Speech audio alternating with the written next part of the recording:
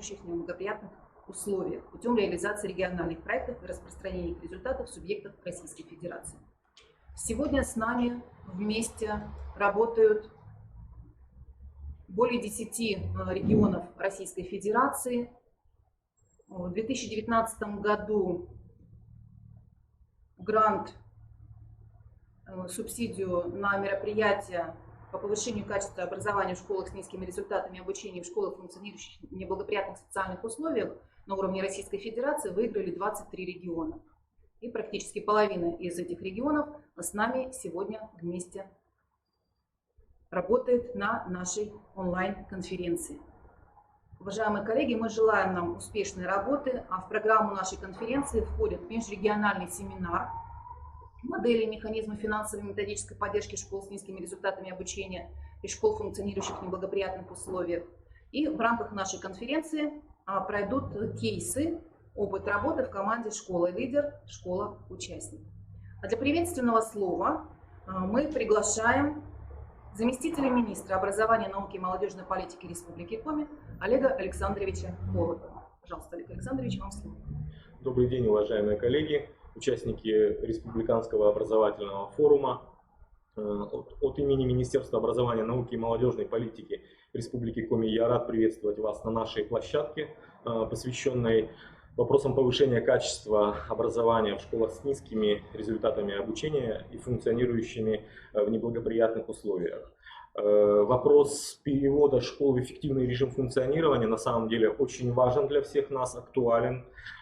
И формат проведения сегодняшнего мероприятия, межрегиональный формат, он не случайен. Нам очень важно увидеть, услышать опыт других регионов, успешный опыт, чтобы принять его тоже, так скажем, на вооружение. Поэтому я желаю всем нам сегодня продуктивной работы, чтобы наши коллеги и мы поделились нашим успешным опытом и организовали эту деятельность успешно. Спасибо. Благодарим вас, Олег Александрович. И наш первый доклад об идеологии проекта «Эффективная школа» в Республике Коми.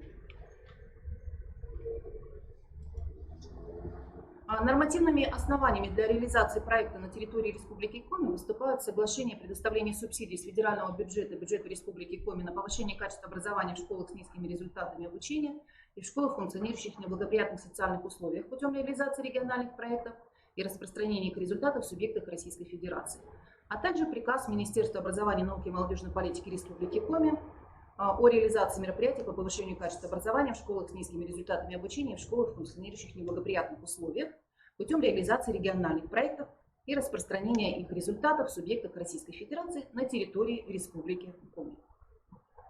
Цель проекта заключается в разработке и реализации мероприятий по повышению качества образования в общеобразовательных организациях, показавших низкие образовательные результаты по итогам учебного года, и в тех общеобразовательных организациях, которые функционируют в неблагоприятных социальных условиях в общем количестве муниципальных систем общего образования. Показателем результативности выступает доля муниципальных систем общего образования, в которых разработаны и реализуются мероприятия по повышению качества образования в общеобразовательных организациях, показавших низкие образовательные результаты по итогам учебного года. И этот показатель составляет 100%. Действительно, этот показатель мы достигаем в течение уже 2 лет. Вообще Республика Коми участвует в проекте 3-й год. С 2017 года мы принимаем участие в этом проекте. На данном слайде представлена логика развития проекта. Мы продолжаем работать с школами, которые функционируют в неблагоприятных социальных условиях, участвовавших в первых этапах проекта 2017-2018 года. А также мы организуем работу с вновь определенными школами. Эти школы были определены в результате проведения процедуры идентификации школ с устойчивыми низкими результатами обучения. Мы совершенствуем республиканскую модель оценки качества образования, развиваем единую информационно-образовательную среду, в том числе с применением технологий цифрового образования, и используем также потенциал системы дополнительного образования, олимпиадного и конкурсного режима. Участниками реализации комплекса работ по мероприятию выступают следующие организации. Конечно, это прежде всего Министерство просвещения Российской Федерации и правительство Республики Коми, которые заключили между собой соглашение. На уровне республики координатором проекта является Министерство образования, науки и молодежной политики Республики Коми. Сетевым координатором, оператором проекта выступает Государственное образовательное учреждение дополнительного профессионального образования Коми Республиканский институт развития образования. С нами совместно работают все 20 муниципальных органов управления образованием. В каждом муниципалитете определены школа-лидер и школы-участники проекта. И, конечно, это наши партнеры, с которыми у нас заключены соглашения о сотрудничестве. Это и Московский государственный психолого-педагогический университет, региональные институты развития образования, НИУ, Высшая школа экономики, Российская академия образования, Государственный университет имени Сэма Хьюстона США и наши партнеры из проектов Учи.ру, Global Lab, интеллектуальная школа, а также издательство учебной литературы. Сроки реализации мероприятий в 2019 году определены с 11 марта по 15 декабря.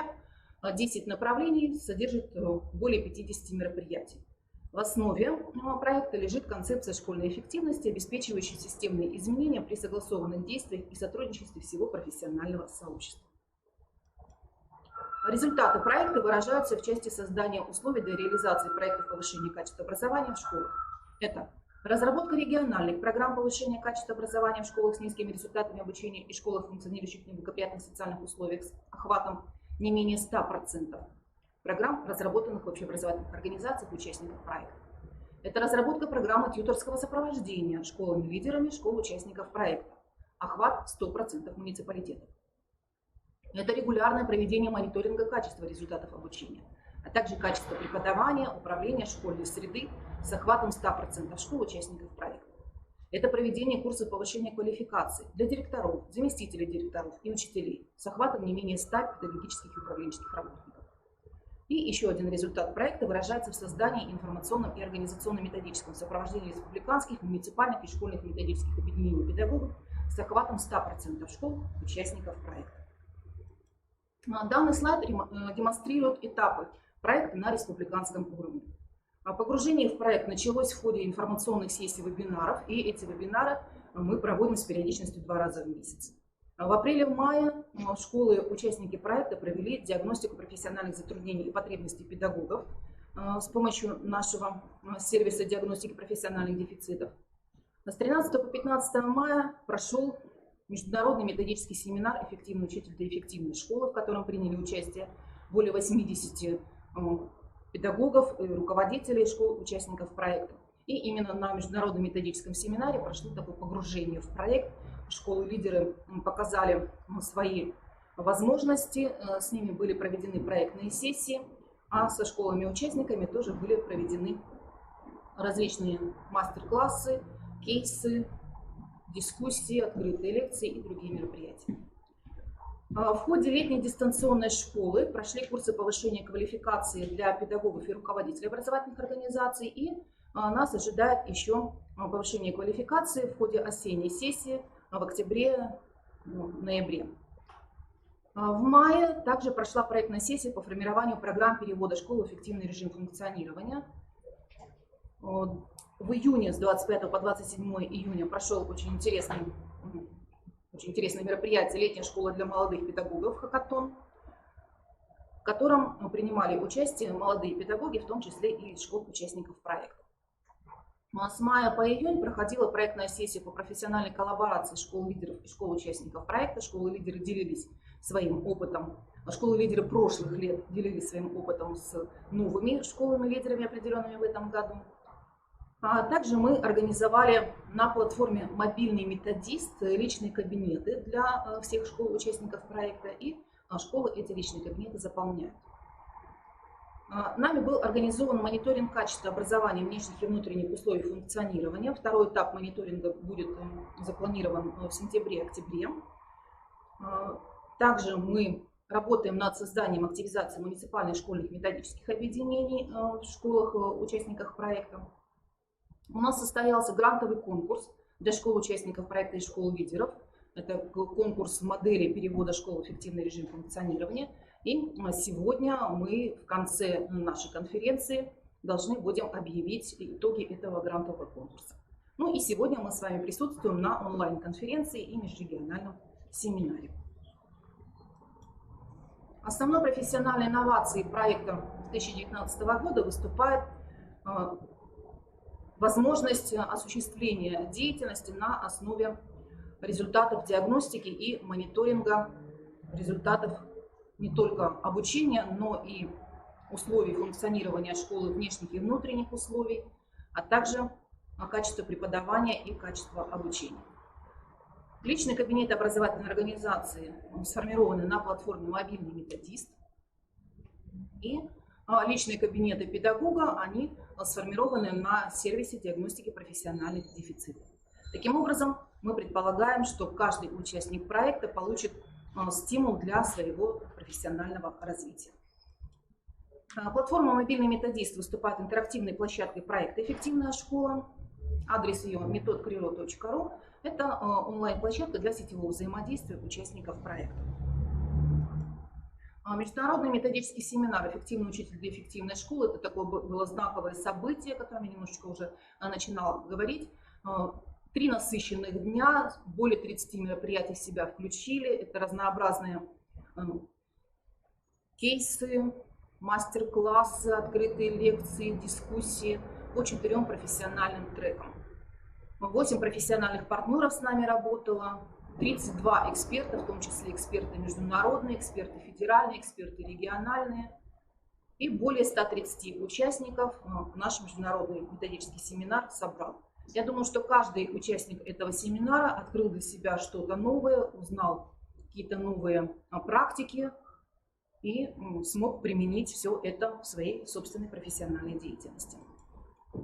С 25 по 27 июня проходил хакатон молодых педагогов, в котором также принимали участие наши эксперты, региональные и федеральные эксперты. Прошли кейсы, проектные информационные коуч-сессии, дискуссионные площадки, круглые столы.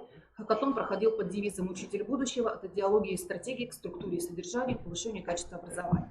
Мы обсуждали вопросы аттестации, прошла презентация проекта «Учитель будущего». Были организованы встречи с экспертами и лидерами республики. Молодые педагоги поработали на тренингах, мастер-классах и форсайт-сессиях. И также использованы были интерактивные формы работы с элементами геймификации. Сервис диагностики профессиональных дефицитов, разработанный институтом на нашей платформе дистанционного обучения, позволяет выявить предметную компетентность педагогов, методическую компетентность, психолого-педагогическую, коммуникативную компетентность. Результаты диагностики учитываются нами при формировании адресных программ повышения квалификации. С 20 июня по 30 августа прошла летняя дистанционная школа, которая включала в себя в этом году 11 различных программ и еще дополнительно 6 программ открытых онлайн-курсов. Вот здесь мы видим название этих дистанционных курсов: «Эффективное управление качеством образования в общеобразовательной организации», «Психолого-педагогические технологии адресной работы с учащимися школ с низкими результатами обучения, учащимися школ, функционирующих в неблагоприятных социальных условиях», «Профилактика социального и зависимого поведения», «Проектирование воспитательной системы школы, функционирующей в неблагоприятных социальных условиях», «Организация работы по выявлению и преодолению профессиональных дефицитов педагогических работников общеобразовательных организаций», «Формирование культуры речи педагогов, неурочная деятельность по русскому языку», «Языковая образовательная среда учебных предметов», «Адресная работа учителя русского языка с различными категориями детей», «Диагностика образовательных достижений обучающихся, в том числе функциональной грамотности», и «Культура русской речи и подходы к формированию функциональной грамотности обучающихся». Более 150 педагогов и руководителей прошло обучение на дистанционных курсах. И кроме того, открытые онлайн-курсы, которые также размещены на нашей платформе дистанционного обучения, они были открыты для всех желающих. Мы также предлагаем нашим участникам проекта различные цифровые ресурсы, которые разработаны Институтом развития образования. Это и единая система дистанционного обучения Республики Коми, это и портал «Открытое образование» Республики Коми, это наш сайт повышения квалификации, это сайт профессиональных конкурсов, это платформа «Мобильный методист», сервис диагностики профессиональных дефицитов, наш проект «Видеозал» на сайте Института развития образования. Здесь все участники проекта могут найти для себя те инструменты, которые помогут эффективно реализовать программу перевода школы в эффективный режим функционирования.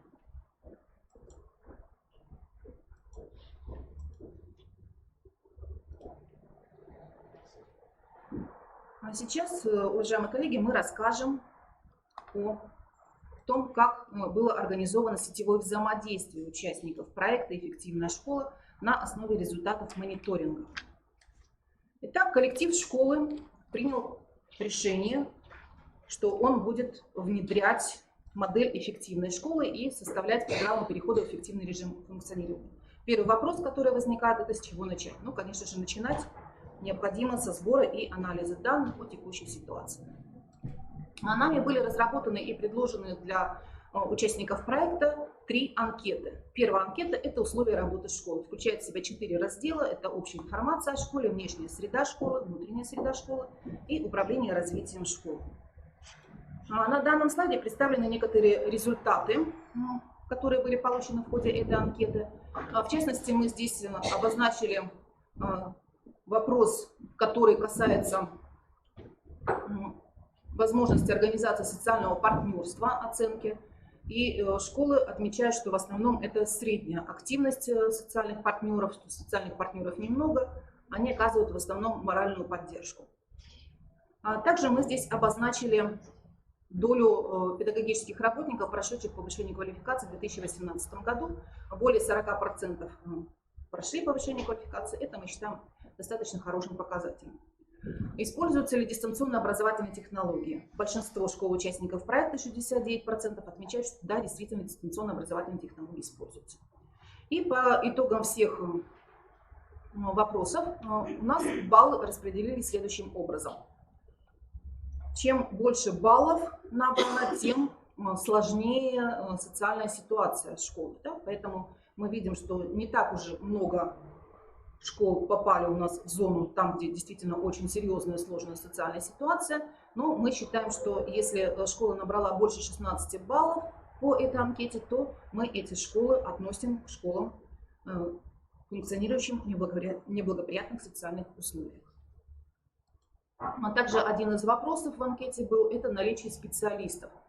Мы видим, что данные по наличию и отсутствию специалистов представлены в данной таблице. Надо сказать, что эти данные меняются с течением лет. В прошлом году меньше школ отмечали, что данные специалисты в штате школ имеются. В этом году мы видим положительную динамику в большинстве школ участников проекта. Далее мы организовали внутришкольную углубленную диагностику качества основных процессов. Внутришкольная углубленная диагностика проводится школой перед началом разработки программы перехода школы в эффективный режим работы. Это самодиагностика, которая предполагает определение благополучных и проблемных зон в жизни собственной школы. То есть это первый шаг к изменению. И в ходе самооценки проводятся интервью, анкетные опросы, используются иные методы и формы сбора информации о деятельности школы от сотрудников и участников образовательного процесса. Основные показатели состояния школы разделены на составляющие элементы. И предлагается оценить уровень каждого показателя по условной шкале от единицы до 6. Это идеальный или образцовый уровень. На основе этих показателей была составлена анкета «Внутришкольный входной мониторинг», которая включает в себя следующие разделы. Это содержание образования, успеваемость, обучение и преподавание, мониторинг достижений и помощь учащимся, моральные установки и климат, ресурсная обеспеченность и привлечение дополнительных ресурсов, управление, руководство и обеспечение качества. На следующем слайде представлены некоторые результаты этой анкеты. Мы видим, что структуры учебного плана большинство оценивают на уровень хорошо, очень хорошо и отлично. 4 это у нас уровень хорошо. Общее качество успеваемости большинство школ оценивают на 3, то есть адекватно. Прогресс школы в повышении успеваемости, прогресс учащихся в учебе и успеваемость учащихся по отношению к другим предметам. Обеспечение ресурсов. Вот здесь у многих школ выявились проблемы. Достаточность доступного финансирования большинство оценивает на 3, адекватный уровень. Также мы видим 2 это слабый уровень, и в этом вопросе у нас очень явно выявился уровень 1, это явные слабые стороны. И достаточность размера и качества ресурсов также большинство школ оценивают на уровень 2, то есть слабо выражены эти области работы. И также мы оценили возможности привлечения ресурсов. Школы отмечают, что привлечение ресурсов образовательной сети на данный момент пока еще на достаточно адекватном уровне находится. Сильные стороны несколько перевешивают слабые стороны, но есть и проблемы. И также существуют определенные проблемы в привлечении ресурсов территории и местного сообщества.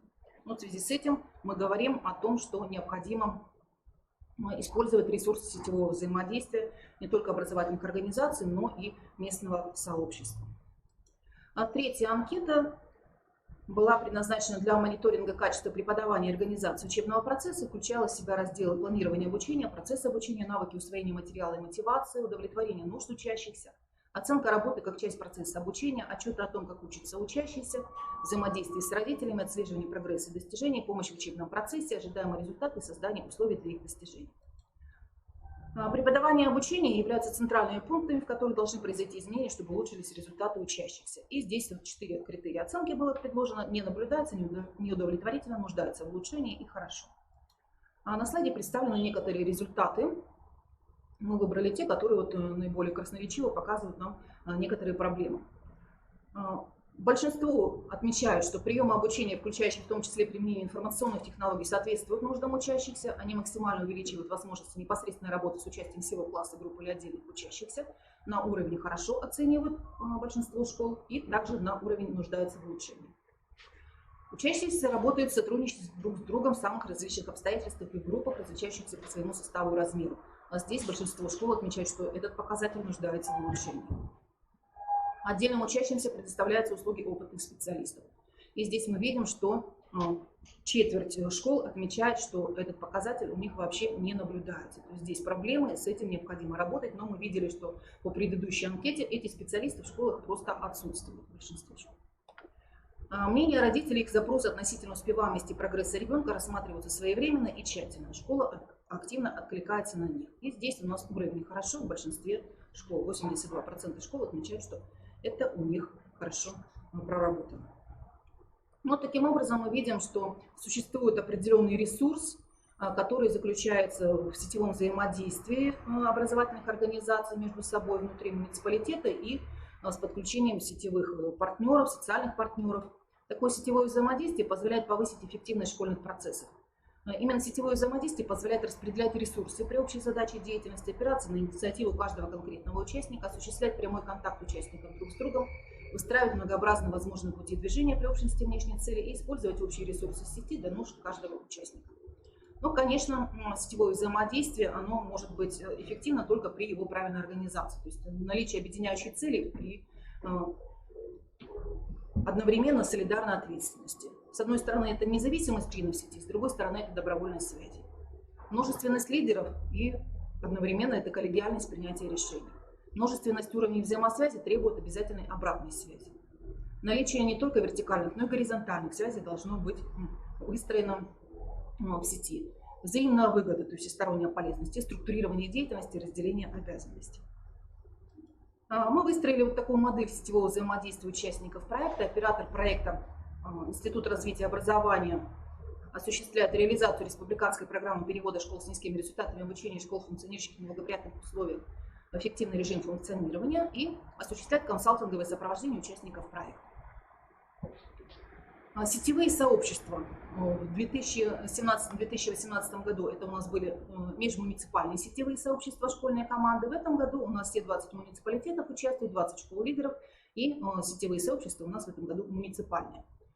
Осуществляют разработку и реализацию муниципальных и школьных программ перевода школ в эффективный режим функционирования. Управление образования на местах разрабатывают и реализуют муниципальные программы перевода школ в эффективный режим функционирования и осуществляют консалтинговое сопровождение школ участников проекта. И в каждом муниципалитете школьная команда в составе школы-лидера и школ участников проекта. В 2017 году у нас работали 5 муниципалитетов, 5 школ-лидеров и 14 школ-участников. В 2018 году 20 муниципалитетов, 8 школ-лидеров и 29 школ-участников. В этом году у нас участвуют 20 муниципалитетов, 20 школ-лидеров и 54 школы-участников. А также с нами совместно взаимодействуют наши партнеры. И для того, чтобы стимулировать это сетевое взаимодействие школ-участников проекта, приказом Министерства образования, науки и молодежной политики Республики Коми был объявлен республиканский грантовый конкурс модели перевода школ в эффективный режим функционирования. Целью грантового конкурса является стимулирование командной работы между школами-лидерами, школами-участниками, школьными командами проекта по разработке программ перевода школ, функционирующих в благоприятных условиях, в эффективный режим функционирования с учетом выявленных ресурсных и профессиональных дефицитов педагогов. Задачами являются, во-первых, повышение качества образования в школах, во-вторых, это выявление успешных практик командной работы между школами-лидерами и школами-участниками проекта и публичное признание личного вклада руководителей общеобразовательных организаций в развитие системы образования Республики Коми. В-третьих, это трансляция лучших программ школ-участников по переводу школ, функционирующих в благоприятных условиях и демонстрирующих низкие образовательные результаты в эффективный режим функционирования. И в-четвертых, это изучение и распространение опыта школ-лидеров по эффективному управлению общеобразовательными организациями Республики Коми. По итогам грантового конкурса школьные команды победителей конкурса получают не только дипломы от Министерства образования, науки и молодежной политики Республики Коми, но и грант. За первое место это 500 тысяч рублей, за второе место 400 тысяч рублей, за третье место 300 тысяч рублей. А все школьные команды, участники конкурса, получают денежное поощрение в размере 40 тысяч рублей. Обращаю внимание, что грант идет именно на школьную команду, и внутри школьной команды уже участники договариваются, на что и как они эти деньги будут тратить. На конкурс от муниципальной команды были представлены заявки, содержащие программу перевода школ участников в эффективный режим функционирования, программу тьюторского сопровождения школ, функционирующих в неблагоприятных условиях, описание опыта взаимодействия школьной команды «Мы одна команда» в форме эссе и рекомендательное письмо от муниципального органа управления образованием за подписью руководителя и координатора проекта. На следующих слайдах представлены критерии оценивания программы тьюторского сопровождения школ, функционирующих в неблагоприятных условиях, и критерии оценивания для программ перевода школ в эффективный режим функционирования. И также критерии оценивания эссе «Мы одна команда». Чтобы стать участником конкурса, школьная команда должна была внутри своей команды согласовать цель, задачу, результаты программ перевода школ в эффективный режим функционирования работы и программу тьюторского сопровождения. Заключить договоры о сотрудничестве школа-лидер с каждой школой-участником. Приступить к реализации программ, описать взаимодействие команды в формате эссе «Мы одна команда» и получить рекомендацию для подачи материалов на конкурс от муниципального органа управления образованием. Мы разработали проект партнерского соглашения, который представлен на платформе «Мобильный методист». Все школьные команды, подавшие заявки на участие в конкурсе, таких школьных команд в этом году было 11, разместили в личных кабинетах на платформе «Мобильный методист» материалы своих сообществ. То есть каждая школьная команда разместила визитную карточку, свою программу перевода школы в эффективный режим функционирования. Школа-лидер разместила программу тьюторского сопровождения школ участников проекта. И также все соглашения партнерские, они также на платформе «Мобильный методист» были обозначены. На данном слайде представлена модель взаимодействия одного из участников проекта. Это Воркута, школа-лидер, школа номер 40. А сегодня они о своей модели расскажут. Школы-лидеры проводили для школ-участников проекта разнообразные сетевые мероприятия. Мы сейчас их только перечислим, а далее уже в ходе нашей конференции непосредственно участники проекта о них более подробно расскажут. Это стажировочная площадка по проблеме формирования ООД обучающихся. Это образовательный коворкинг, это консалтинговые семинары, мероприятия по обмену опытом. Это мастер-классы педагогов школы-лидера для школ-участников. Это различные семинары, туториалы. Это диагностика профессиональной компетентности педагогов. Это открытые уроки. Апробация и реализация образовательных технологий, дистанционные обучающие курсы и другие мероприятия. Ну, конечно же, такое взаимодействие, оно дает свои результаты, и сегодня мы можем говорить уже о некоторых результатах проекта за 2017-2019 год. Это заключение соглашений между школами и участниками проекта, разработка и реализация программ тьюторского сопровождения. 100% муниципальных образований вовлечены в проект. А за 3 года обучено более 500 педагогических работников. Получены устойчивые модели повышения качества образования в школах со значительными факторами образовательной неуспешности и социальных дефицитов. На основе диагностических материалов разработаны программы перевода школ в эффективный режим функционирования. И выявлена положительная динамика роста средних баллов УГ и ЕГЭ в школах, участниках проекта. Значительное количество школ-участников проекта эту положительную динамику проявили. И мы считаем, что это главные результаты, которых мы добились в ходе реализации проекта на территории Республики Коми. Благодарю за внимание. А мы с вами продолжаем и передаем слово школе-лидеру, 40-я школа города Воркуты. Выступает Радик Хамитович Туринбеков, заместитель директора по методической работе. Пожалуйста, вам слово, Радик Хамитович. Эта школа у нас уже второй год является школой-лидером в нашем проекте. Здравствуйте, уважаемые коллеги, участники конференции. Для нас высокая честь уже второй год подряд представлять образовательную организацию в качестве школы-лидера в проекте «Эффективная школа». Сегодня вашему вниманию будет представлен опыт участия команды муниципального образования городского округа Воркута, в который вошли школы-участники. Это поселковая школа номер 14, номер 43 и городская школа номер 39 имени Георгия Александровича Чернова. В последнее время все чаще говорят об эффективной школе, о качественном образовании и его развитии, контроле и тому подобное. Этому посвящено множество статей и пособий, однако проблема настолько комплексна, что разобраться в ней оказывается не так-то и просто. Дискуссия о методах выстраивания системы эффективного и качественного образования, изучение практического опыта привели специалистов к пониманию того, какими должны стать стратегии, модели, показатели эффективности, какими качествами должен обладать учитель эффективной школы.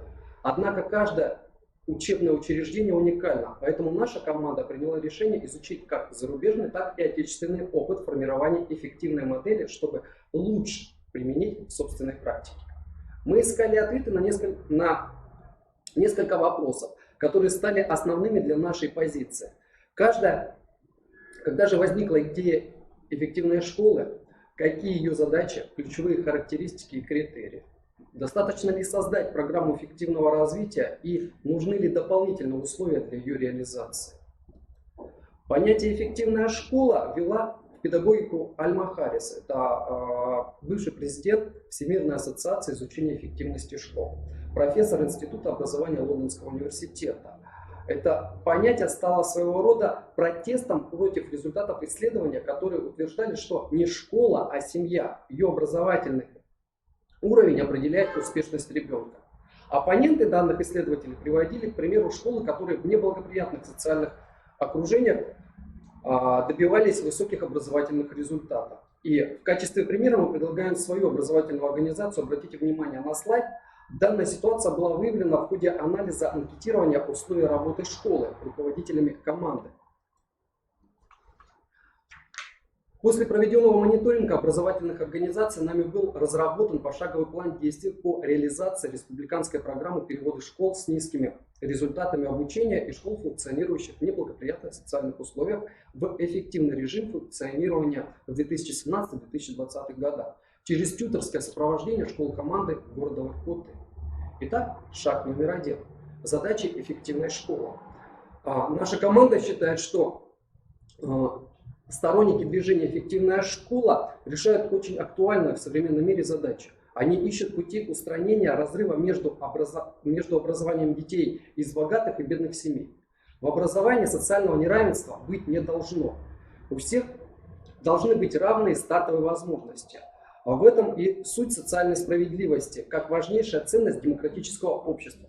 Да, сложно. Но школа – уникальный мир, в котором должны быть созданы все условия для реализации детской мечты и веры в будущее. Шаг номер 2. Каковы ключевые характеристики и критерии эффективности школы?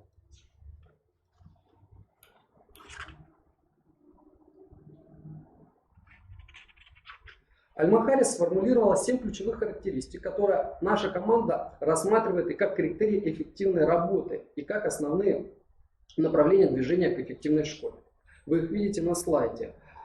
Эти условия мы наполнили смыслом, который, по нашему мнению, раскрывает духовную суть эффективной школы. Наша команда решила дополнить условия эффективности, усилить роль родителей. Без учета влияния семьи на ребенка решить проблему формирования эффективной образовательной среды сложно. Наши методы предполагают привлечение родителей через советы школ, родительские комитеты. Большая роль отводится службе медиации. Школа должна стать своего рода центром, в котором находят ответы на свои жизненные вопросы и дети, и взрослые. поиске новых идей наша команда изучила опыт школ Бельгии. В Бельгии, как и в России, передовые педагоги стремятся к тому, чтобы качество деятельности образовательного учреждения соответствовало установленному стандарту. Внешние измерения, то есть мониторинги, обычная практика. Однако бельгийский опыт показал, что только внешние мониторинги без внутренней самооценки, без горизонтальной оценки, то есть другими такими же учреждениями, не дают школе возможности объективно понимать и свои реальные проблемы. Поэтому оценка деятельности школы должна опираться на внутреннюю систему оценки качества образования или ВСОКа, оценку по горизонтали и оценку по вертикали. В противном случае отчетность не всегда объективна. Проект «Эффективная школа» дает возможность педагогам наших школ оценивать работу друг друга. Это позволяет оперативно определять проблемы и совместно изучать пути их решения. Отечественный опыт представляет совершенно иную ценностную платформу. Каковы же критерии эффективной школы? Марк Акранович, исполнительный директор Межрегиональной ассоциации мониторинга и статистики образования, ответил на этот вопрос. В материалах исследования ПИСА есть определение хорошей школы. Это когда средний балл детей немного повыше, чем по совокупности школ, а влияние экономического статуса родителей ниже. То есть видно, школа учит. Наша команда еще раз убедилась, что академическая успеваемость – это золотой стандарт учреждения, который позволяет оценить эффективность работы школы. Но является ли это единственным критерием эффективной школы? В национальном стандарте система менеджмента качества Российской Федерации эффективность характеризуется по двум группам. Это результат затраты и результат цели. Мы думаем, что эти параметры и задают систему координат, которая должна оценивать эффективность деятельности школы. Используя данную модель результат затраты и результат цели, наша команда выстроила целевые индикаторы достижения качественного образования, изложенных в наших программах. Мы поставили не только цель достижения качественных образовательных результатов, то есть предметных, метапредметных, но и цену их достижений, затраты сил, времени и средств и условия. Это же, конечно же, организационно-педагогические, финансово-экономические и материально-технические. Следующий шаг – это уже непосредственно реализация программы. Как я уже говорил, оценка деятельности школы должна опираться на ВСОКа. А проект «Эффективная школа» дает возможность педагогам наших школ оценивать работу друг друга. Сегодня в республике выстроена оптимальная система оценочных процедур общего образования. Задача школ команды – адаптировать ВСОКа к республиканской модели. Это позволит обеспечивать единые подходы к оценке качества образования на основе международных критериев ПИРЛС и ПИС. На сегодняшний день участники команды уже провели ряд педагогических и управленческо-административных встреч в деловом и творческом формате под темой «Качество как условие, процесс и результат». На встречах проанализировали эффективность мер по повышению качества образовательных услуг, реализуемых как в прошедшем учебном году, и сформулировали задачи на предстоящий учебный год. Более того, в мае и сентябре школы-участники номер 14 и 43 прошли без замечаний Федеральный государственный надзор в сфере образования, Федеральный государственный контроль качества образования и лицензионный контроль. И это тоже результат нашей общей работы. Следующий шаг. Достаточно ли создать программу эффективного развития или нужны дополнительные условия для ее реализации? Перечисленные задачи эффективной школы одновременно определяют направление развития. Однако наша команда убеждена, без мотивации, без психологического настроя на успех, без внедрения в жизнь наших школьных коллективов характеристики эффективной школы, предложенной Альма-Харрис, создать такую школу не получится. И для того, чтобы справиться со всем этим, надо быть учителем, который постоянно совершенствует свое мастерство, непрерывно учится. И мы готовы решать возникающие проблемы, совместно развивать межшкольное сотрудничество, сетевое взаимодействие, перенимать педагогический опыт, делиться им. Мы готовы трудиться в одной команде. Командная работа позволит минимизировать время принятия управленческих решений и одновременно перейти от признаков эффективной школы к ее стратегии. Вы их также можете увидеть на слайде. Совместные усилия всех участников проекта позволят достичь желаемых результатов. А главное, результатом должно стать желание детей учиться, потому что они все по-своему талантливы. Учителя верят в это, создают все условия для их успешности, а родители уважительно относятся к школе, которая дает шанс всем детям на счастливое будущее. Спасибо за внимание. Благодарим вас, Радик Хамитович. Действительно, школа лидер, она должна быть лидером во всех отношениях и должна вести за собой школ участников проекта. А мы с вами продолжаем наш разговор в рамках секции «Условия обеспечения качества образовательной среды и управления». Хочется отметить, что сегодня с нами совместно работают представители других регионов, и далее у нас пойдет цикл вот таких вот методических презентаций опыта других регионов. И мы подключаем Республику Татарстан, Гульнара Ханифовна Сагиева, проректор по учебно-методической работе Института развития образования Республики Татарстан, кандидат искусствоведения. Добрый день, уважаемые коллеги.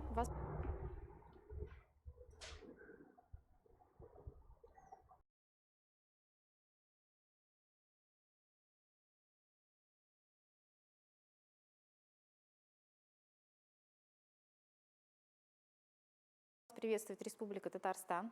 Позвольте представить вам опыт Института развития образования в реализации госпрограммы развития образования по работе со школами с низкими результатами обучения. История участия Республики Татарстан в этом мероприятии начинается с 2017 года. В этом году приняло участие всего 15 школ, а с 2018 года количество увеличилось до 71, и эта цифра является неизменной. И в предстоящие 3 года мы также выиграли конкурсный отбор. Количество школ-участниц будет 71. И неизменным остается также участие в программе кадетских школ. Их всего в Республике Татарстан 15. Участие в этом мероприятии несет большой социальный смысл. И наша с вами цель, чтобы школы достигли единственного возможного результата – перешли в режим эффективного функционирования. Большинство мероприятий носит уже традиционный характер, и ежегодно мы проводим консультации с руководителями и с педагогами, тьюторское сопровождение школ, много семинаров, мастер-классов для различных категорий педработников. Здесь и учителя-предметники, и учителя начальных классов, конечно же, руководители. В этом году мы также усилили воспитательную составляющую, большую работу проводим с педагогами, психологами и с классными руководителями.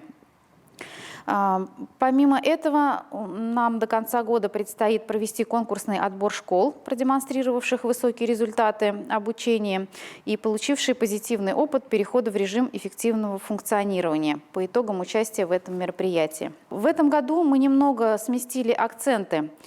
Если до этого мы больше работали с учителями-предметниками, то с этого года большой фронт нашей работы занимают руководители образовательных организаций, и мы это сделали целенаправленно и попытались взаимодействовать с ними через различные формы работы, через тренинг-диагностику по развитию и совершенствованию компетенций руководителей, через курсы повышения квалификации, где итоговой аттестацией стала защита проекта программы развития образовательной организации. Поэтому, помимо этого, была проведена стратегическая сессия, и еще предстоит провести семинар «Особенности организации сетевого взаимодействия школ и способы их решения». Несколько подробно остановлюсь на тренинг-диагностике по развитию и совершенствованию компетенций руководителей. Помимо того, что основная цель – это, конечно же, выявить их компетенции руководителей, наиболее успешные и западающие компетенции.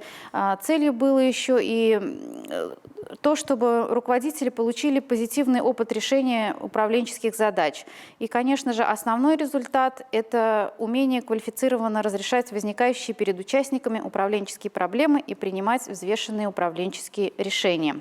В тренинг-диагностика оценивала следующие компетенции. Это умение планировать, ориентироваться на результат, умение работать в команде, взаимодействовать эффективно, лидерские качества. Также очень важно было нам оценить умение управлять исполнением и мотивацией подчиненных. По итогам тренинг-диагностики каждый участник получал индивидуальный отчет. В отчете были представлены те компетенции, которые показал руководитель, и к этому отчету также предъявлялись несколько требований. Этот отчет должен быть строго конфиденциальным, и его не рекомендовалось использовать по истечении 2 лет, так как компетенции, мы с вами понимаем, что это достаточно быстро либо развивающиеся, либо быстро изменяющиеся, и в течение 2 лет они могут претерпеть значительные изменения.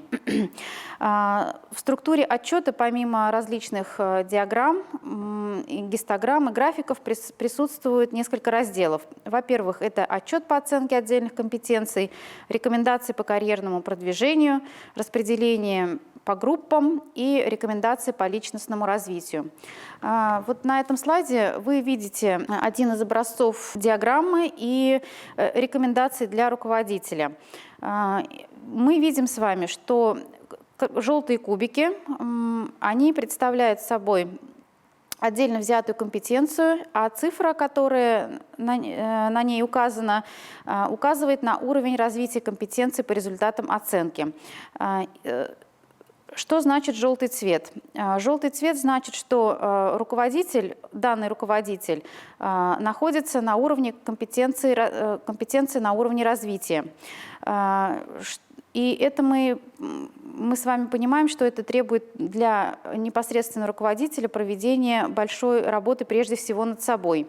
И тренерами дается рекомендация для развития руководителя в определенных областях и рекомендации по подготовке по некоторым направлениям. Например, данному руководителю необходимо развивать свое стратегическое мышление, тайм-менеджмент, применение инструментов мотивации персонала и так далее. Следующая форма работы, которую мы применяли, это стратегическая сессия. Стратегическая сессия на сегодняшний день – это один из самых популярных видов работы, и не только с отдельно взятым руководителем, но и формата корпоративного обучения. И для нас было очень важно интегрировать стратегическую сессию в процесс обучения и не делать из этого какого-то значимого события. Мы хотели, чтобы руководитель понимал, что процесс стратегирования – это не процесс единоразовый, а стратегированием руководитель занимается фактически ежедневно и по любому возникающему вопросу.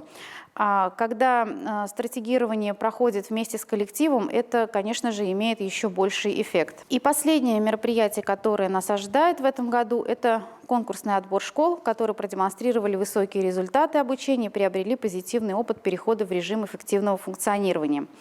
Для обеспечения максимальной объективности мы сегодня проводим мониторинг деятельности организации по нескольким направлениям.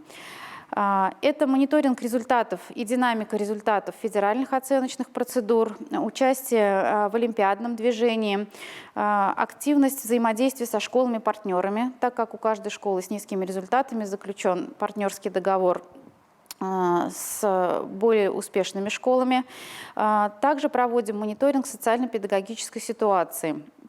Помимо этого, по итогам курсов повышения квалификации руководителями были представлены программы повышения качества образования. Они также являются одним из, так скажем, критериев определения успешности школы. На самом деле, проводя не точечные мероприятия, а мероприятия в определенной логической последовательности для определенного контингента, мы имеем большое проблемное поле и смотрим на него с различных точек зрения, с различной высоты.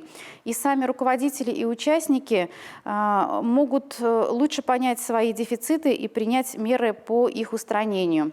На экране вы видите, какие проблемы чаще всего мы выявляем при проведении тренинг-диагностики и стратегических сессий. И Этот процесс, в общем-то, не заканчивается завершением мероприятий.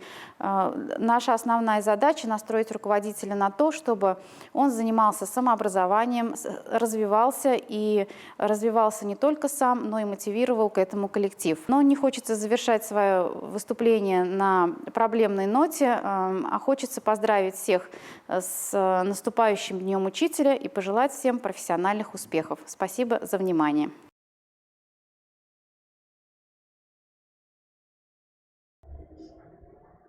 Мы благодарим Гульнару Ханифовну. Действительно, те проблемы, которые были обозначены коллегами из Республики Татарстан в деятельности руководителей образовательных организаций, они наверняка характерны для всей нашей страны в целом, для всей нашей системы образования. И очень интересен был опыт коллег в решении данных проблем. Благодарим. Конечно, необходимо начинать повышение качества в школах именно вот с работы с руководителями образовательных организаций. И немаловажную роль, конечно, в этом вопросе играет региональная политика в сфере образования. И мы приглашаем к участию в нашей конференции Ульяну Владимировну Максименко, старшего преподавателя Центра развития педагогического и психологического образования Института повышения квалификации Республики Адыгея, кандидата психологических наук. Она расскажет нам о том, как реализуется в Республике Адыгея региональная политика в части повышения качества образования в школах с низкими результатами обучения и в школах, функционирующих в неблагоприятных социальных условиях.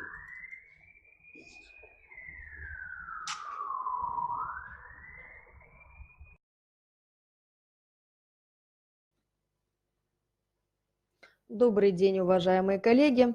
По итогам конкурсного отбора региональных программ развития образования в целях предоставления бюджетом субъектам Российской Федерации субсидий на поддержку реализации мероприятий по повышению качества образования в школах с низкими результатами обучения и в школах, функционирующих в неблагоприятных социальных условиях, путем реализации региональных проектов и распространения их результатов Республика Адыгея является участником данного проекта в 2018 и 2019 году.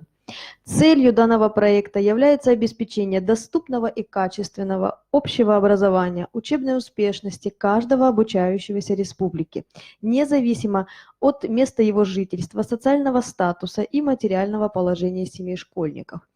Через разработку и внедрение региональной стратегии поддержки школ, работающих в неблагоприятных социальных условиях и показывающих низкие образовательные результаты. К задачам проекта мы отнесли усовершенствование механизмов идентификации данной категории школ, внедрение механизмов управленческой, кадровой и методической поддержки, проведение мониторинга результативности школьных программ перехода в эффективный режим работы и распространение эффективных практик поддержки школ, нуждающихся в другие регионы. В ходе реализации мероприятий предполагается достижение следующих результатов. Это создание в региональной системе образования комплекса условий для повышения качества образования в школах данной категории. В качестве отсрочного результата реализации проекта ожидается сокращение разрыва между образовательными результатами школ региональной системы образования в целом. Основная идея проекта заключается в обеспечении функционирования практикоориентированной образовательной среды, способствующей как внутреннему развитию, так и взаимодействию всех уровней субъектов управления образования. Включает в себя 4 группы условий: нормативные, управленческие, кадровые и методические.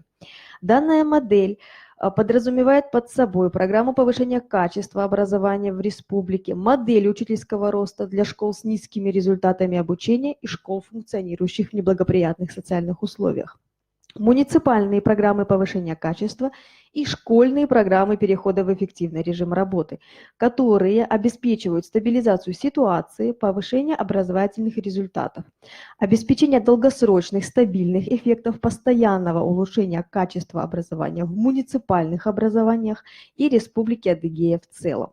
Концептуальным основанием для проведения региональной политики, в частности поддержки школ, рассматриваемой категории, является наличие взаимосвязи между неблагополучным социально-экономическим статусом семей обучающихся и низкими результатами школы. К общим характеристикам школ-участников проекта можно отнести низкий уровень преподавания, устаревшие учебные технологии и формы оценивания учебных результатов, неумение отслеживать индивидуальную динамику развития ребенка, слабую связь с родителями, слабое развитие практики обмена опытом между педагогами, низкую мотивацию к профессиональному развитию, незнание способов повышения учебной мотивации, дефицит квалифицированных кадров, ограниченные возможности их ротации, низкие ожидания, отсутствие стратегии, слабое руководство. Директор не занимает лидерской позиции, не сфокусирован на результатах работы педагога, не готов предъявлять требования к своему персоналу. Слабую внутришкольную систему оценки качества, недостаточную материальную базу образовательных организаций и приоритет культуры низких ожиданий в отношении результатов деятельности школы. Также нами были выделены особенности школьной культуры, образовательных организаций, нуждающихся в поддержке. Это отток сильных педагогов и обучающихся, дефицит материально-технических и финансовых ресурсов. Школа становится неким местом социальной поддержки, а не социальным лифтом. Низкий уровень активности семей, территорий, местных сообществ, отсутствие работы с одаренными детьми, лимитированный выбор дополнительных услуг, курсов по выбору и неиспользование потенциала олимпиад, конкурсов и проектов. В 2018 году нам был определен ряд школ, как сельских 24 школы, так и городских 7 школ, стабильно демонстрирующих низкие образовательные результаты на всех ступенях обучения. В таких школах концентрируется преимущественно контингент детей из семей с низким социально-экономическим статусом, находящихся в трудной жизненной ситуации, из семей, где русский язык не является родным. Кроме того, в Республике Адыгея очень остро стоит проблема с детьми из семей мигрантов и репатриантов. В последние годы наблюдается рост детей-переселенцев, не владеющих или плохо владеющих русским языком. В 2019 году количество участников проекта увеличилось на 23 образовательные организации, которые вошли в группу риска, демонстрирующих низкие образовательные результаты. За период реализации проекта в 2018-2019 году в Республике Адыгея разработаны модель учительского роста, программа повышения качества, проводятся мониторинги муниципальных программ повышения качества образования, школьных программ перехода в эффективный режим работы, определены специалисты муниципальных органов управления образованием, ответственные за реализацию мероприятий по повышению качества, и образовательные организации с высокими результатами обучения, которые курируют школы, нуждающиеся в поддержке.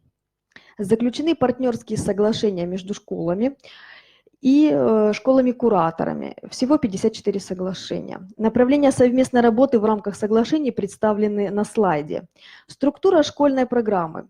Очень интересная нами разработка, представлено ее содержание также на слайде презентации. Она включает в себя титульный лист, паспорт программы, основания разработки программы, в которые входит нормативно-правовая документация как федерального уровня, так и наша региональная. Аналитическая справка по текущей ситуации дает возможность школам проанализировать, посмотреть, какая ситуация у них сейчас на данный момент. Далее, следующий раздел – это приоритеты программы. Приоритеты программы выделяются с помощью диагностики педагогических дефицитов и строятся на основе 2-3 этих дефицитов. Цели и задачи также раскладываются из полученных дефицитов педагогической деятельности. Для того, чтобы цели и задачи достичь, выстраивается план мероприятий, в котором принимают участие школы с низкими результатами, школы-кураторы, муниципальные координаторы. И составляются детализированный план реализации по каждому из приоритетов. Мы рекомендуем нашим школам брать за основу 2, максимум 3 приоритета. То есть программа перехода в эффективный режим работы составляется сроком на 3 года, и чтобы были действительно значительные результаты, чтобы можно было их отследить, промониторировать, нет смысла распыляться на большое количество приоритетов. Также в программе прописываются ожидаемые результаты реализации, и обязательно мы рекомендуем прописывать бюджет.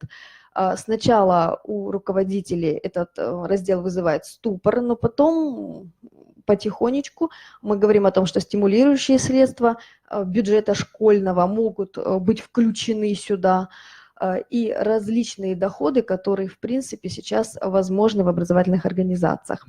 В ходе работы разработаны нами схемы мониторинга непосредственно муниципальных программ повышения качества, моделей, схемы мониторинга перехода в эффективный режим школ с низкими результатами. Они также все 3 схемы представлены на слайдах. Нами проведены обучающие мероприятия для руководителей, заместителей руководителей и педагогов школ. С этой целью разработаны и реализованы дополнительные профессиональные образовательные программы повышения квалификации. Это и повышение квалификации директоров и заместителей школ с низкими, системный подход в управлении школой по повышению качества, совершенствование профессиональных компетенций педагогических работников для учителей русского языка, математики, общественных дисциплин. Мы взяли только эту 3 учебных предметов. Регулярно проводятся семинары для всех участников проекта по актуальным темам. На сегодняшний день осуществляется анализ образовательных результатов 2019 года по предметам ГИА. Проводятся мониторинги муниципальных программ повышения качества образования, школьных программ перехода в эффективный режим работы. В ноябре на межрегиональном семинаре будут подведены итоги работы 2019 года. Приглашаем вас принять участие, будем рады сотрудничеству.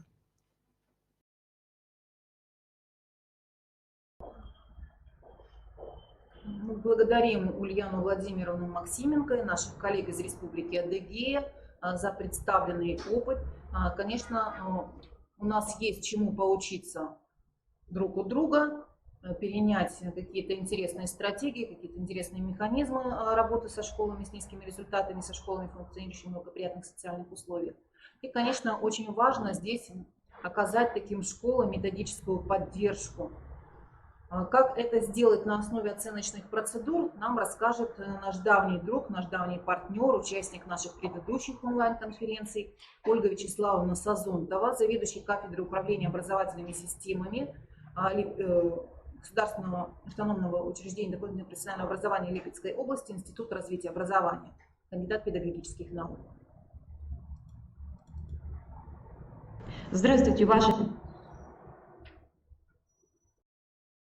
коллеги, спасибо за предоставленную возможность представить опыт Липецкой области по методической поддержке школ с низкими результатами обучения и школ, функционирующих в неблагоприятных социальных условиях, и при этом получить очень важную и необходимую информацию об опыте других регионов. В нашей Липецкой области методическая поддержка школ строится в достаточно сложных условиях в связи с тем, что в регионе отсутствуют методические структуры. И, соответственно, для построения методической поддержки мы использовали все ресурсы профессионального педагогических сообществ. Большую помощь оказывает в координации деятельности региональное учебно-методическое объединение, предоставление аналитической информации Центра мониторинга и оценки качества образования. Мы используем сеть региональных инновационных площадок региона, которые выступают в роли школы-тьюторов и формируют институт консультантов-экспертов при реализации конкурсных и различных мероприятий и при оценке методических материалов, которые разрабатываются в школах.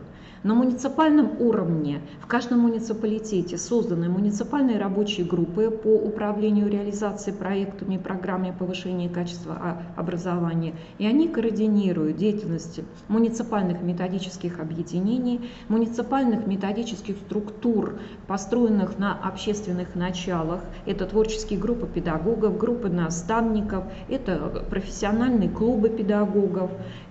И в каждом муниципалитете лучшие образовательные организации выступают в качестве муниципальных базовых площадок по трансляции и аккумуляции и анализу лучшего педагогического опыта. Общественные профессиональные сообщества, а это 13 предметных ассоциаций учителей, участвуют в реализации данного мероприятия в качестве учителей и наставников, в качестве педагогов, которые транслируют свой лучший опыт. Для координации деятельности и информационного сопровождения реализации комплекса мероприятий на сайте Института развития образования, который получил статус ресурсного центра, создан информационный ресурс. Работу мы начинаем, конечно, с идентификации школ, которые входят в региональную проблему методической поддержки. Наряду с различными характеристиками, которые были рекомендованы Министерством просвещения, мы используем не только результаты государственной итоговой аттестации, но и характеристики и условия, созданных как в самих образовательных организациях, так и в социуме. При этом часть этих характеристик могут изменяться, и это потом учитывается при разработке программ перехода в эффективный режим работы.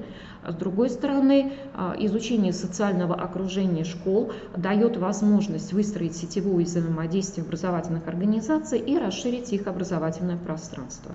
Работа с семьей стала осознаваться как одно из серьезнейших направлений, и здесь у нас уже накоплен некоторый опыт, и образовательные организации активно им обмениваются. В результате идентификации мы выделяем несколько кластеров школ. Это в первую очередь школы с низкими образовательными результатами для оказания им адресной методической поддержки. Школы с ограниченной образовательной средой, их развитие строится на основе сетевого взаимодействия. У нас есть опыт организации общения школ не только внутри региона, но и с образовательными организациями других регионов. Мы выделили школы, которые испытывают сложности при организации образовательной деятельности для детей с ОВЗ. Школы, которые столкнулись с серьезнейшей проблемой обучения детей, для которых русский язык является неродным, и причем они очень разнообразны по национальному составу. И школы, которые испытывают кадровый дефицит и нуждаются в поддержке и профессиональном общении. Программа мероприятий 21 государственной программы развития образования Липецкой области включает в себя 6 подпрограмм. Это в первую очередь поддержка самих муниципальных образовательных систем, что дает возможность координировать работу муниципальных органов управления образованием и выстраивать системность работы по поддержке школ в данных муниципалитетах. Это поддержка школ, которых демонстрируют низкие образовательные результаты. Она строится на основе тьюторского сопровождения каждой школы, как со стороны специалистов органов управления образования, Института развития образования и административных команд успешных инновационных образовательных организаций региона. Мы большое внимание уделяем повышению профессиональной компетентности руководителей школ, где задача ставится разработка программ повышения качества образования в самих школах, формирование административно-педагогических команд по управлению различными образовательными проектами. Мы действительно серьезное внимание уделяем профессиональному развитию педагогов школ и строим эту работу на основе диагностических процедур, оценки профессиональных качеств и компетенций педагога. И в регионе выстроена система персонифицированного повышения квалификации педагогов. Особая подпрограмма работает с педагогами, которые преподают русский язык как неродной, и большое количество педагогов у нас стали участниками программы по поддержке и методическому сопровождению как педагогов, так и обучающихся в формате инклюзивного образования. Муниципальные образовательные системы получают методическую и консультативную поддержку по реализации муниципальных программ повышения качества образования, и в каждом муниципалитете формируются модели учительского роста, и в регионе создано несколько муниципальных, межмуниципальных и муниципальных межшкольных центров развития педагога. Основная задача, которую решают эти центры, это обеспечить непрерывное профессиональное развитие педагога и быструю и адресную методическую помощь. В этом году у нас был проведен конкурс муниципальных программ повышения качества образования. В результате мы, с одной стороны, получили и интересные и достаточно эффективные механизмы, которые были транслированы в другие муниципалитеты. С другой стороны, мы увидели проблемы муниципалитета по реализации своих программ, и специалисты отделов образования получили быструю и достаточно эффективную квалифицированную помощь как со стороны органов управления образования и науки Липецкой области, так и со стороны своих коллег. Соответственно, методические события, которые проводятся в муниципалитете, они строятся с учетом всех тех диагностических региональных процедур, которые проводятся Центром мониторинга оценки качества образования. Мониторинг муниципальных образовательных систем строился нами по двум направлениям. В первую очередь изучались социальные условия реализации образовательной деятельности. И здесь мы увидели источник мощнейшего развития и расширения образовательного пространства и увеличения количества участников образовательной деятельности в школах, которые достаточно находятся в сложных социальных условиях. Данный мониторинг показал, что школы достаточно активно используют потенциал системы дополнительного образования, учреждений спорта. В регионе в каждом муниципалитете есть спортивные комплексы с ледовыми дворцами и бассейнами, но в то же время не используется в должной мере потенциал общественных и некоммерческих организаций, которые в рамках региональных программ получают финансирование на реализацию социально значимых проектов. И вот это одно из направлений участия обучающихся педагогов школ в деятельности этих объединений и организаций в ходе очень разнообразных и актуальных для молодого поколения социальных проектов. Остается проблемой социальный статус родителей во всех муниципалитетах. А это привело к тому, что у нас пошло одно из направлений реализации муниципальных и школьных программ – это отработка способов, механизмов вовлечения родителей в реализацию основных образовательных программ как участников образовательных отношений и по трансляции эффективного опыта. Изучение сложности контингента обучающихся нам удалось выстроить взаимодействие между муниципалитетами, школами, которые сталкиваются с одними и теми же проблемами. Это дети разных национальностей и сложности включения их в местную русскую региональную культуру.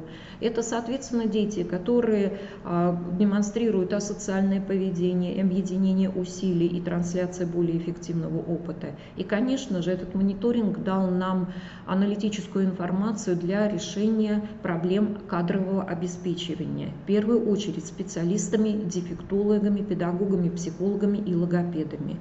Выстраивание логистики и сетевого взаимодействия дает возможность участникам образовательных отношений получить квалифицированную помощь специалистов. Второе направление мониторинга изучает результативность реализации муниципальных программ.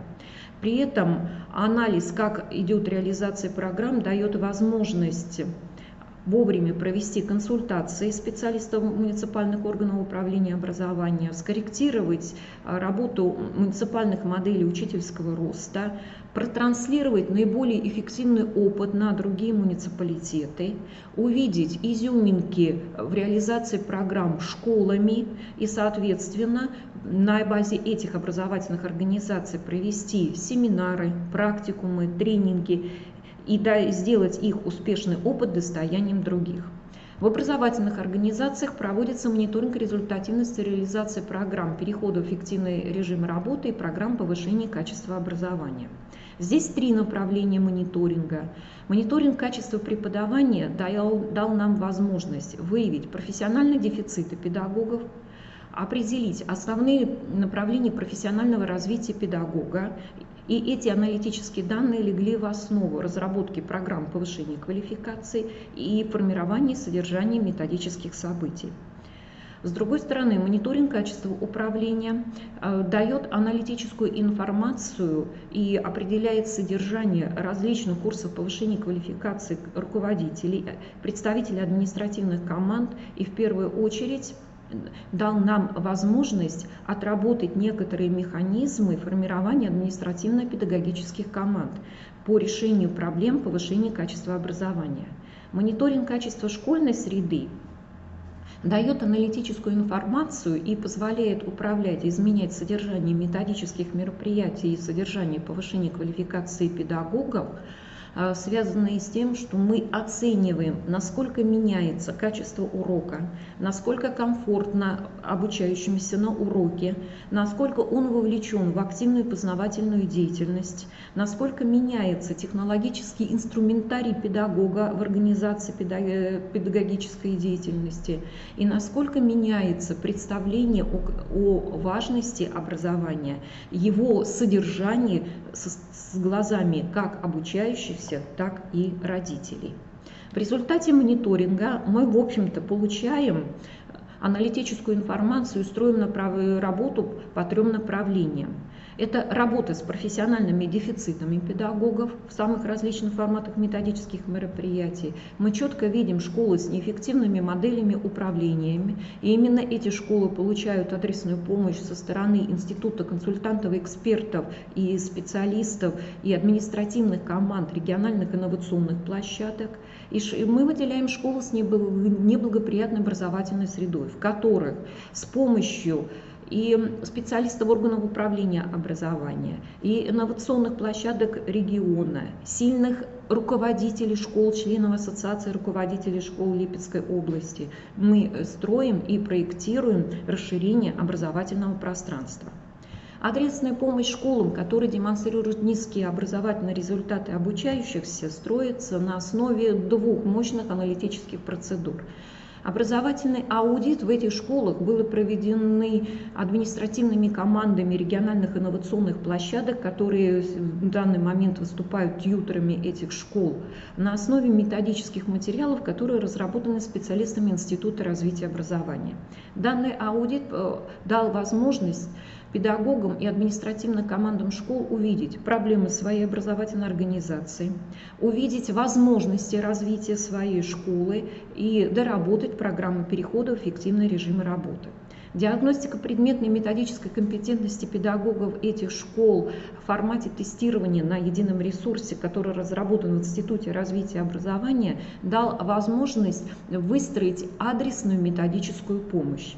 Все эти материалы легли в основу разработки программ повышения квалификации. Руководители школ прошли повышение квалификации по специальной программе управления образовательной организацией в кризисной ситуации, при этом содержание данной программы и разработка моделей решения управленческих проблем были построены на основе данных, которые были получены в ходе образовательного аудита.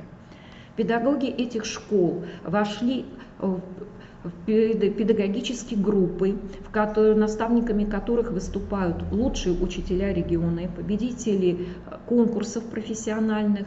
Это активные участники учительских ассоциаций.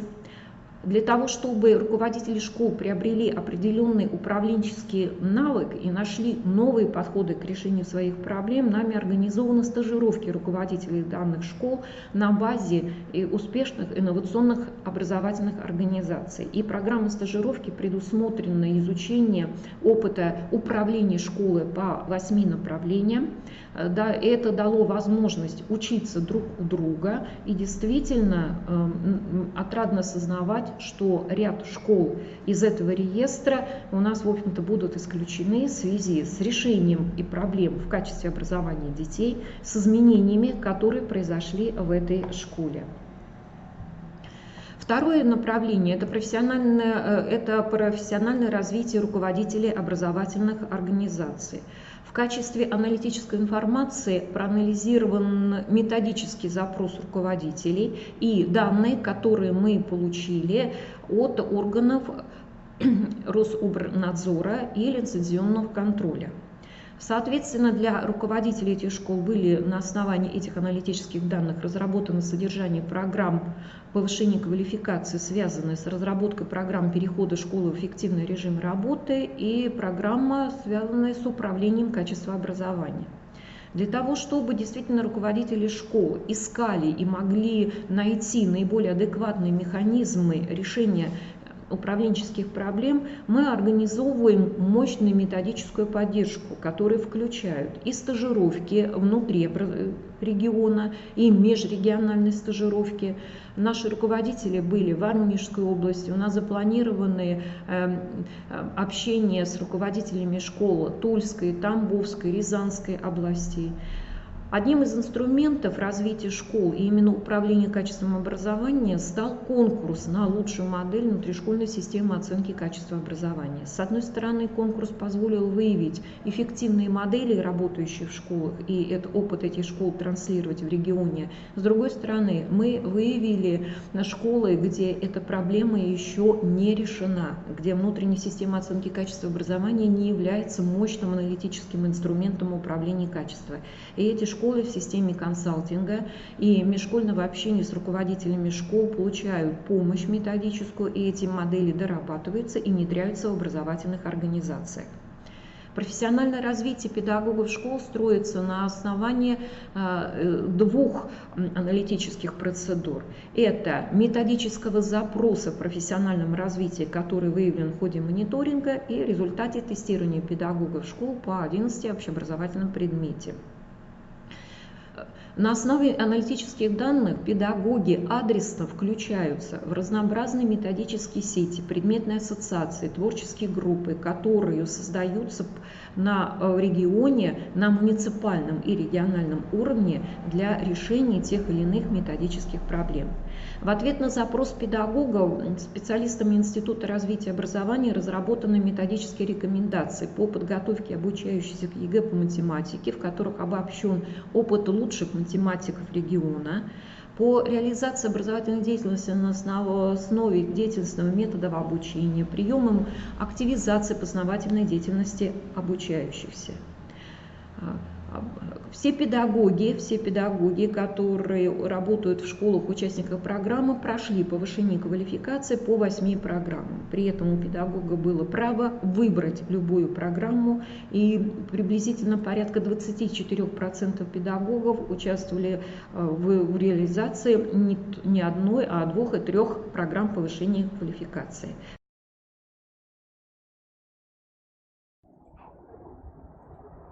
Мы благодарим Ольгу Вячеславовну за представление действительно такой очень эффективной, интересной методической системы поддержки школ с низкими результатами обучения на основе оценочных процедур.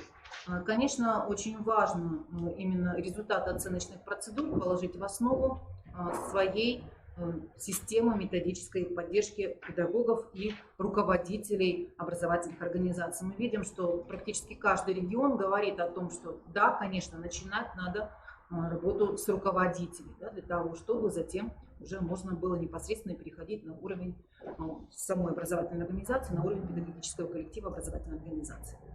А мы сегодня приветствуем в нашей студии представителя Чеченской Республики, начальника отдела аттестации руководящих и педагогических работников Республиканского центра оценки качества образования Салтымурадова Хаважи Ислама Султановича, который нам расскажет о потенциале региональной системы учительского роста как средство методической поддержки школ с низкими результатами.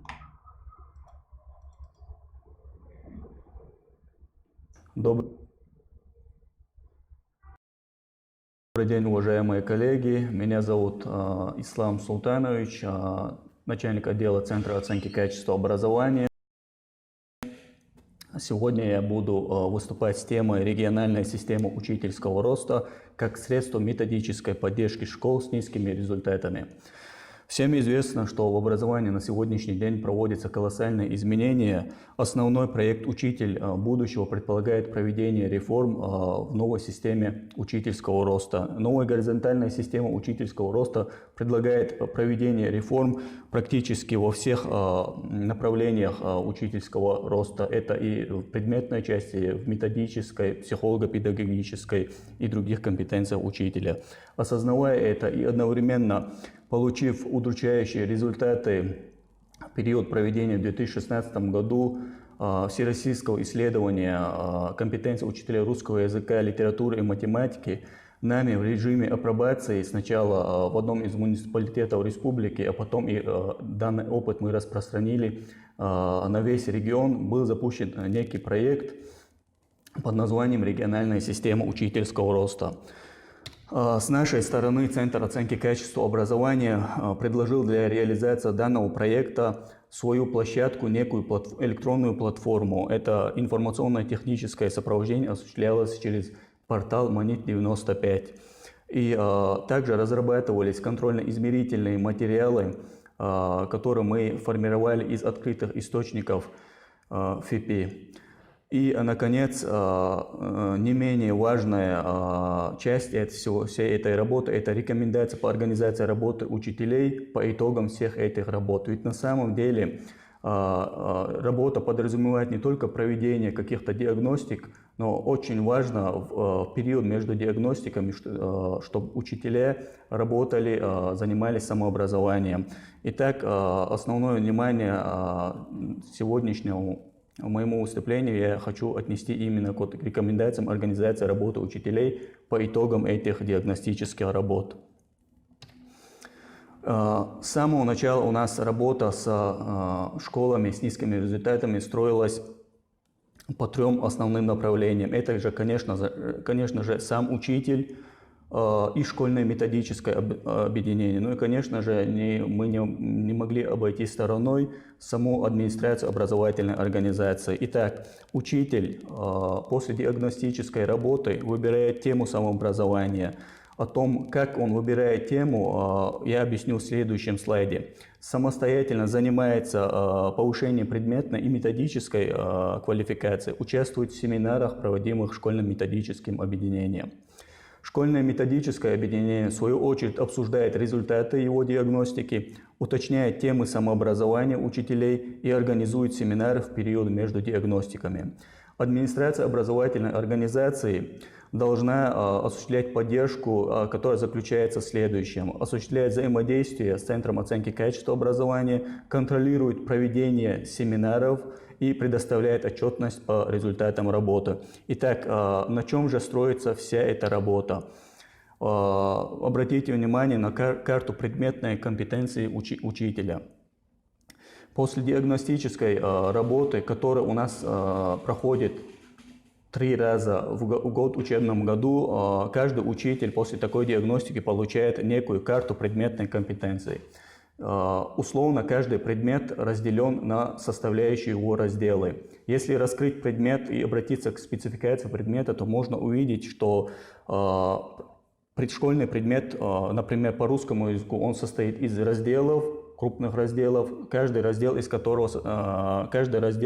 который составляет элементы содержания, или как мы их называем, темами. Вот на данной карте предметной компетенции учителя отражены те темы, с которыми учитель в рамках данной диагностики справился лучше всего или хуже всего. Красным цветом выделены именно те темы, по которым у учителя отразились какие-то предметные западения. Исходя из этого, нами для данных учителей были сформированы рекомендации в период между диагностиками, с которыми они уже отрабатывали. И вот русский язык, работа в проекте. Школьный координатор и руководитель школьного методического объединения определяют даты семинар, организует и проводит их, как мы уже ранее сказали. К примеру, русский язык, блок орфографии и также русский язык, блок пунктуации. Это 2 основных блока, по итогам которых учитель должен организовать выступления по западающим темам раздела. Каждым таким рекомендациям прикладывались приложения, в которых уже были отражены те темы, с которыми учитель должен был выступать на школьном методическом объединении. Ну, в данном случае и по пунктуации примерно такая же расстановка. И русский язык – алгоритм работы учителя, получивший незачет по блокам орфографии или пунктуации. В данном случае необходимо было учителю изучить темы, которые соответствуют западающим заданиям на диагностике, обратить особое внимание на исключение из правил, подготовить одну тему, то есть из этой карты он должен был взять те темы, по которым у него существует западение, то есть выделенные красным цветом, и подготовить одну из этих тем для выступления. и выполняет практическую часть. Каждый учитель, не прошедший диагностику. Время выполнения практического задания примерно 40 минут. Каждый учитель выполняет свой вариант теста в двух различных вариантах. Это к данному документу, это приложение 3 и 4. Для учителя, получивший зачет, была организована другая работа. Данный учитель готовит уже выступление не по предмету, так как он этим предметом уже владеет и показал, что владеет на диагностике. Он готовит выступление по методическому блоку. На втором семинаре, где в рамках школьно-методического объединения должны присутствовать и все остальные учителя. Итак, вот приложение к данным рекомендациям. Здесь вынесены все те темы, по которым у учителей в школах с низкими результатами выявились проблемы. Это по русскому языку, это первый блок орфография и второй блок пунктуация. Темы для выступления на методических семинарах у нас отражены в приложении номер 2. Это для учителя, который должен выступать с методическим семинаром в рамках школьного методического объединения. Также такая же работа проводилась у нас по математике. Вот вынесены те рекомендации для подготовки к семинару в рамках школьного методического объединения. И учитель, получивший зачет, уже готовил методический семинар по следующим методическим темам. Обратите внимание, вот они представлены на слайде. Итак, математика, организация работы школьного координатора. Как мы уже ранее в первом слайде сказали, помимо учителя, задействованного в этой работе, естественно, принимает участие в этой работе и школьный координатор, который организует взаимопроверку самостоятельно работ учителей, организует подготовку проведения мини-экзамена на заседание школьного методического объединения, еженедельно контролирует, ставит свою подпись и дату подработки выполнения самостоятельной работы учителей, не сдавших диагностику. И в личном кабинете на том портале Монит95 через электронную форму уже размещает отчет по проведению организации этой работы. Вот форма, собственно, этого отчета. Здесь все очень просто. Нужно указать предмет, дату, учителей, которые проводили эти семинары и с какими темами. То есть все эти темы должны строго соответствовать тем темам, которые были отражены в карте предметной компетенции учителя. Итак, по каждому предмету. История, примерно такая же расстановка рекомендаций. Организация работы учителей, которые получили незачет по первым, вторым, третьим блокам, и организация работы для учителей, которые получили зачет, но уже методическая часть этого семинара. Ну и после такой вот работы нами достигнуты были следующие результаты. Здесь отражены только результаты по первым блокам. Обратите внимание, что после такой работы доля получившего незачет у нас по предметам в октябре месяце после проведенной работы по русскому языку наоборот повысилась, то есть процент не сдавших повысился. Это связано с тем, что вот к этим учителям добавились те учителя, новые учителя, которые первый раз сдавали эти предметы, диагностику по этим предметам. Естественно, такая картина нас не устраивала. В связи с этим работу было решено немножко переформатировать. И с этого момента мы начали формировать рекомендации с учетом для учителей, которые у нас остались в первых блоках предмета. Итак, немножко рекомендации изменились, и, собственно, подход к организации данной работы тоже немножко изменился. Было решено добавить в эту работу муниципального координатора и тьютора для группе учителей, которые остались в первых блоках. Итак, в данной схеме вы можете как раз видеть эту расстановку. Все те темы, вынесенные по каждому предмету, вынесены в рамках данной работы, мы разделили на 8 недель. То есть период между третьей диагностикой и четвертой диагностикой была организована работа на 8 недель, где на четвертой неделе было решено провести промежуточную диагностику. посмотреть, реально ли работает данная схема, данный алгоритм работы. Итак, учителя работают с материалом, который состоит из теоретической части, справочной части и тестовой части. После каждой диагностики они вновь получают свои карты индивидуальных достижений. И исходя из тех тем, которые отражены в этих картах, они работают с материалом, который формируется нашими специалистами в Центре оценки качества образования. Этот материал состоит из теоретической части, справочной части и, собственно, тестовой части для практической работы. На 4-й неделе после такой работы они участвуют в промежуточной диагностике, результаты которой размещаются на портале. И продолжает работать на 5-й, 6-й, 7-й, 8-й неделе. После проведенной такой работы, в понедельнику каждой недели специалисты готовят по одному заданию КИМ ЕГЭ из первого раздела диагностики. Материал выкладывают на информационном портале. Как я уже сказал, материал состоит из 3 частей. Это тестовая часть, материал теоретического и методического характера.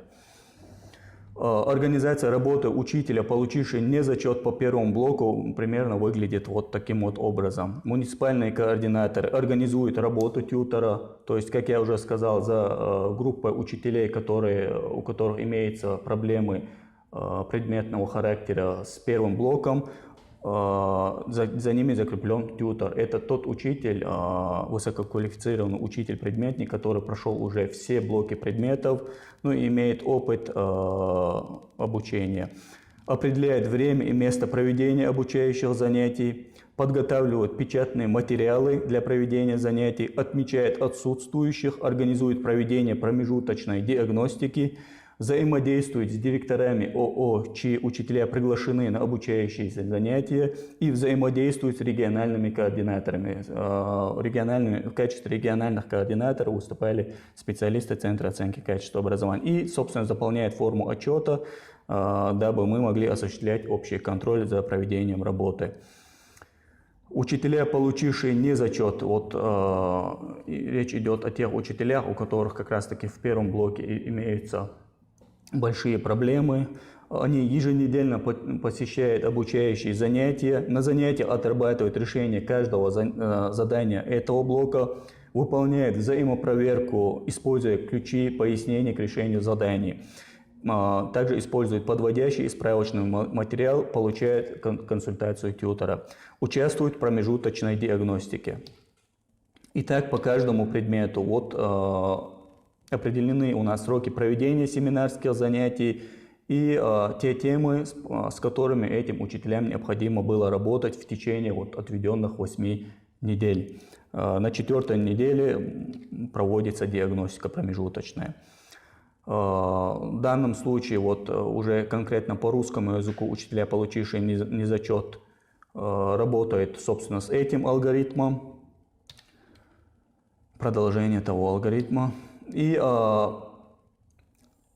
те учителя, которые уже смогли получить зачет по первым блокам, они, собственно, подобную же работу и проводят в отношении других блоков предметов, других разделов этих предметов. По математике такая же картина. Были отобраны 7 тем, с которыми эти учителя в течение этих 8 недель будут работать. На 4-й неделе они проводят промежуточную диагностику. Незачет по 2-м и 3-м блокам уже выделены отдельные темы этих блоков предметов. К примеру, по математике 2-й блок – это блок геометрия. Вынесены темы из этого блока. Это треугольник, параллелограмм, прямоугольник, ромб, квадрат, трапеции, многогранники, тела и поверхности вращения и так далее. Учителя математики, получившие незачет, по остальным блокам у нас работают, собственно, в таком же порядке. То есть геометрия, дальше следующий блок уравнения и неравенства.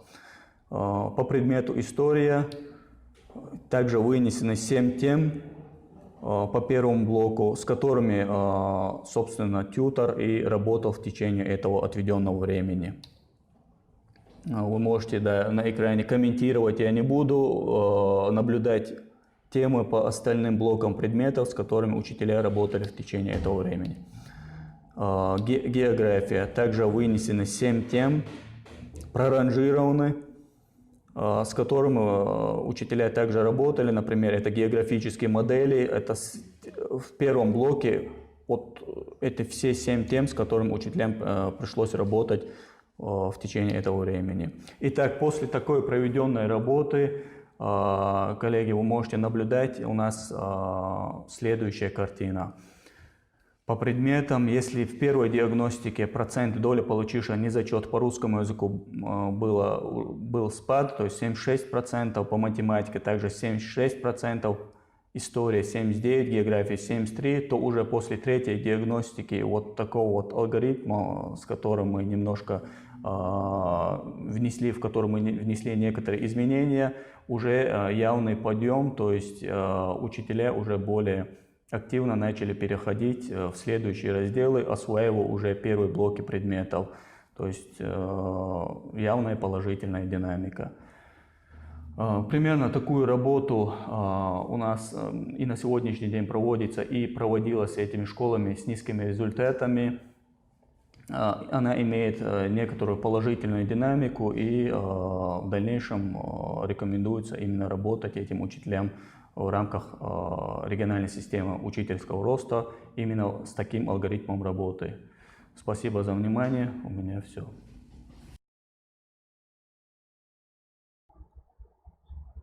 Мы благодарим Ислама Султановича из Республиканского центра оценки качества образования Чеченской Республики. Действительно, такая пошаговая технология была нам представлена, которую мы можем применить и на территории Республики Коми, и каждый руководитель образовательной организации подобную технологию может реализовать в своей школе со своим педагогическим коллективом. Мы приглашаем далее наших коллег из Костромского областного института развития образования. Наталья Александровна Шалимова с нами, кандидат педагогических наук. Она представит региональную модель методического сопровождения школ с низкими результатами обучения и школ, функционирующих в неблагоприятных социальных условиях.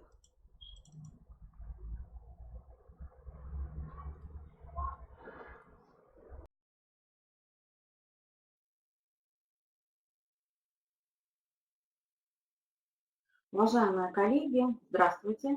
Вас приветствует Костромской областной институт развития образования.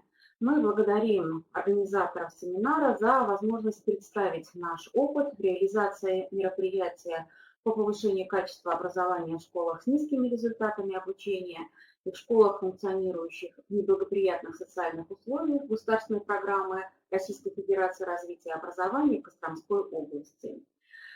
Мы работаем в проекте с 2017 года, и за эти 3 года прошли очень сложный путь, наверное, как многие регионы, от серьезного сопротивления первых участников и их негативной реакции, почему именно мы, до понимания, что участие в проекте действительно дает шанс на качественные изменения в образовательной организации. Стратегия развития региональной системы образования определена в государственной программе развития образования Костромской области. Ее цель представлена на слайде. И достижение цели планируется в том числе за счет снижения дифференциации в качестве образования между группами школ посредством реализации адресных программ, перевода в эффективный режим работы учреждений, демонстрирующих низкие образовательные результаты. Именно поэтому для нас так важно участие в проекте. Актуальность задачи определяется особенностями структуры общего образования Костромской области. Вы видите, из 295 общеобразовательных организаций 70% – это сельские школы. В числе сельских школ 33% – малочисленные школы. И по данным регионального мониторинга почти 40% учреждений работают в сложных социальных контекстах. Разработана региональная программа повышения качества образования в школах, участниках проекта. Программа носит адресный характер. На сегодняшний момент в нее включены 83 учреждения из 100% муниципальных образований. В рамках данной программы было важно разработать, апробировать и закрепить в системе образования Костромской области типовые модели перехода школ, показывающих низкие образовательные результаты и работающих в сложных социальных условиях, в эффективный режим работы. Мы выбрали стратегию действий, направленную на повышение педагогического потенциала учреждений, создание школьных команд, которые работают над единой целью, и считаем это одним из главных факторов, влияющих на повышение качества образовательных результатов. И эта работа дает свои плоды. Костромским областным институтом развития и образования разработана и реализуется региональная модель методического сопровождения педагогов Костромской области. Основная цель модели – поиск и использование нетрадиционных для региона способов методического сопровождения педагогических работников, дополнение сектора формального образования в процессе повышения квалификации и профессионального развития, сетью неформального и информального образования. Основными принципами построения и реализации модели являются актуальность содержания способов и продуктов интеллектуальной и образовательной деятельности, индивидуализация образовательного маршрута и персонификация методического сопровождения, соавторство, создание образовательных событий и практик, развитие модели, процесса, участников, открытость и коммуникативность среды. Вы видите, что в модели реализуются три направления: методическая помощь педагогов, оценка качества образования и регионализация содержания образования. Главное – это методическая помощь учителям. Выделяются проблемные зоны педагогов и предметов в целом, осуществляется поиск точек роста, определяется алгоритм действия и осуществляется мониторинг результатов. В свою очередь, методическая помощь осуществляется посредством следующих трех моделей: методист учителю, учитель учителю и методист методисту. Модель методист учителю нацелена на обеспечение персонифицированного подхода, повышению квалификации учителя и его методическому сопровождению и представляет определенный алгоритм действий.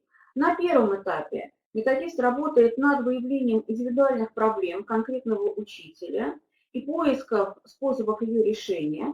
На сайте регионального сетевого методического объединения создан колл-центр. Основная его задача – выявление проблемных зон учителя и определение точек роста. По результатам выявленных проблем с учителем заключается контракт на развитие, который реализуется при тьюторском сопровождении специалистов института через консультирование, курсовую подготовку, семинары, вебинары, посещение мастер-классов лучших учителей региона. Результат реализации контракта – измененная характеристика педагога, помощь в решении проблем учителя. Второй механизм направлен на выявление и проработку проблем предмета. Методистами института созданы комплексное электронное портфолио по всем образовательным предметам. Предметное электронное портфолио включает информацию о результатах государственной итоговой аттестации выпускников, региональных олимпиад, используемых УМК, обобщенную информацию о состоянии педагогических кадров, и анализ данных позволяет методистам выявлять проблемы по конкретному предмету, планировать направление и содержание своей деятельности. Основной принцип работы в рамках этой модели – точка роста. Дальнейшее повышение качества обучения на основе имеющихся достижений. Создается пакет моделей развития. Роль методиста – сопровождение развития этих моделей, и результатом становится качественное повышение деятельности работы педагогов. Исследование дифференциации образовательной ситуации по социальному контексту позволило сформулировать ведущие направления методической поддержки школ-участников проекта.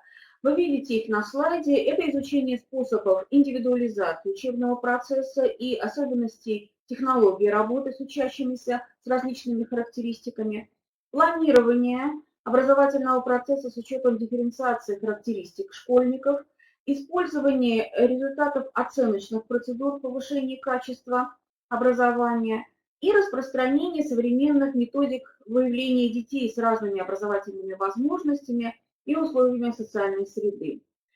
Эти содержательные линии стали основой для разработок программ повышения квалификации.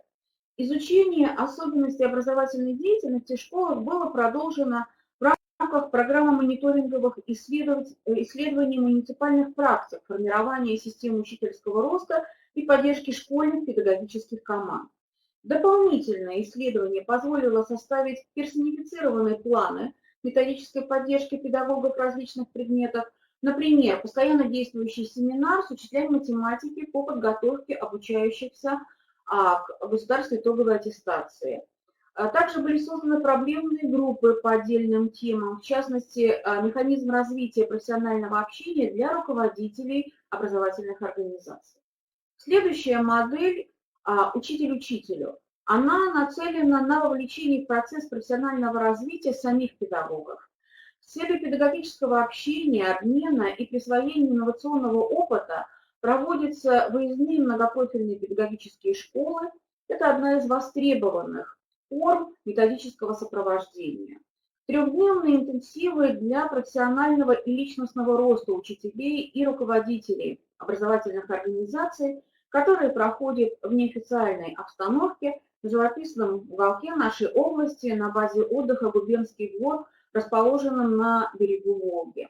В ситуации, когда можно абстрагироваться от ежедневных проблем повседневной жизни, создаются реальные условия для эмоциональной перезагрузки и поиска новых прорывных идей и решений. Жизнь участников школы на 3 дня заполняется разнообразными событиями в формате мастер-классов, дискуссионных площадок. Командами учреждений представляются лучшие управленческие, образовательные практики, обсуждаются насущные проблемы. Такой формат работы в технологии погружения позволил интенсифицировать процесс поиска и привлечения активных педагогических команд, способных решать задачи совершенствования качества образования, продуктивного участия в инновационных процессах.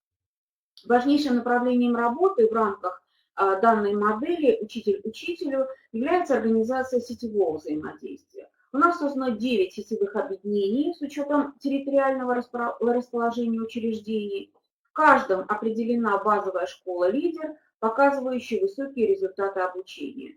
Но и реализация принципа сетевого взаимодействия позволила сформировать единую образовательную среду, обеспечивающую инновационный характер деятельности в условиях перехода учреждений в эффективный режим работы путем использования ресурсного потенциала всех субъектов сетевого взаимодействия, моделировать, апробировать и внедрять в образовательный процесс школ новые управленческие образовательные практики с учетом специфики организации обучения детей, находящихся в различных социальных условиях, но и обеспечивать информационную и консультационную поддержку всех участников проекта. Каждая школа-лидер самостоятельно разрабатывала проекты взаимодействия с участниками сети, и для нас было важно не только инициировать мероприятия, но и развернуть процесс формирования внутренних потребностей и мотивов к активному взаимодействию. Конечно, это получилось не во всех группах. Были школы, которые ждали непосредственного нашего указания, но ряд школ-лидеров действительно выстроили очень продуктивную систему работы, активно инициировали различные образовательные события. Но мы благодарны всем нашим школам базовым, которые стали своеобразным методическим центром реализации проекта. Так, в 2018 году состоялось 16 очных сетевых мероприятий, в которых приняли участие порядка 700 руководящих и педагогических работников общеобразовательных организаций из всех муниципалитетов области. Особое внимание, конечно, мы уделяли продуктивным формам профессионального взаимодействия в муниципальной системе. Это предметные методические объединения, межпредметные проблемные секции, временные проблемные группы педагогов. И в этом году, когда мы работали с малочисленными школами, где подчас только один учитель-предметник, наиболее актуальной технологией оказалось создание межшкольных диалогических пар. Интерактивная форма совместной деятельности 2 педагогов, в рамках которой идет обмен мнениями, практическими наработками. Третья модель «Методист методисту» направлена на создание эффективно действующей муниципальной методической службы. И одно из направлений этой работы – реализация межмуниципальных проектов поддержки школ участников мероприятия. Как, наверное, во многих регионах, наши муниципальные районы имеют похожие территориальные, демографические и социально-экономические особенности, испытывают острый дефицит ресурсов, поэтому было принято решение объединить условия муниципальных методических служб по выравниванию образовательных результатов.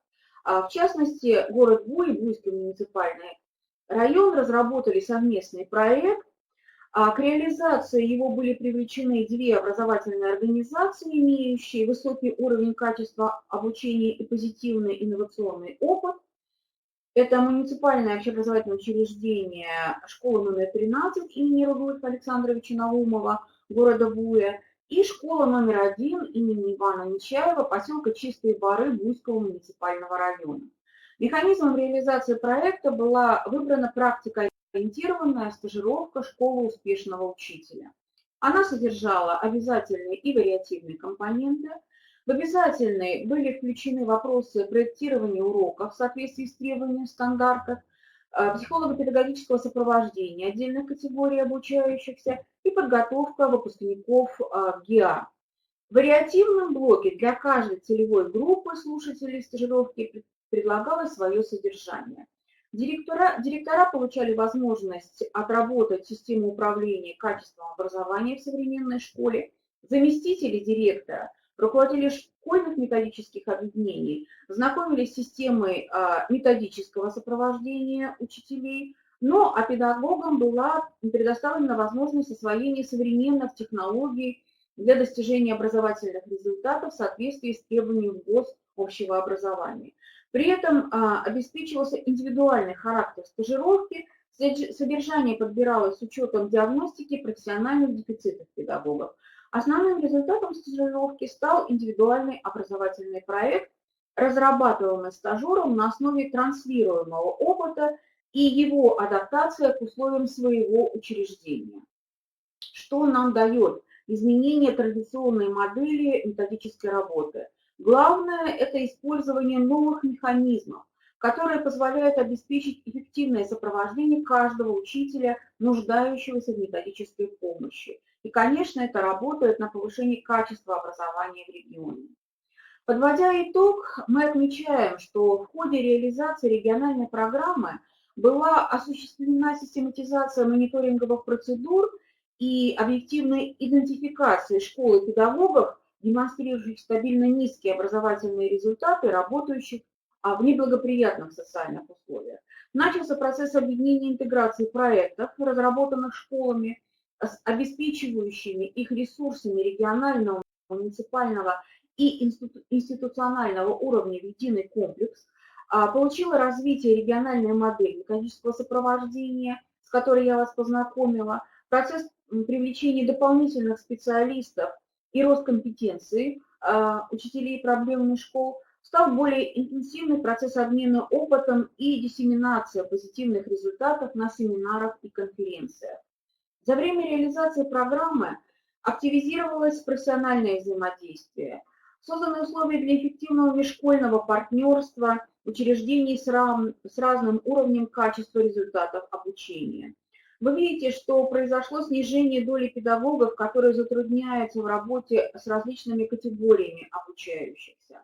И, конечно, отмечена позитивная динамика результатов государственной итоговой аттестации, прежде всего по русскому языку и профильной математике в 2017 и 2018 годах.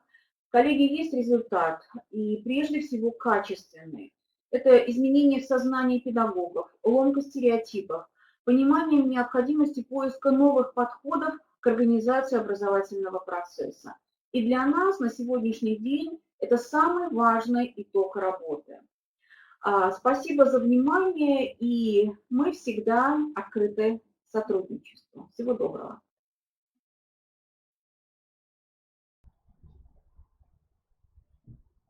Уважаемые коллеги, благодарим Наталью Александровну Шалимову, Костромской областной институт развития образования.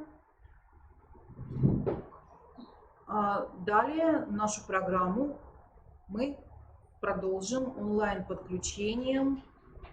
Марина Ефимовна Вайндорс-Соева с нами на связи, профессор кафедры технологии профессионального обучения Московского педагогического государственного университета. Очень важные аспекты, связанные с цифровизацией образования, с ролью педагога, профессиональной педагогической поддержки современного учителя в условиях цифрового обучения. Марина Ефимовна, добрый день. Мы вас подключаем. Марина Ефимовна.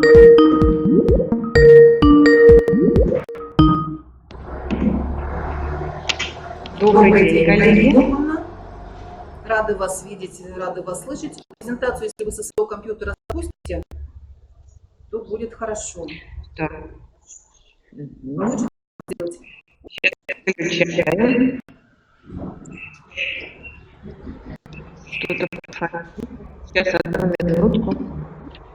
Марина Ефимовна у нас принимает участие в очень интересном мероприятии, которое проходит в эти дни в Москве. Это международная конференция EdCrunch, посвященная новым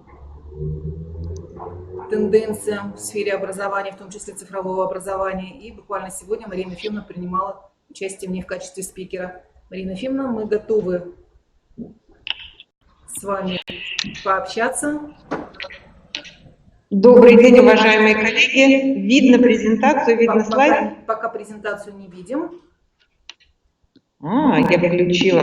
Вот начать демонстрацию. Вот так. Все хорошо, презентация запустилась. Да, мы Все, готовы. отлично. Добрый день, уважаемые коллеги. Ну, во-первых, большое спасибо за приглашение на такую интересную конференцию. Я действительно сегодня была на международной конференции EdCrunch, рассказывала там в том числе и о вашей конференции. То есть мы можем сегодня говорить, что мы как пазлы собираемся все вместе для обсуждения вопросов, связанных с современным образованием. Так, это какой-то фон, может быть, вам звук нет? Или нормально?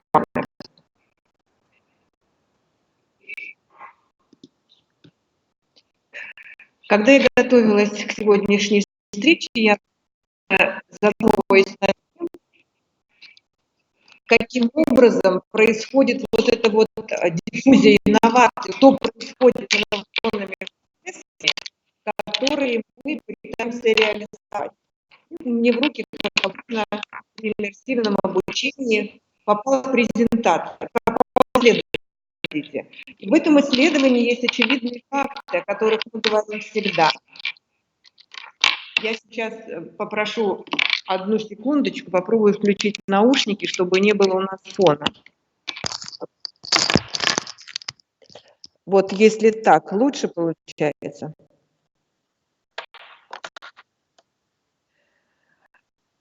И обратите внимание, пожалуйста, на этот слайд.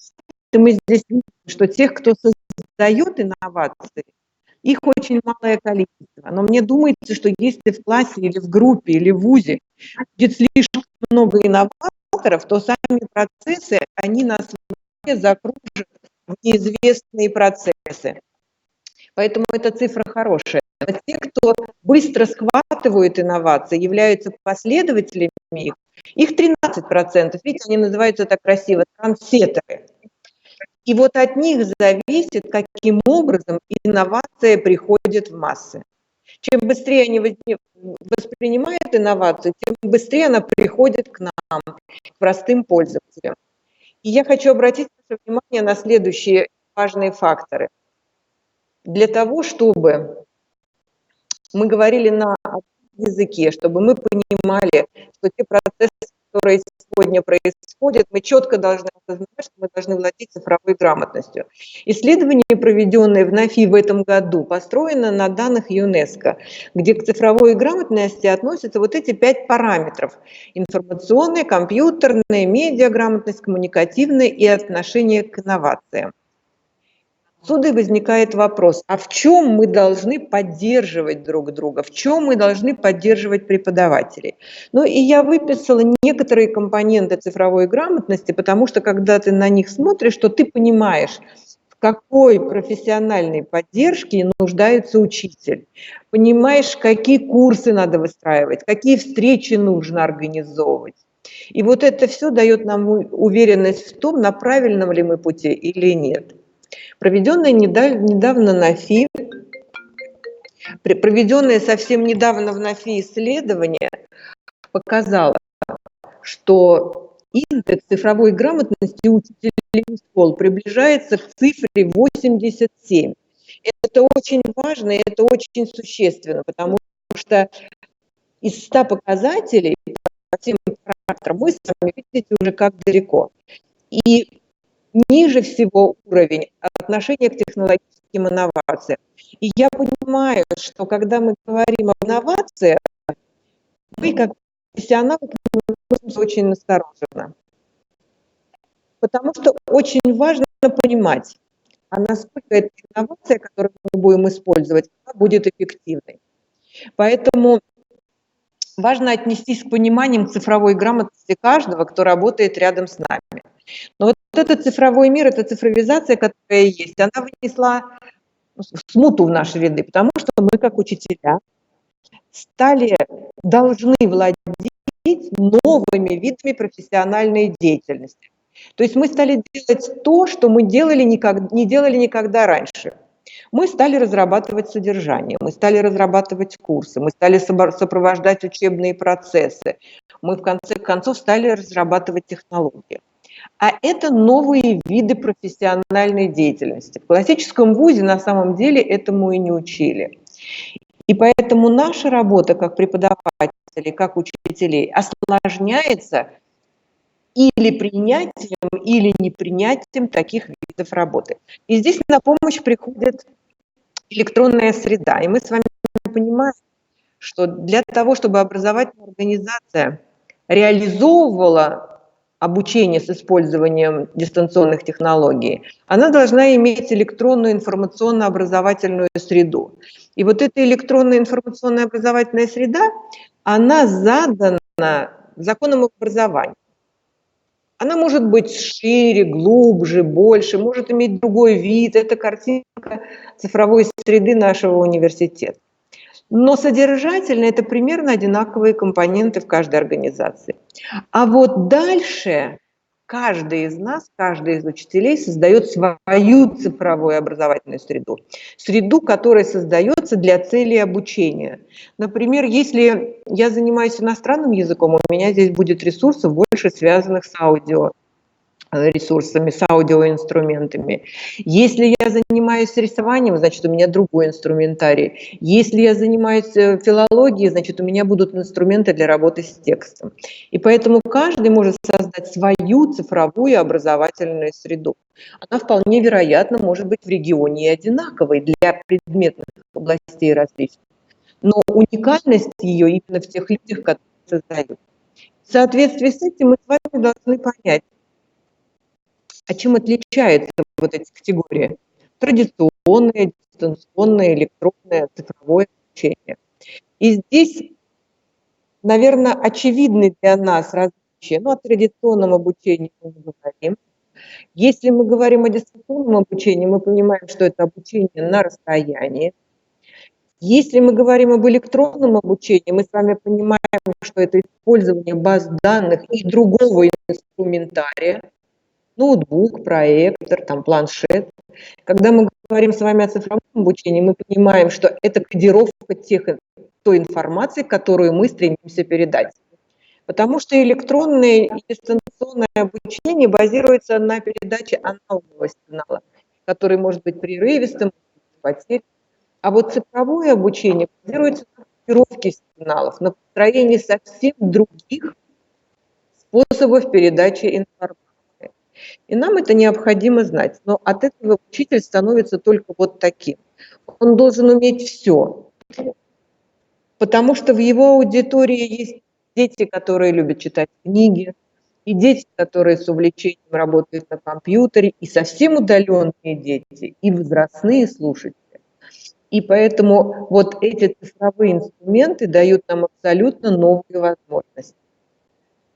Согласно закону об образовании, наша школа должна предоставить возможность обучения независимо от той точки мира, в которой находится обучающийся. И возможность это может быть только в том случае, если в образовательной организации есть цифровая образовательная среда. Цифровая образовательная среда позволяет нам иначе выстраивать обучение. Можем его называть, или его называют так, персонализированным, пришедшим к каждому. Чем оно от других отличается? Ну, во-первых, это среда, которая является самодостаточной. Все, что мне для обучения нужно, я как ученик здесь найду. Во-вторых, это очень гибкая среда для обучения, потому что если у одного дефициты в одной предметной области, то у другого могут быть дефициты в другой предметной области. И материалы для ликвидации этих дефицитов мы тоже можем найти в этой среде. Наконец, персонализированная среда подчеркивает, что оценка должна обучающей быть. Мы должны разработать совсем другую технологию оценки. Мы не можем, используя цифровую среду, поставить цифру. Мы должны в обязательном порядке в цифровой образовательной среде аргументировать и комментировать каждый балл. Ну и одним из существенных инструментов для цифрового обучения является, конечно, инструментарий. Это такой важный, существенный момент. Но у нас есть очень много помощников, они разные, они вообще, их невозможно разместить на одном слайде. Я только скажу совсем о некоторых. Ну, например, Московская электронная школа, которая сейчас набирает обороты и становится российской электронной школой. Почему я о ней говорю? Много есть разных суждений об этой школе, об этом ресурсе, и в том числе в Москве, и от московских учителей. Но если студент, завершая обучение в педагогическом вузе 20 лет назад, имел методику организации обучения в любой предметной области, то на сегодняшний день мы таких с вами инструментов не имеем, потому что обилие цифрового инструментария таково, что, наверное, невозможно описать их все в методике. А вот в Московской электронной школе мы с вами можем найти и конспект урока для учителя, и то, что учитель может разместить на доске, и то, что может быть у ученика в тетради. Мы можем выйти с вами на национальную платформу открытого образования, здесь найти массовые открытые онлайн-курсы, которые позволят обучаться любому в любом режиме, независимо от того, какой уровень образования. Если мы хотим создавать курсы, мы можем использовать как Moodle, так, например, программу iSpring и много других. Если мы хотим, чтобы наши программы, наши дети участвовали в олимпиадах дистанционно, наверняка мы обратимся к компании Snape. И это совсем другие возможности. И совершенно очевидно, что невозможно что-то рекомендовать, если мы с вами не попробовали. Вы знаете, что набирает новую силу национальный проект образования. И одним из важных направлений, на мой взгляд, является направление стажировки учителей. Это очень здорово, когда один учитель может прийти к другому и из рук в руки получить этот несравненный опыт. Ну вот эта конференция «Ткань», на которой я сегодня была, она сейчас продолжается, и я не премину пригласить вас на нашу дистанционную конференцию «Виртуальная реальность современного образования», которая собирает до нескольких тысяч учителей, где каждый может найти интересное и полезное для себя. Сегодня набирает обороты дистанционное наставничество. Ни для кого не секрет, что мы не всегда можем в своей аудитории, в своей школе, в своем вузе спросить совета. Порой нет специалистов, которые бы могли помочь нам в новых технологиях для применения их в каких-то предметных областях. И в этой ситуации помогут нам специалисты из дистанционного формата, дистанционные наставники. Вот я некоторых вам покажу, вы можете найти их у меня на странице Facebook, и, в общем-то, это открытые специалисты, которые всегда, в любой момент вам расскажут. Например, если вы разрабатываете видеоконтент, советую пойти к Саше. Если вас интересует, как работает школа, что можно сделать, Татьяна. Уникальный специалист Наталья Кубра, которая работает в формате обработки информации, работы с текстами из цифровой библиотеки. Ну или, например, как поддержать учителя в этом новом мире.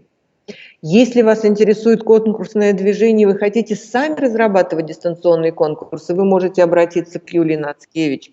Цифровая безопасность, Леша Лебеденко. Это не значит, что в регионе нет своих специалистов. Это значит, что мы образование делаем глобальным. Это значит, что мы можем искать сподвижников, мы можем обсуждать проблемы, которые нас интересуют, мы можем друг друга поддерживать и обогащать. Это очень важная направленность современного образования. Вот вам инженерное мышление, математика, технологии школьные, мотивация в дистанционном обучении. Это все то, что может нам в этом новом мире помочь. Например, технопарк, вы, наверное, вы многих знаете из тех, кого я называю и кого здесь на экране демонстрирую. Но думаю, что для нас это очень важно. Это такая развитая цепочка специалистов, которые в любую минуту готовы помочь, открыться, поддержать и продвигать в том числе и ваши продукты. Ну, я не могу не сказать о своей магистратуре, в которой учатся такие замечательные специалисты со всех уголков России. Отовсюду, в том числе, есть и из Ижевска, из Кемерово, из Вологды, из Ленинграда, из Иваново.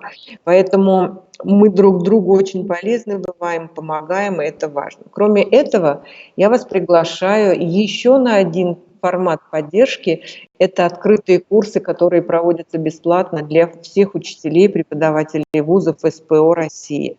И такую информацию можно найти на Фейсбуке, потом можно получить сертификат.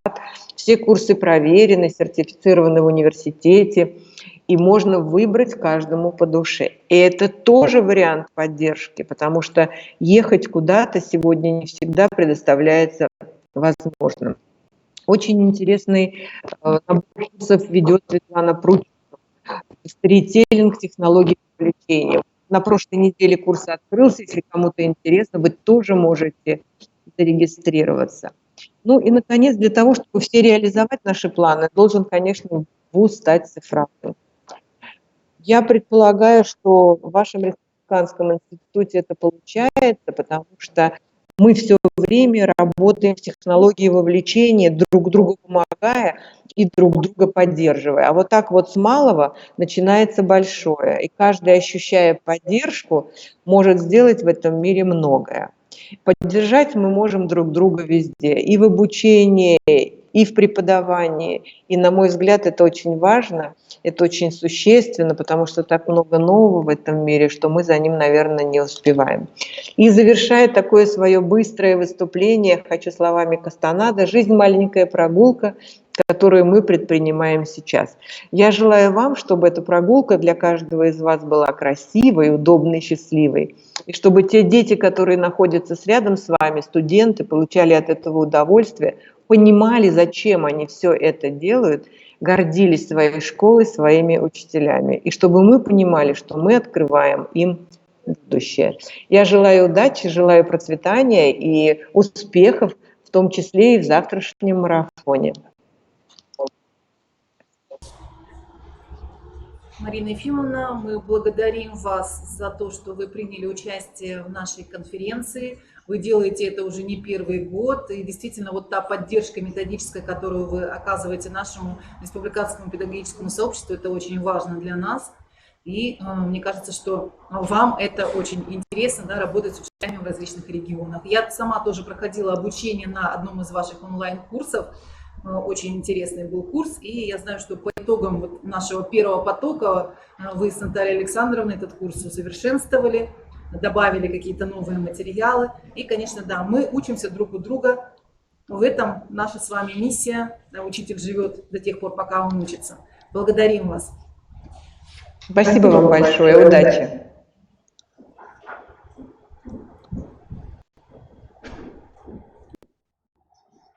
Уважаемые коллеги, мы продолжаем работу нашей секции «Условия обеспечения качества образовательной среды и управления межрегионального семинара модели и механизмов финансовой и методической поддержки школ с низкими результатами обучения, школ, функционирующих в благоприятных социальных условиях». И вот такой обзор региональных практик завершает выступление Марины Байдуллаховны Тарсахановой, начальника отдела профессиональной коммуникации электронного обучения Центра непрерывного развития Кабардино-Балкарской республики, почетного работника общего образования Российской Федерации. После этого выступления у нас будет небольшой 5-минутный перерыв, и затем мы перейдем к обзору региональных практик.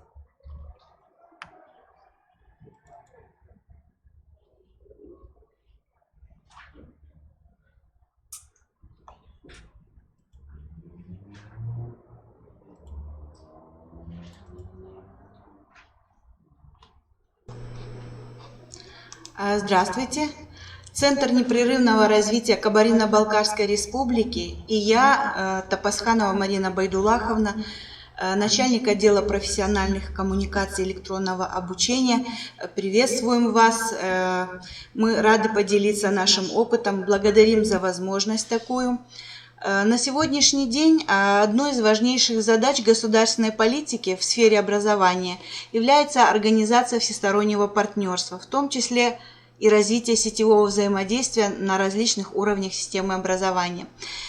Сетевое взаимодействие, и мы это понимаем хорошо, сложный механизм, благодаря которому происходит вовлечение сразу нескольких организаций в урочный или в неурочный процесс.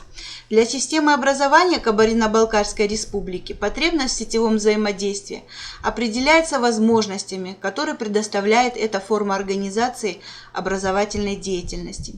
Сетевое взаимодействие позволяет решать образовательные задачи, которые ранее были не под силу отдельной образовательной организации, и генерирует новые формы работы, форматы взаимодействия, сетевые проекты, программы, условия обмена образовательными результатами, средства для личностного и профессионального роста педагогов.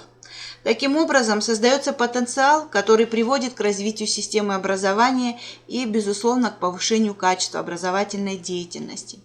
В перечень мероприятий региональной программы развития в рамках решения задачи развития сети образовательных учреждений, современных форм и технологий реализации образовательных программ общего образования, обеспечивающих высокое качество и доступность, на сегодняшний день внесены все необходимые изменения и дополнения. Обобщая опыт работы республики, можно сказать следующее.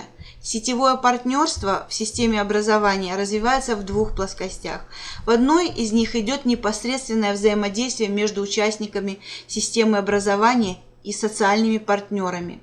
Заключаются договоры о сотрудничестве, создаются сетевые пары, например, сильная и слабая школа и так далее.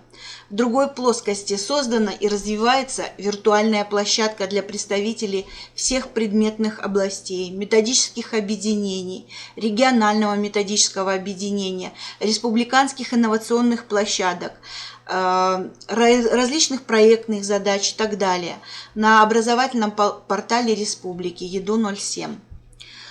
Отдельное внимание следует уделить процессам, формирующим развитие сетевого педагогического пространства, которые инициируются различными проектами и мероприятиями. Государственной программы развития образования, национального проекта образования. В качестве примера можно привести проект формирования сетевого партнерства участников образовательного процесса, обеспечивающего повышение уровня качества образования школ с низкими результатами обучения в образовательных учреждениях, работающих в сложном социальном контексте. В данном проекте сформирована модель, которая уже третий год работает, наполняется, развивается. Применяются различные технологии и формы создания сетевого взаимодействия, горизонтальное взаимодействие образовательных учреждений по распространению опыта эффективного распределения функционала, а также совместному использованию ресурсов, вертикальная интеграция. Как способ совместной деятельности создана сеть, возникновение которой вызвано определенной проблемой, в решении которой заинтересованы все субъекты. При этом они сохраняют свою независимость, и в данном проекте сетевое взаимодействие рассматривается как процесс диалога между сетевыми модулями, процесс отражения в модулях опыта друг друга с учетом того, что сеть – система. И если мы видим изменения в одном модуле, то они обязательно скажутся и в другом модуле. Деятельность данного сетевого партнерства базируется, как я уже сказала, на общей проблематике. Используется коллективная компетентность образовательной команды, которая повышает квалификацию также вместе и решает проблемы, задачи и так далее. Данный проект работает с учетом ряда принципов результативности, проектности, синергичности, принципа системности, комплексности, кооперации и инновационности. Отдельное слово хочется сказать о республиканских инновационных площадках, которые активно вливают свой инновационный опыт в сетевое пространство, сформированное в республике. На данном этапе мы говорим об участниках первого уровня, то есть тех, кто постоянно взаимодействует. Это Министерство просвещения, науки и по делам молодежи Кабардино-Балкарской республики, центр, который я представляю, Центр непрерывного развития дополнительного профессионального образования, Центр мониторинга и статистики образования, учреждения дополнительного образования, так называемые успешные школы, инновационные площадки республики, образовательные учреждения с низкими образовательными результатами или которые работают в сложном социальном контексте. Участники второго уровня, так сказать, взаимодействующие по необходимости, это различные социальные партнеры, учреждения культуры, здравоохранения, спорта, органы опеки и попечительства, структурные подразделения Министерства внутренних дел, Министерства чрезвычайных ситуаций, учреждения высшего образования, психолого-медико-педагогическая комиссия.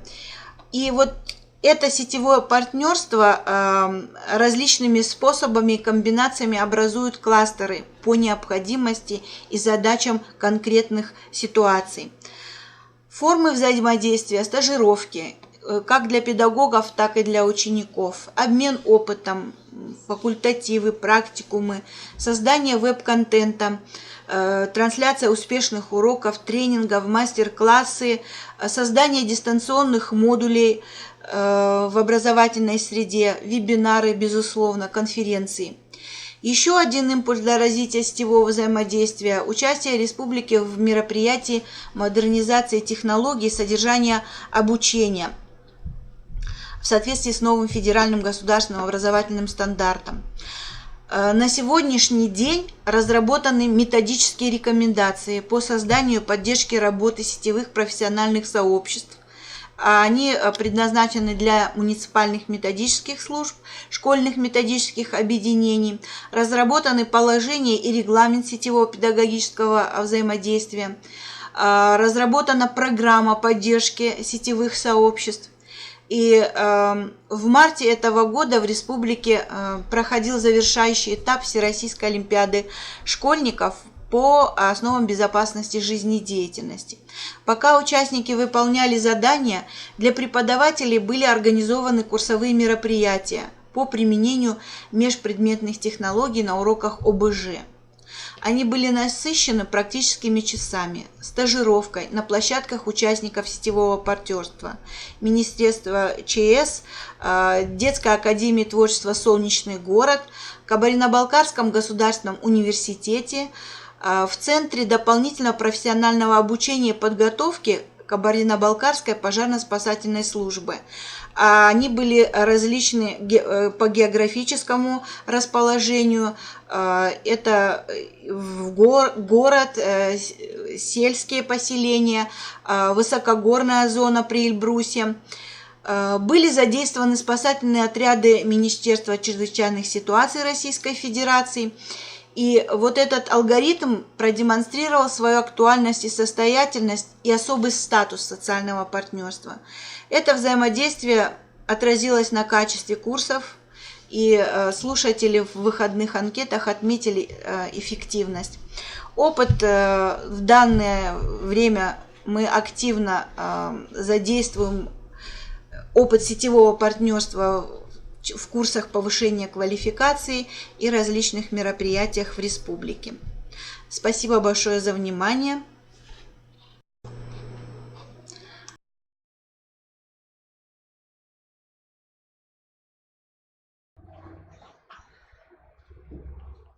Мы благодарим Марину Байдуллаховну Тапсаханову из Кабардино-Балкарской республики. И на этом мы завершаем первую нашу секцию «Условия обеспечения качества образовательной среды и управления». Мы видим, что действительно в каждом регионе сложилась своя уникальная система методической поддержки, сформированы свои условия обеспечения качества образовательной среды и управления. Но есть, конечно, и какие-то общие тенденции, которые в том числе наблюдаются и в нашей республике. Уважаемые коллеги, мы объявляем 5-минутный технологический перерыв.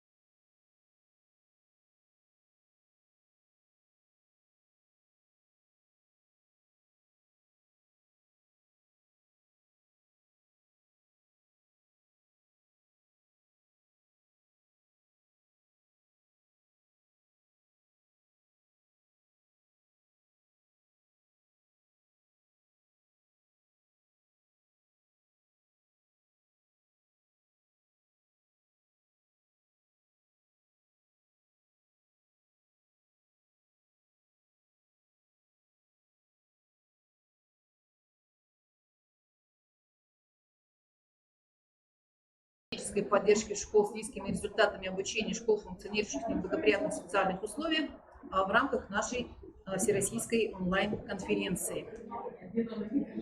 И у нас начинает работу секция 2 «Применение новых форм и технологий организации методической работы», в которой будут представлены региональные практики школ-участников проекта «Эффективная школа». Мы предоставляем слово Николаю Васильевичу Гуськову, директору средней общеобразовательной школы номер 5 города Усинска, который нам расскажет о том, как в его образовательной организации устраивается мотивация педагогического коллектива к переходу в эффективный режим функционирования.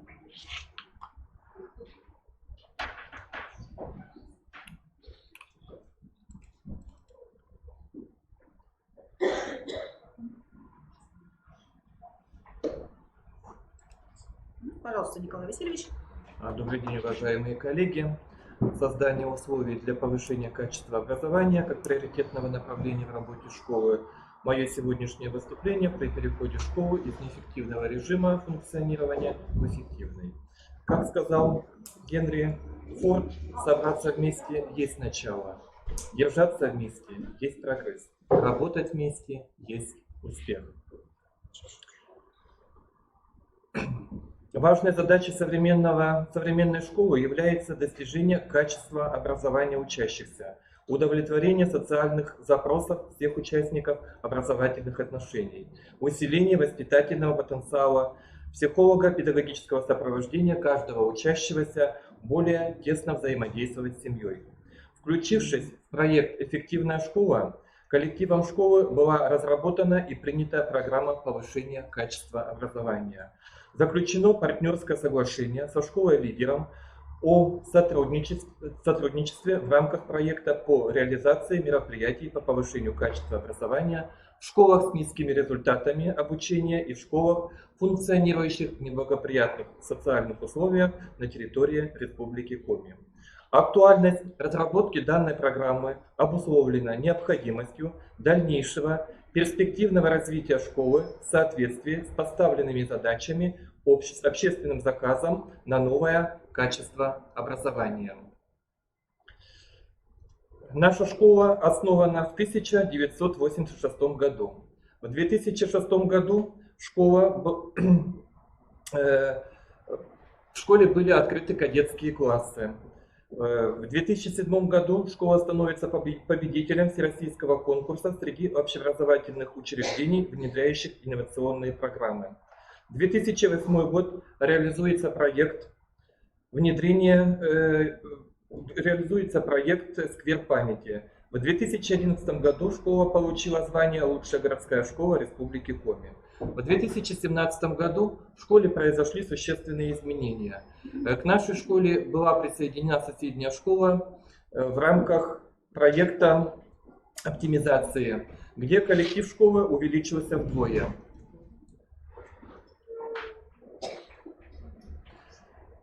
Было 45 педагогов, стало 76 педагогических работников. Также увеличилось вдвое и количество учащихся, было 850 человек. На сегодняшний день контингент учащихся школы составляет более 1004 учащихся. Также произошло увеличение коллектива практически вдвое, и школа начала жить по-новому. 2 корпуса, в которых осуществляется уровневый подход. Начальная школа располагается в отдельном здании, и средняя и старшая школа.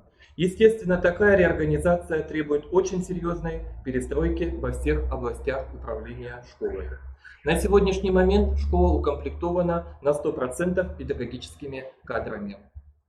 Высшую квалификационную категорию имеет 38% педагогических работников нашей школы. Это 29 учителей. Первую квалификационную категорию имеет 24 человека, что составляет 31%. Остальные педагогические работники аттестованы на соответствие занимаемой должности. Коллектив школы в полной мере обеспечивает право каждого ребенка на доступность качественного образования при соблюдении равных стартовых возможностей для обучения на всех уровнях обучения, о чем свидетельствует прием в школу всех желающих при наличии свободных мест. Администрация школы осуществляется мониторинг результативности образовательной деятельности в соответствии с федеральными государственными образовательными стандартами. Анализ результатов образовательной деятельности за 3 года свидетельствует в целом о стабильных результатах уровня обученности и незначительном снижении уровня качества знаний учащихся. Произошло увеличение среднего балла на едином государственном экзамене по русскому языку, литературе, английскому языку, математике профильный уровень, географии, химии. В 2018 году свыше 80 баллов набрали учащиеся по ЕГЭ по русскому языку, биологии. В 2019 году спектр предметов значительно расширился. Стали такие предметы, как русский язык, химия, история, английский язык. Результаты основного государственного экзамена за 3 года улучшились по английскому языку, математике, географии, физике. Ежегодно школу заканчивают учащиеся с аттестатом с отличием, золотыми и серебряными медалями. Но, к сожалению, ежегодно есть и учащиеся, условно переведенные в следующий класс. На государственной итоговой аттестации по образовательным программам основного общего образования ряд учащихся получают неудовлетворительный результат, которые проходят итоговую аттестацию в дополнительные сентябрьские сроки. Отмечается снижение среднего балла по истории. Результаты по таким предметам, как математика, базовый уровень, физика, информатика, обществознание, биология, нестабильны. На наш взгляд, все выявленные проблемы, возникшие из-за низкой мотивации учащихся. Поэтому коллектив школы ставит перед собой следующую цель: поднять мотивацию, тем самым создать условия для повышения качества образования и перевода школы в эффективный режим функционирования. Для решения поставленной цели должны быть решены следующие задачи. Создать в первую очередь материально-технические условия для повышения качества образования. В школе все кабинеты подключены к сети интернет. Создается локальная сеть. Работают курсы внеурочной деятельности, робототехника, нумикон, логарифмика, комбинациональные игры, этикет и другие. Реализуются проекты «Цифровая математика», «Я-класс», «Финансовая грамотность». Используются разнообразные цифровые образовательные ресурсы. Стараемся стремиться в системе выявлять, сопровождать и поддерживать одаренных учащихся через различные виды деятельности, такие как повышение и вовлечение учащихся в различные конкурсы муниципального, республиканского, всероссийского и международного стандарта, где учащиеся на сегодняшний день показывают высокие результаты и получают призовые места. Создаем необходимые условия для охраны и жизни и укрепления здоровья учеников при реализации образовательных программ. Все учебные кабинеты в школе, а их у нас более 50, укомплектованы и соответствуют требованиям санитарных норм и правил. В школе создаются все условия для кадрового методического обеспечения. Количество прибывших педагогических работников за последние 3 года составило 33 человека. Каждого приглашенного специалиста мы стараемся внедрить в свою образовательную среду и сопровождать на протяжении всего периода работы. Своевременное прохождение курсовой подготовки, но чаще всего из-за отдаленности города от центра, это дистанционные формы. А дистанционная форма не всегда работает на качество полученного образования. Поэтому мы тесно работаем со школой-лидером, которая планирует проводить для учителей нашей школы методические консультации, семинары. Кроме того, мы нацеливаем наших педагогов на обучение в Коми Республиканском институте развития образования. В частности, на сегодняшний день уже 5 наших молодых педагогов приняли активное участие в работе хакатона в июне этого года. 4 педагогов прошли обучение в летней дистанционной школе в рамках проекта «Эффективная школа». Мы надеемся на тесное сотрудничество с Коми Республиканским институтом развития образования в части методической помощи учителям, учащимся, которых регулярно показывают низкие образовательные результаты. На сегодняшний день с Коми Республиканским институтом развития образования у нас уже достигнуто соглашение о том, что мы будем приглашать специалистов для прохождения курсовой подготовки наших педагогов на местах, что повлечет более качественный и больше охват педагогов. Поэтому мы благодарны судьбе за то, что вошли в данный проект. Мы учимся работать в команде, поэтому все работаем на один общий результат — повышение качества образования. Мы команда, а это значит результат завтра. Спасибо. Благодарим вас, Николай Васильевич. Николай Васильевич, директор средней общеобразовательной школы номер 5 города Усинска. Эта школа является школой-участником проекта и имеет очень большой потенциал для того, чтобы уже, наверное, в следующем учебном году стать не только школой-участником, но и школой-лидером для других школ своего муниципалитета. А мы приглашаем к следующему выступлению Татьяну Михайловну Казакову, заместителя директора по учебной работе средней общеобразовательной школы села Карткирос. Это школа-лидер. И Татьяна Михайловна представит выступление «Эффективный учитель, эффективный ученик, эффективная школа».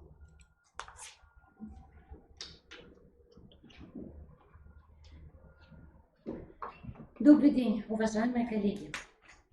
В области образования известно многое о том, как учат учителя и как учатся дети, а также о том, как преподавание и обучение влияют на развитие ребенка. Тема моего выступления – от эффективного учителя к эффективному ученику и эффективной школе. Шестиуровневое описание процесса мышления, приведенное Бенджамином Блумом в 1956 году в книге «Таксономия образовательных целей. Сфера познания», неоднократно адаптировалось и применялось в разных условиях. Конечно, сегодня мы живем уже не в том мире, по отношению к которому Блум создавал свою таксономию. Но мы воспользовались его системой как эффективным средством достижения целей образования и повышения его качества. Мы дополнили его систему своими уровнями. Что-то я не вижу мышку.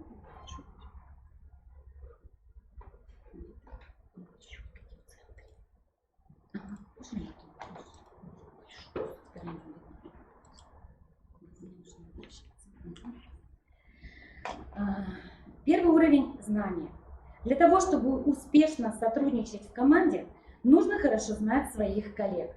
В команду муниципального образования муниципального района Карткиросский по повышению качества образования в школах с низкими результатами обучения и в школах, функционирующих в неблагоприятных социальных условиях, вошли 5 муниципальных образовательных учреждений. Средняя общеобразовательная школа села Карткирос в качестве школы-лидера. Школа села Карткирос находится в районном центре. Количество обучающихся 785 человек. Численность педагогического состава 66 человек.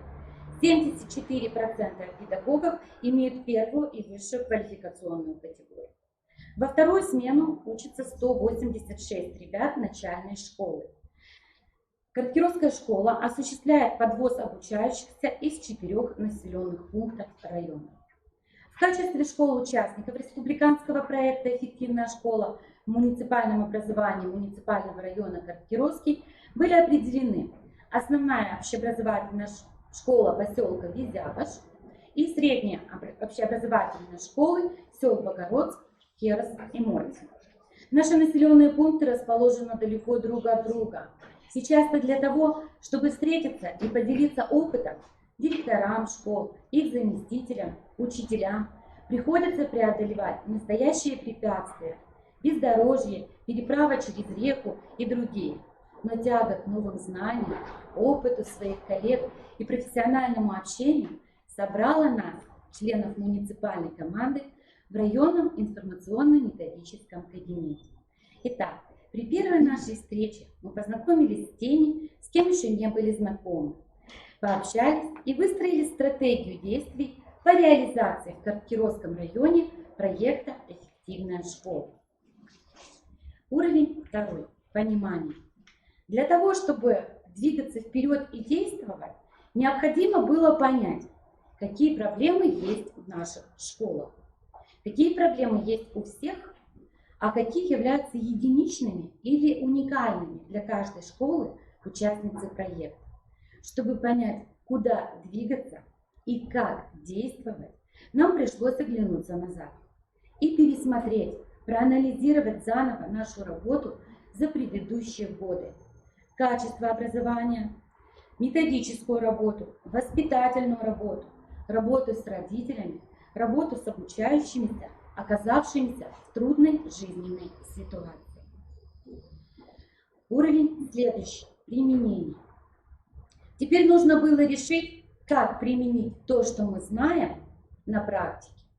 Мало-помалу у нас начала вырисовываться картина нашего сотрудничества. Конечно, до участия в проекте мы встречались на разных муниципальных мероприятиях и конкурсах. Учитель года, методические россыпи, самый классный.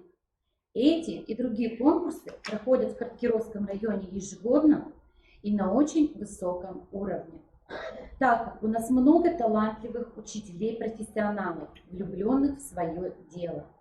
Встречались на открытых уроках, мастер-классах по темам работы базовых площадок школ. Мы встречаемся на заседаниях муниципальных методических объединений. Но мы поняли, что все это точечно. То есть на конкурс приезжают не все педагоги, а только группа поддержки учителя-конкурсанта. На открытые уроки и муниципальные методические объединения едут в основном учителя-предметники, которым близок предмет. Мы поняли, что нам нужна другая стратегия сотрудничества в районе. Вот перед вами слайды. Мы сотрудничаем не только в районе, но и стараемся участвовать в мероприятиях, которые проходят и в России. Для того, чтобы проанализировать наши ресурсные и профессиональные дефициты, каждая школа прошла анкетирование. Результаты анкетирования представлены в нашей программе. Итак, следующий уровень – анализ. Сравнив итоги анкетирования, мы поняли, что затруднений в работе у нас много. Но для всех школ характерным является невысокий процент и качество участия детей в предметных олимпиадах и конкурсах творческой и исследовательской направленности. Мы выяснили, что школа слабо поддерживается местным сообществом, что качество взаимодействия школы и родителей оставляет желать лучшего. Ну и, конечно, выявили точки риска в работе учителей. Предметная компетентность при решении задач повышенной сложности, подготовка обучающихся государственной итоговой аттестации, аналитическая культура педагога. Следующий уровень оценки. Оценив ситуацию, исследуя принципу «нельзя объять необъятное», исходя из актуальных на тот момент результатов ОГЭ по предмету математика, мы пришли к самому оптимальному, на наш взгляд, решению. При переводе школ в эффективный режим функционирования сделать акцент на 3 стратегических задачах. Задачи перед вами на слайде.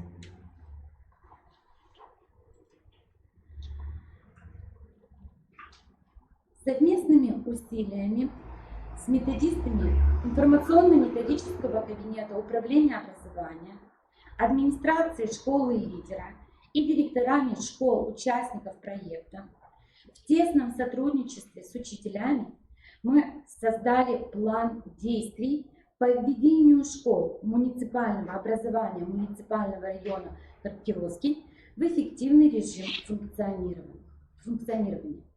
Наш подробный план представлен в программе тьюторского сопровождения. Я немножечко поясню. Раздел 1 – повышение предметной компетентности учителей математики и учителей начальных классов по предмету математика.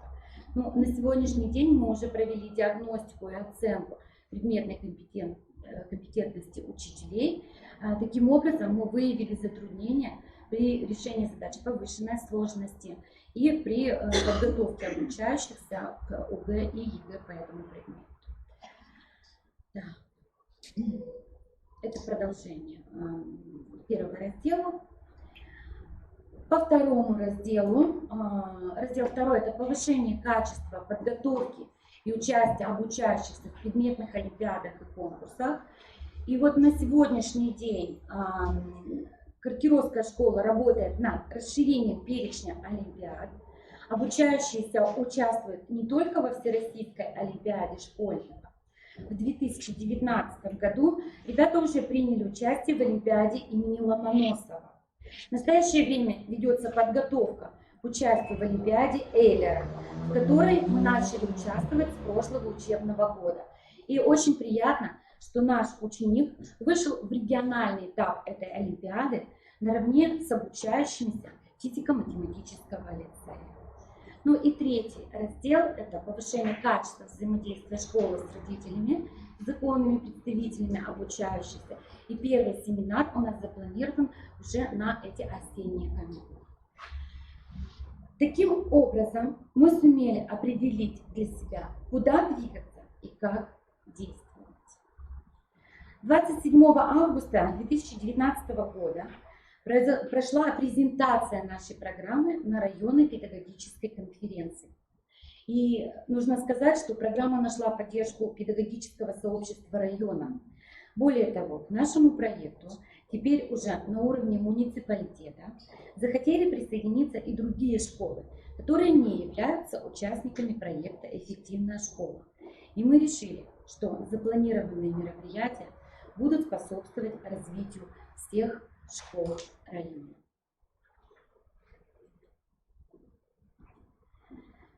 Помимо заявленных планируемых результатов, в 2020-2021 учебном году мы хотим привлечь к реализации программы и других учителей-предметников, учителей русского языка и литературы, учителей иностранных языков, обществознания, биологии, истории и географии, так как русский язык предмет, по которому все сдают ЕГЭ и ОГЭ, а эти предметы, которые я перечислила, наши выпускники чаще всего выбирают для сдачи государственной итоговой аттестации. И в заключение хочется напомнить вам слова Наполеона Хилла, американского автора в области новой мысли и создателя формулы личного успеха. Если вы не верите в сотрудничество, посмотрите, что происходит с повозкой, потерявшей одно колесо. Благодарим вас, Татьяна Михайловна. Татьяна Михайловна Казакова, заместитель директора по учебной работе средней общеобразовательной школы села Картгирос, школы лидера. Татьяна Михайловна представила такой замечательный алгоритм, готовый рецепт для любой школы, которая желает переходить в эффективный режим функционирования. Да, можно прямо его сегодня взять за основу и на его основе разработать свою программу. А мы передаем слово Ольге Юрьевне Беляковой, директору Выльгородской средней общеобразовательной школы номер 1, и Юраневой Людмиле Григорьевне, заместителю директора по научно-методической работе.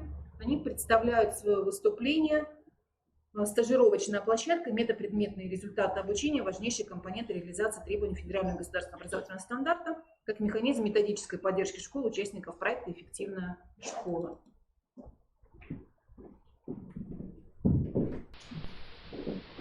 Здравствуйте, уважаемые участники конференции.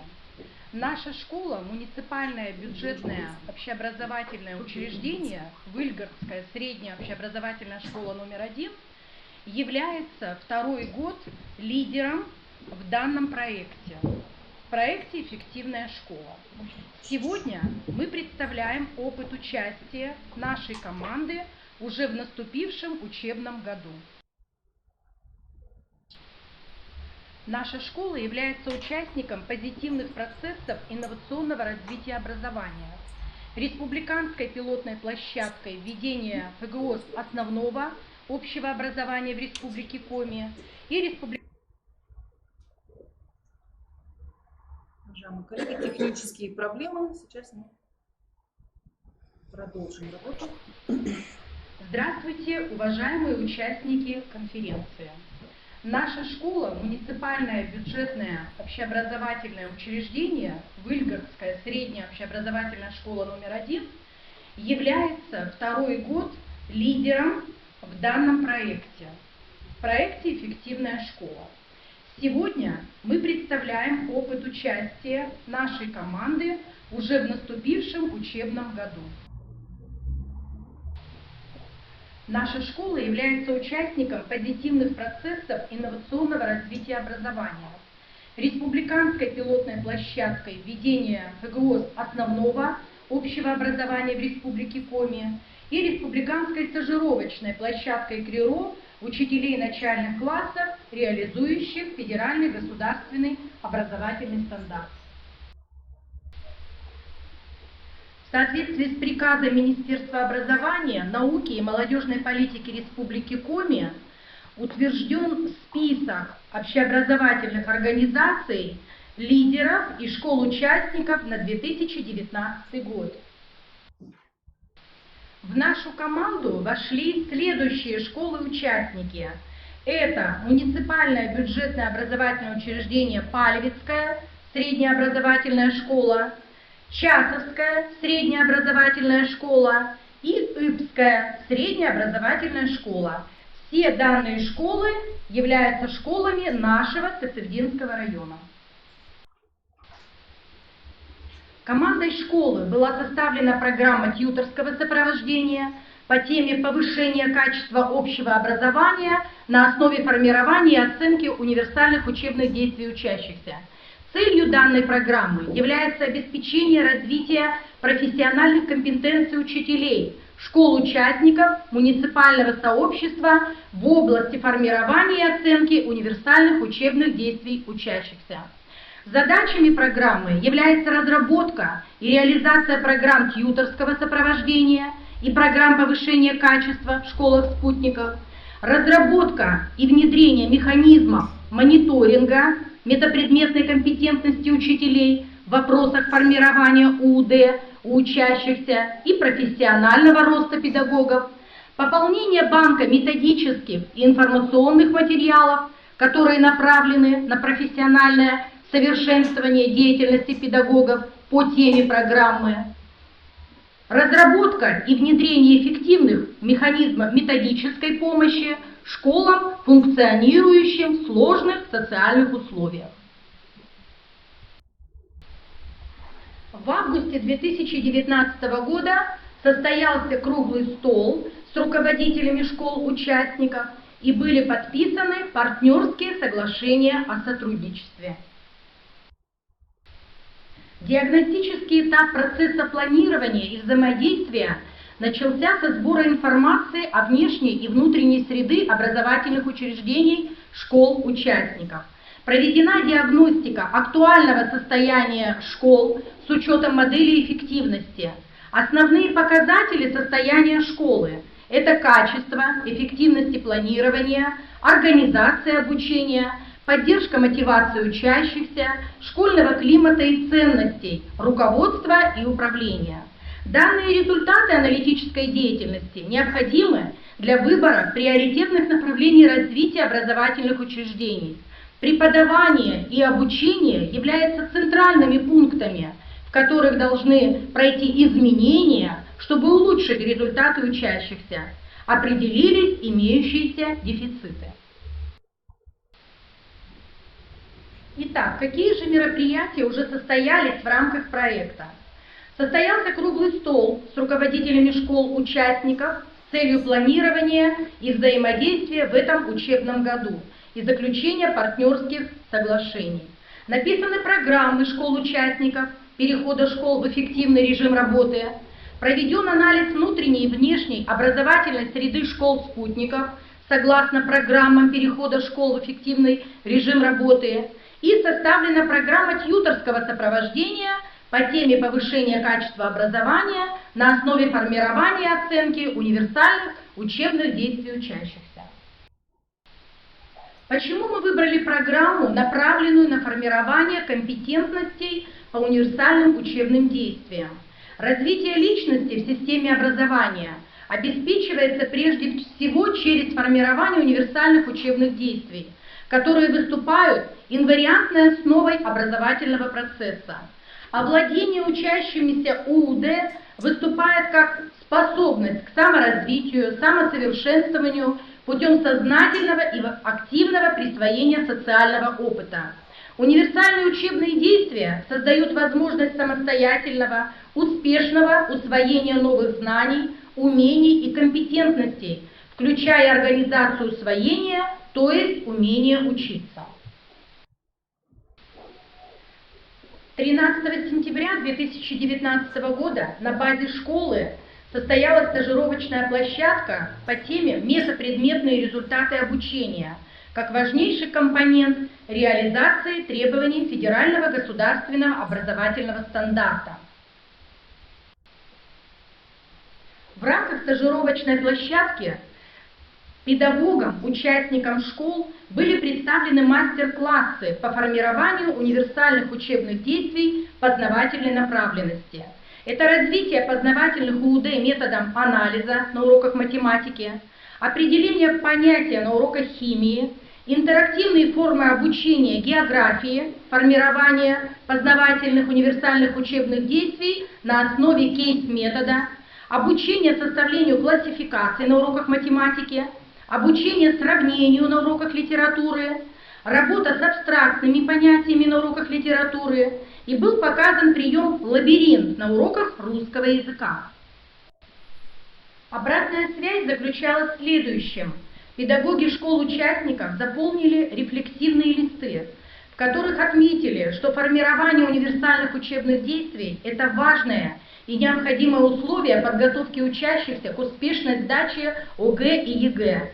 Акцент был сделан на формировании и развитии познавательных универсальных учебных действий, так как у учащихся формируется правильное мышление и, как следствие, идет формирование УУД логической направленности. Условием успешного овладения универсальных учебных действий является единство учителей-предметников в понимании мыслительных операций по формированию мышления учащихся в их педагогической деятельности с учетом специфики своего предмета. По итогам проведения стажировочной площадки были приняты следующие решения. Формировать универсальные учебные действия учащихся как способы усвоения новых знаний и умений по предмету и достижению метапредметных результатов освоения основной образовательной программы основного общего образования. Провести заседание методических объединений по предметам математика, русский язык, литература, география, химия с целью анализа ОМК по предметам. Выявить содержащиеся в них информационные ресурсы и задания, которые истинно направлены на формирование универсальных учебных действий. Проанализировать задания и спрогнозировать возможный образовательный результат в случае выполнения этих заданий учащихся. Сделать подборку суждений из работ учащихся, на основе которых можно составить задания на обучение правилам деления понятий. Учителям-предметникам провести мониторинг сформированности универсальных учебных действий на своих уроках. Участники проекта обозначили эффективность, полезность и актуальность данной работы в рамках стажировочной площадки. Школа «Лидер» приняла участие в грантовом конкурсе 2019, так как школы-участники вовремя заключили со школой «Лидером» партнерские соглашения, были составлены программы перехода школы в эффективный режим работы, была составлена программа тьюторского сопровождения и написано эссе «Мы – одна команда». Следующим шагом в рамках сетевого взаимодействия мы наметили проведение совместных методических заседаний творческих групп учителей с целью проектирования уроков и выработки методических рекомендаций по проведению урока с включением современных требований. Эффективное сотрудничество является ключом к успешной реализации программ улучшения результатов школ. Рост внутреннего потенциала школы – это условие того, что достигнутые с помощью внешней поддержки улучшения будут устойчивыми и долговременными. Спасибо за внимание.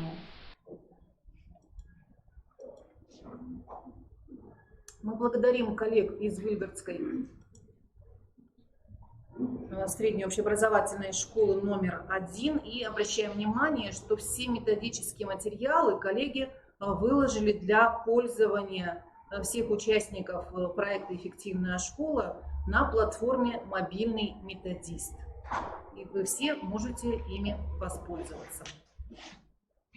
А мы передаем слово еще одному представителю школы лидера, Наталье Владиславовне Черновой, учителю биологии средней общеобразовательной школы номер 3, поселка городского типа Жешер, Усть-Илимский район. Наталья Владиславовна расскажет об очень интересной задумке, которая называется «Педагогическая экспедиция».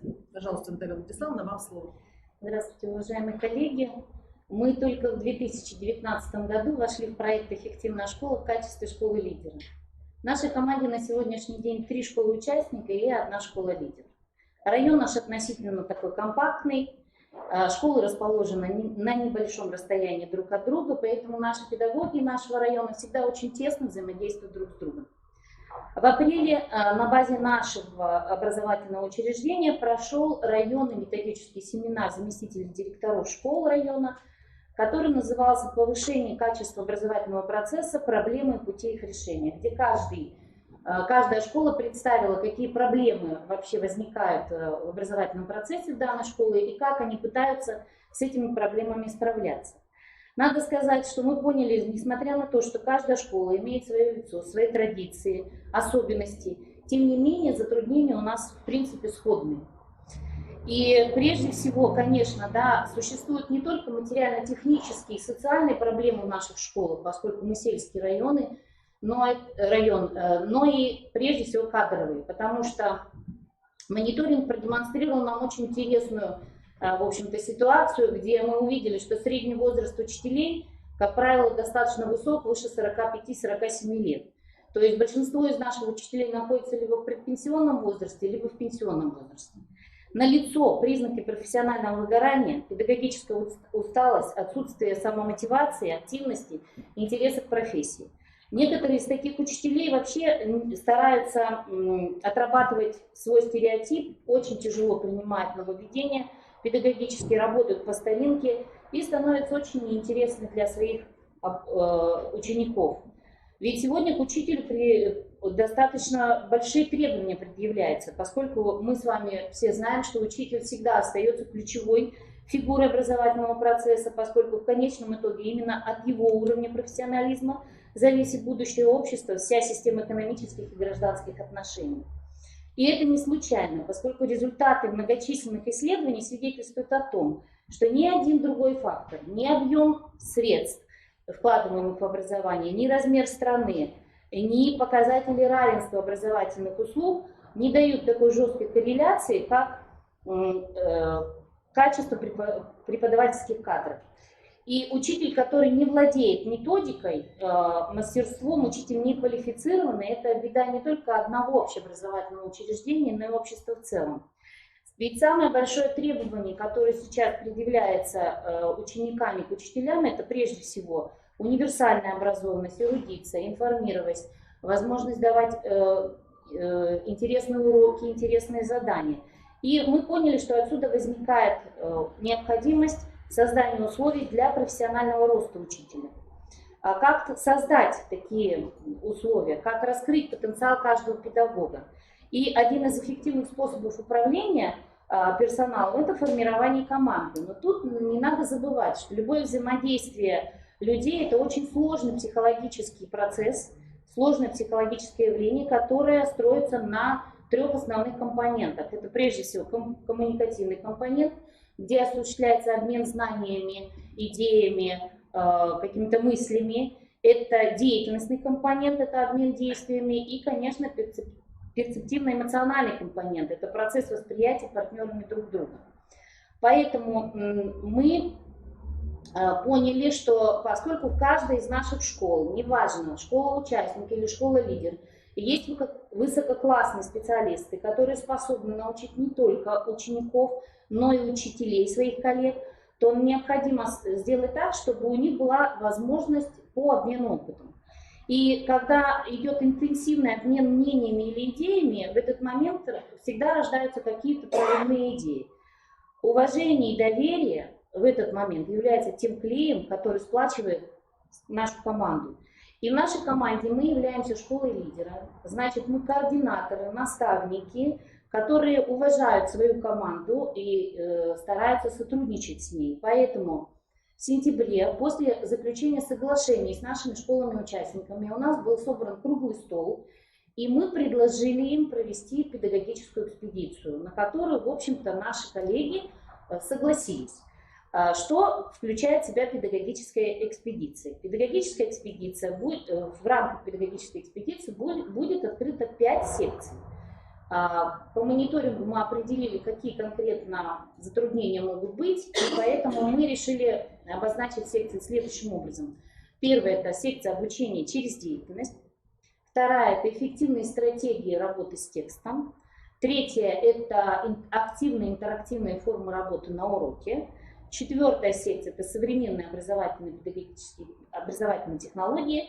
Ну и был спецзапрос, такой спецзаказ, это организация учебно-воспитательного процесса в работе с детьми с разным уровнем успешности и мотивации.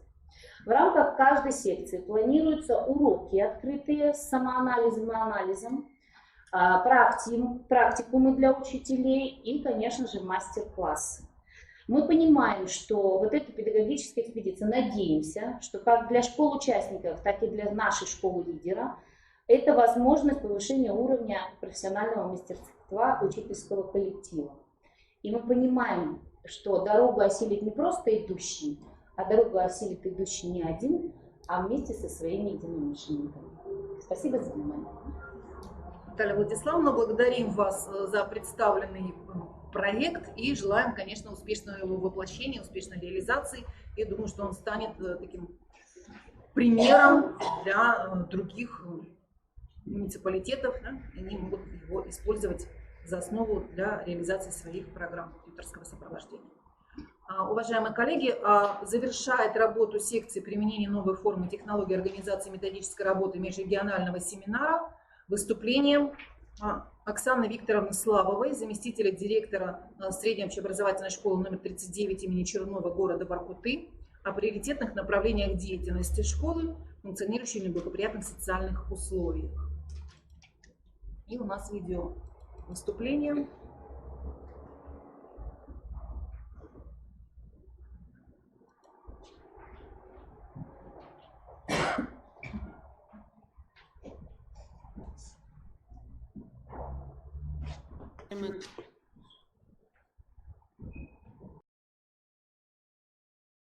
Коллеги, город Воркута, школа 39 имени Георгия Александровича Чернова приветствует участников научно-практической онлайн-конференции.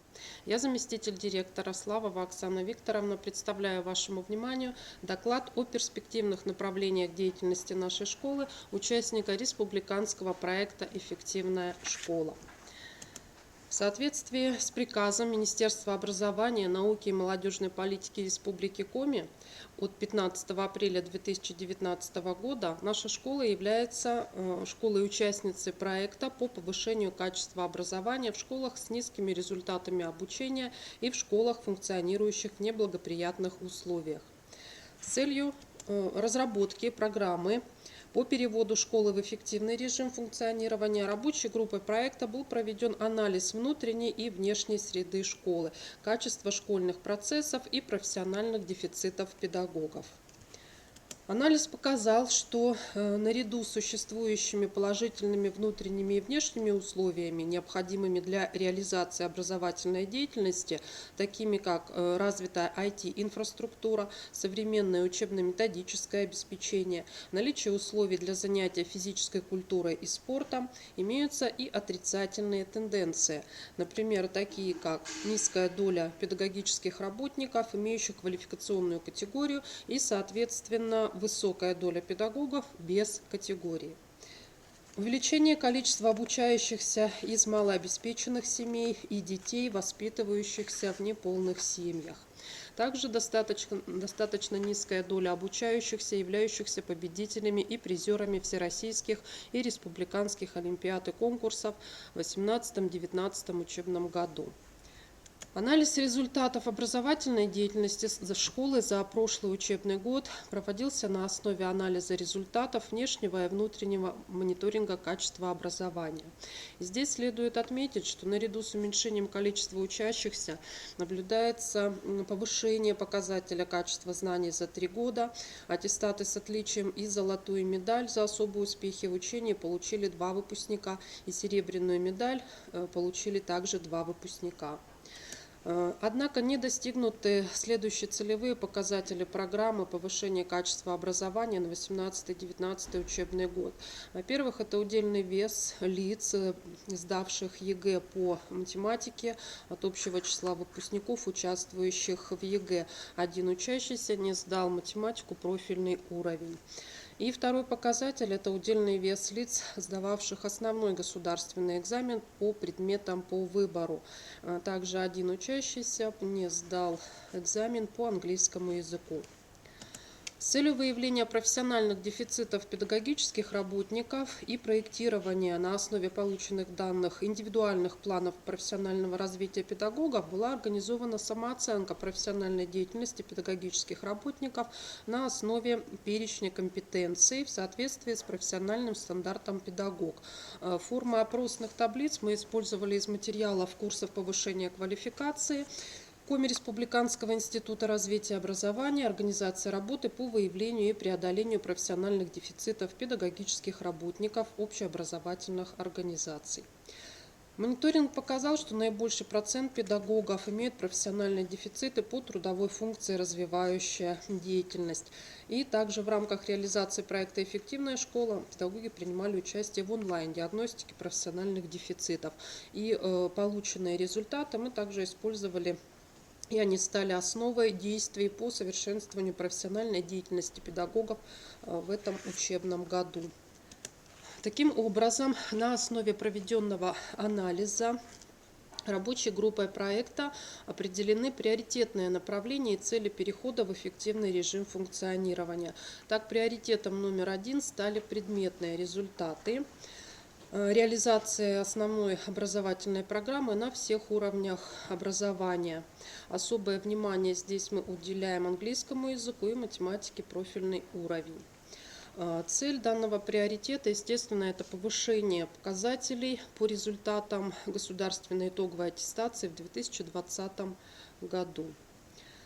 Приоритетом номер 2 является поддержка профессионального развития педагогов. И главная задача, которую тут мы ставим, это повышение профессиональных компетенций педагогических работников, это методической компетенции, коммуникативной и других. Приоритет номер 3 – это индивидуальная поддержка различных категорий учащихся. И здесь главная цель – это совершенствование условий для качественного обучения и воспитания учащихся различных категорий. То есть здесь это и одаренные дети, и дети из социально неблагополучных семей, и дети с ограниченными возможностями здоровья. Алгоритм перевода школы в эффективный режим работы включает в себя несколько шагов. Вы можете видеть их на слайде.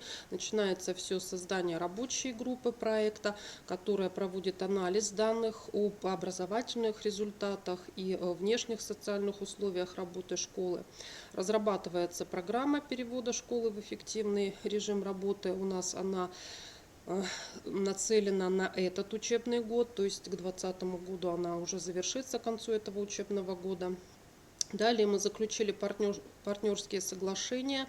У нас школа Тьютор – это 40-я школа, и также школы-участники проекта «Эффективная школа», школа номер 14 и 34 города Воркуты.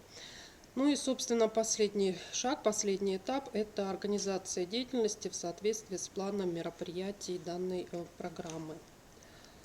В В план мероприятий программы на 19-20 учебный год включены мероприятия, направленные на обеспечение достижения целей, обозначенных выше приоритетов школы. На сегодняшний день мы уже приняли участие во всех мероприятиях первого полугодия 2019 года в рамках проекта «Эффективная школа» и начали работать по плану мероприятий этого года. И наша школа, школа Тьютор являлись муниципальными площадками третьего форума педагогического актива города Воркуты «Надежной школе надежного учителя».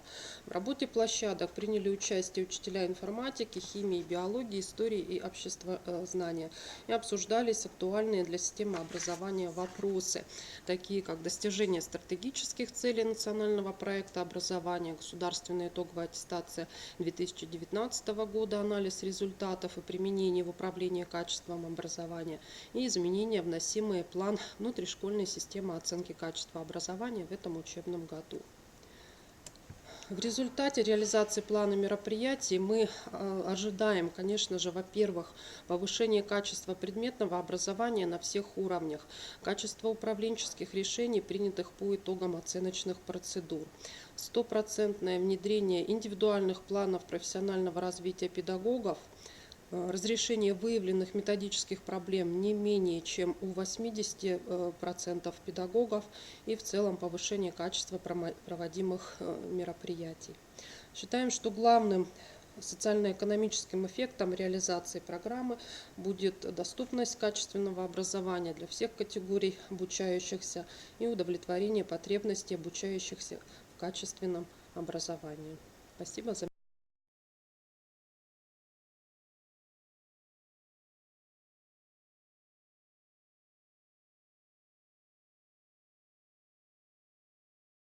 Завершение работы наших секций межрегионального семинара «Модели и механизмы финансово-методической поддержки школ с низкими результатами обучения школ, функционирующих в неблагоприятных условиях», мы действительно можем сказать, что да, есть интересные формы, есть интересные технологии организации методической работы. В разных регионах выстраивается своя специфическая система, свои условия обеспечения качества образовательной среды и управления. Но, тем не менее, есть и те тенденции, которые являются общими для всех. И, конечно же, мы можем применить представленный сегодня на межрегиональном семинаре опыт для работы своих образовательных организаций. И каждая школа, участник проекта, это не просто школа с низкими образовательными результатами, а это школа, которая имеет большой потенциал и может выйти в разряд школ-лидеров в ближайшем будущем, если она успешно реализует свою программу перехода в эффективный режим работы. Уважаемые коллеги, мы объявляем 5-минутный технический перерыв, после которого работу нашей онлайн-конференции продолжат кейсы опыта работы в команде «Школа-лидер», «Школа-участник». 2 кейса мы представят наши школы-лидеры. 5 минут перерыв.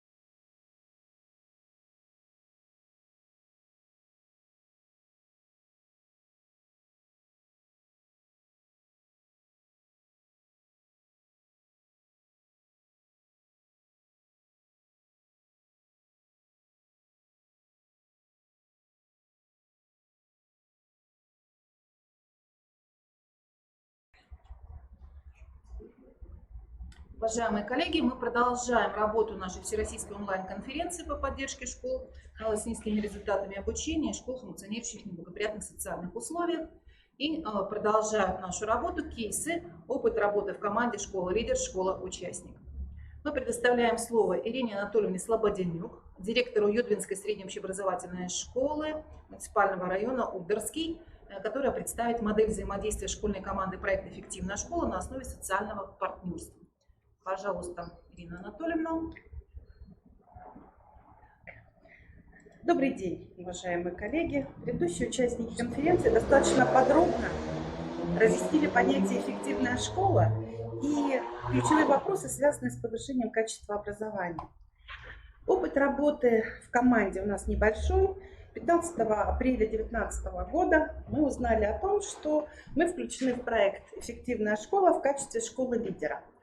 Наша школьная команда муниципального образования, муниципальный район Ударский, состоит из... Ой, не надо так быстро. Листает. Включает в себя 5 образовательных организаций. Это наша организация, Юдвинская средняя общеобразовательная школа. Если говорить о нашей организации, это сельская малокомплектная школа. Педагогический коллектив нашей школы включает администрацию 13 человек. Все педагогические работники имеют квалификационные категории. Особенностью, наверное, нашей школьной команды является транспортная удаленность. Учитывая, что некоторые участники проекта у нас находятся на расстоянии от 250 километров до 50, поэтому, естественно, здесь возникают некоторые сложности в частых встречах и общениях. Плюс бездорожье тоже является некоторым отрицательно влияющим фактором. Каждая образовательная организация, входящая в наш проект «Эффективная школа», индивидуально имеет свои интересные особенности, свои наработки и свой авторитет в своем образовательном пространстве. Самое главное заключается в том, что каждому участнику проекта, каждому участнику школьной команды есть чем поделиться, о чем рассказать. Мы все с вами что не все образовательные проблемы в силах решить одна образовательная организация. Иногда требуется усилия абсолютно всего общества, чтобы добиться результата. И если мы вспомним историю образования, то всегда образование тяготело к совместной деятельности и существованию в системе партнерских связей, отношений с организациями. Социальное партнерство, построенное на принципах взаимной заинтересованности сторон, добровольности принятия ими обязательств и ответственности за результат деятельности, становится неотъемлемой частью тех взаимоотношений, которые связывают участников школьной команды. Понятно, что во главе нашей школьной модели стоит школа-лидер, но за последние годы в нашей школе отмечены хорошие образовательные результаты, есть инновационный опыт. Мы понимаем, что формально передать этот опыт невозможно, но вполне реально предложить другой школе, имеющей более низкие образовательные результаты, воспользоваться некоторыми формами и методами, которые наработаны нашей школой. Включая сотрудничество по обоюдному согласию, участники самостоятельно определяют возможность и меру участия в деятельности. Степень включенности определяется и заинтересованностью, и закреплено соглашением, которое все мы заключили в августе месяце для того, чтобы определить совместные проекты, которые мы планируем реализовывать в ходе реализации нашего проекта «Эффективная школа». И, конечно же, уникальность нашей команды еще заключается в том, что каждая школа предлагает свои способы реализации по всем направлениям, при этом находясь в пространстве общих целей и задач совместной деятельности. Реализация проекта тьюторского сопровождения, это концентрация всех ресурсов, которые мы с вами имеем. И для чего это нужно нам? Для получения современного качества образования, в том числе и по повышению качества образования в школах с низкими результатами обучения, функционирующими в сложных социальных условиях. Какие этапы мы для себя определили? Ну, первый этап – это знакомство. На этом этапе мы определили общие цели, общие ценности и ресурсную базу друг друга. Определили взаимную полезность всех участников нашей школьной команды. Ну, в общем, на первом этапе, как правило, нужно провести два мероприятия. Это мониторинг запросов и ресурсов школьной команды, что, собственно говоря, мы и сделали. И первым этапом у нас стало, главным итогом первого этапа стало желание школьной команды к осуществлению совместной деятельности. Второй этап – это непосредственно сама совместная деятельность. Ну, здесь что нужно сказать? Совместная деятельность предполагает участие в этой совместной деятельности, то есть определенная компетентность. Для построения эффективной модели социального партнерства необходима команда единомышленников. Ну, взаимодействие команды, школьной команды, будет устойчивым и долговременным только при условии удовлетворения интересов всех участников этого партнерства и на всех этапах реализации проекта. Ну, а задача школы, лидера в этой ситуации, это прежде всего найти точки пересечения всех интересов субъектов нашего партнерства и создание педагогических условий, которые реализуют тот интегративный потенциал, который имеет каждая из школ участников проекта. В задачи проекта, которые мы для себя определили, это, ну, понятно, что на начальном этапе мы должны были создать тот проект тьюторской программы, которая бы позволила нам каким-то образом это сотрудничество осуществлять. И с чего мы начали? Ну, естественно, начали мы с обучения на портале «Открытое образование» Республики Коми. В ресурсе «Мобильный методист» мы заполнили про себя информацию. И дальше мы хотим сделать таким образом, чтобы все те запросы, которые возникают в профессиональном сообществе в нашей школьной команде, мы предлагаем и к совместному сотрудничеству и другие школьные команды к нам подключиться, ну, имеется в виду в нашем районе, для того, чтобы, я думаю, что проблемы-то у всех одни и те же, и решать мы их тоже должны совместно. И, может быть, здесь формы взаимодействия мы представили себе вот таким следующим образом. Это как вариант того, что мы себе определили в качестве работы. Во-первых, самое главное в реализации наших образовательных задач – это, скажем так, грамотно разработанная программа, образовательная программа и учебный план, который позволит удовлетворить интересы всех участников образовательного процесса. Должны быть единые формы контроля и оценки качества образовательных результатов. И мы это видим в разработке диагностического инструментария, который позволит бы, ну, когда совместно решаются эти вопросы, думаю, качество исполнения будет значительно выше. Какие-то общие методические дни, консультации, семинары, которые бы позволили нам решить те запросы профессионального сообщества, которые, ну, требуются, ну, скажем так, совместным обсуждением. Может быть, это педагогические советы, родительские собрания совместные. Как мы это предлагаем делать, я скажу чуть позже. И очень важным моментом в деятельности любой образовательной организации является подготовка к тем надзорным мероприятиям, которые каждая школа проходит. Поэтому и такую работу мы тоже планируем проводить в нашей деятельности. Что мы предлагаем? Ну, во-первых, мы для себя определили, что, учитывая транспортную недоступность, мы можем создать филиал методического центра по обеспечению информационной и консультативной помощи. Что мы туда хотим разместить? Это, может быть, те методические материалы, которые имеются в каждой школе, которые действительно реально работают на результат. Это может быть методические разработки семинаров, практикумов, мастер-классов, которые проводятся в каждой образовательной организации. Кроме этого, мы предусматриваем дистанционные формы обучения. У нас уже на протяжении 3 лет у нас есть опыт дистанционного обучения детей английскому языку с преподавателем, который у нас находится в городе Сыктывкаре в Коми республиканском лицее.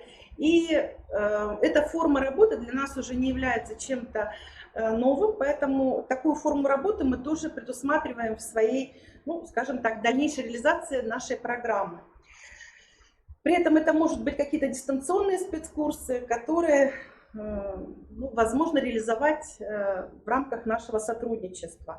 Это могут быть консультации, семинары с педагогами и, конечно же, мероприятия для обучающихся района. Вы прекрасно понимаете, что дети в сельской местности, они испытывают недостаток коммуникации. То есть в этом случае вот такие совместные мероприятия, которые мы проводим, межшкольные проводим с детьми, они как раз работают для этого. Ну, скажем, что мы уже, хотя еще не так много времени прошло, мы только с весны в проекте, но за 2019 год у нас были проведены совместно с детьми, ну, близлежащая, самая близлежащая к нам школа — это Междуреченская, в котором еще выше. Нет, значит, я его пропустила. Значит, проводили мы интеллектуальный марафон, проводили дебаты, и что самое приятное в этой ситуации, что обстановка была довольно непринужденная, и ребята в свободном общении открывали для себя много нового и интересного. Значит, что в планах работы с детьми? Значит, ну, понятно, что любое мероприятие, которое мы проводим для детей, они тщательно готовятся и нацелены на создание ситуации успеха. Для того, чтобы, понятно, транспортная недоступность, отсутствие автобуса, ну, например, даже у нашей школы, но есть сервис Google, который помогает нам решить эту проблему. То есть обучающиеся образовательных организаций будут социализироваться через совместную деятельность в интерактивных формах.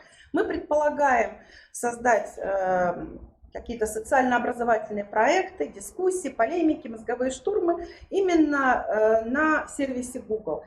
Значит, что у нас уже сделано? При подготовке к реализации мы уже создали информационно-образовательный аккаунт с привязанным к нему доменным именем нашей школы, и все участники проекта получили электронный адрес, привязанный к нашей школе, и имеют возможность, пользуясь этим адресом, входить в аккаунт. Здесь, конечно, еще поле до конца мы еще не проработали, но в планах мы только начинаем входить в проект, поэтому в планах обязательно это сделать. Понятно, что особое внимание нужно уделить работе и с педагогами. Активизация профессионального и личностного самоопределения педагога, его саморазвития, ну, его профессионального и творческого потенциала. И важным местом в межшкольных связях занимают семинары методических объединений. В рамках этого, ну, такая достаточно организационная, именно вот эта организационная форма, мы считаем, что она позволяет, наверное, более тесно взаимодействовать между собой, когда можно на практике внедрять какие-то новые методы, технологии. Все это идет для того, чтобы создать условия для повышения уровня профессиональной компетентности педагогов. Базой для проведения этих мероприятий может быть любая из школ, которая входит в школьную команду. В течение 2019 года, то есть мы уже провели несколько семинаров, которые, ну, были, 2 семинара было организовано на базе нашей школы, это учителей информатики, физики, математики по теме метапредметный подход в обучении. Семинар учителей истории обществознания, актуальные вопросы методики обучения, история обществознания. В Ашгарте был проведен семинар учителей коми языка и литературы, пути достижения качества образования в условиях реализации в ГОС. В Междуреченске мы проводили семинар учителей начальных классов, структура и содержание контроля измерительных материалов по учебным программам в начальной школе. На базе Усогорской школы мы проводили семинар заместителей директоров по учебно-воспитательной работе, развитие системы оценки качества образования.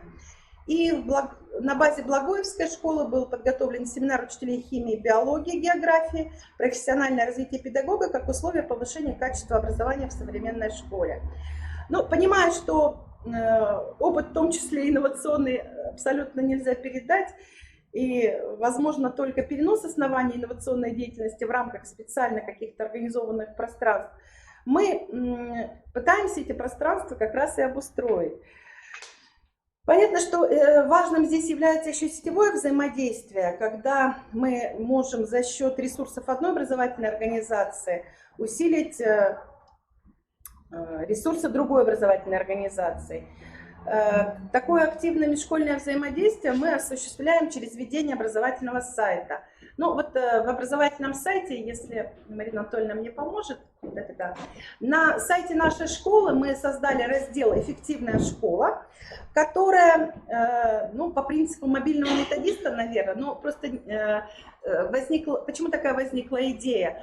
Ну, почему-то стесняются делиться школьные команды, школ, участников проекта своими идеями. Поэтому для того, чтобы этот аккаунт могли посещать только участники нашего проекта «Эффективная школа», этот информационный ресурс, он закрытый.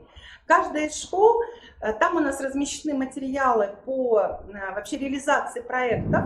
Каждая школа создавала программу перехода в эффективный режим функционирования. И там уже конкретно размещены планы мероприятий, которые мы запланировали на этот год для того, чтобы решить нашу общую задачу. Мы считаем, что такой образовательный сайт – это эффективный инструмент для решения наших профессиональных задач. Возможно, если будут желания у других, скажем так, школьных команд нашего района поучаствовать в нашем, скажем, обмене опытом, мы тоже для них этот сайт откроем. В принципе, это, ну, на наш взгляд, позволит нам важные вопросы решать, ну, вот даже в условиях транспортной удаленности.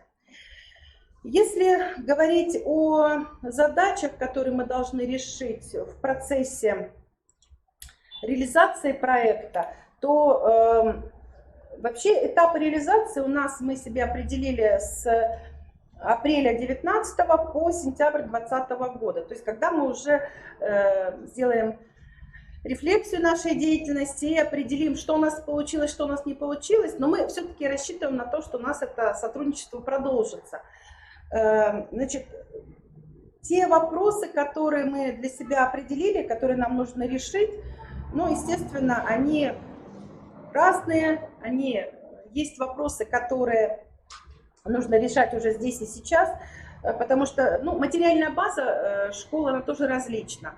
Например, понятно, что классы робототехники есть не везде, да, поэтому вот такие вопросы, которые мы решаем за счет еще взаимного посещения и обмена теми ресурсами, которые есть, они позволят нам решить и вопросы, ну, скажем так, и с организацией внеурочной деятельности, с расширением условий для обеспечения качественного образования наших детей.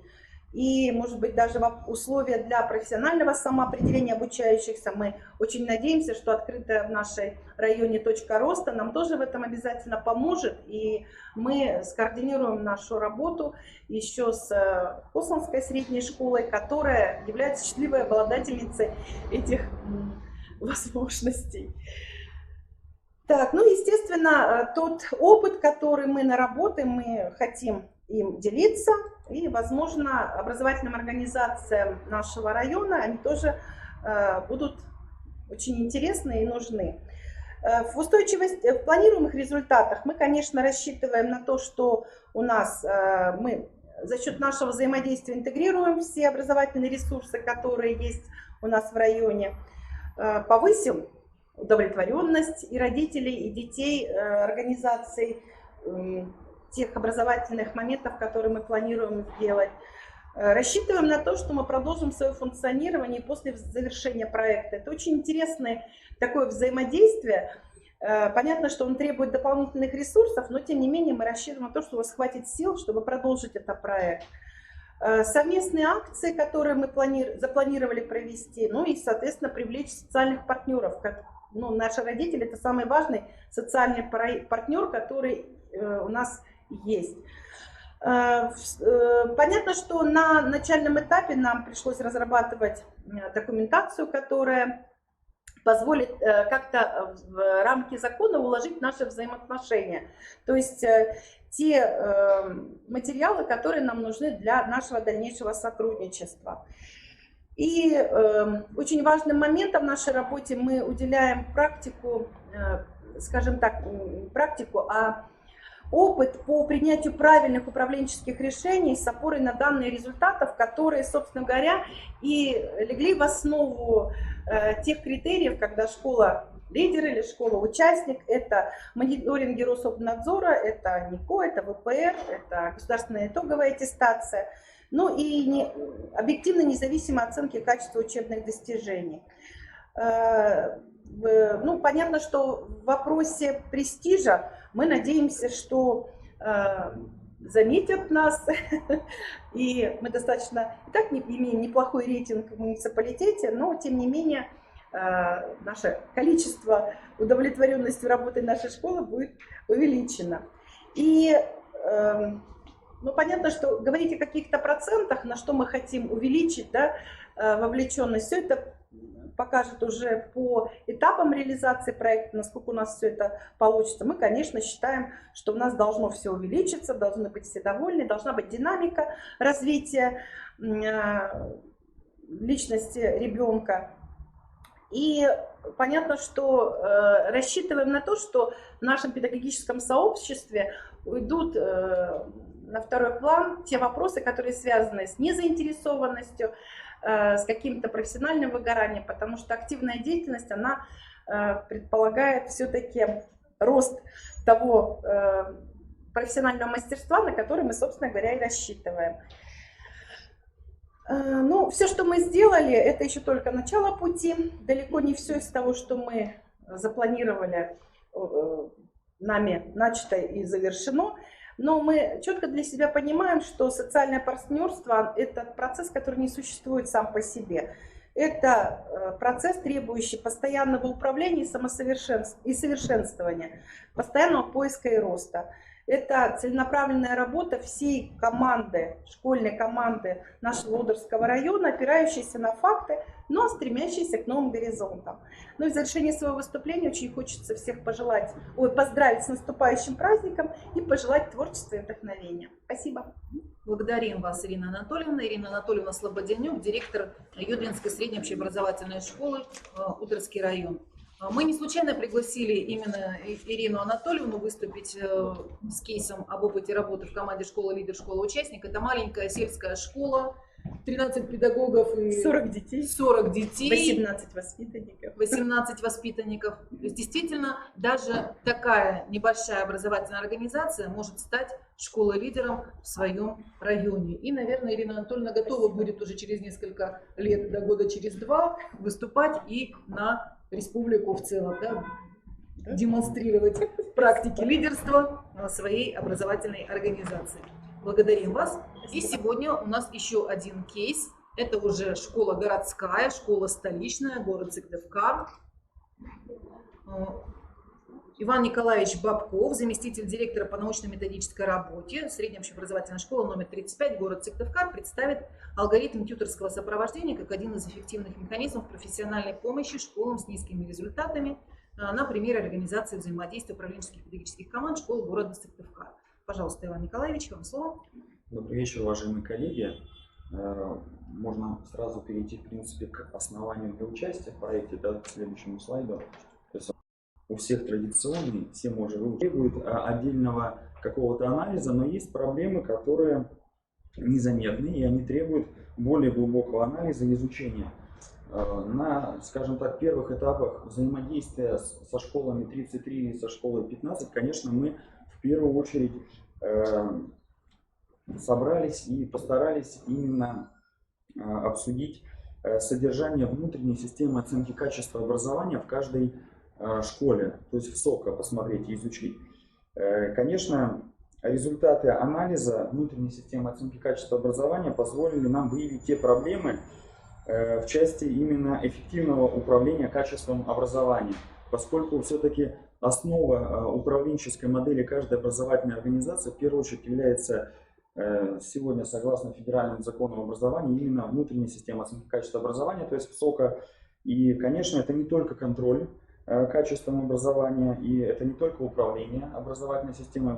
В целом СОКа – это установление соответствия имеющегося качества образования требованиям федеральных государственных образовательных стандартов. Поэтому СОКа – это не только оценка качества результатов, хотя в рамках проекта в основном, конечно, мы работали именно по первому направлению, но кроме того, что это оценка качества результатов, конечно, это оценка качества и процесса, и оценка качества условий. Поэтому, конечно, в рамках взаимодействия с этими школами мы в любом случае затрагивали не только результаты образовательные учащихся, но и те условия, в которых работают педагоги. Поэтому, конечно, этот проблемный анализ позволил нам только после этого уже выйти на разработку алгоритма тьюторского сопровождения. Поэтому в качестве этапов уже тьюторского сопровождения мы можем выделить следующее.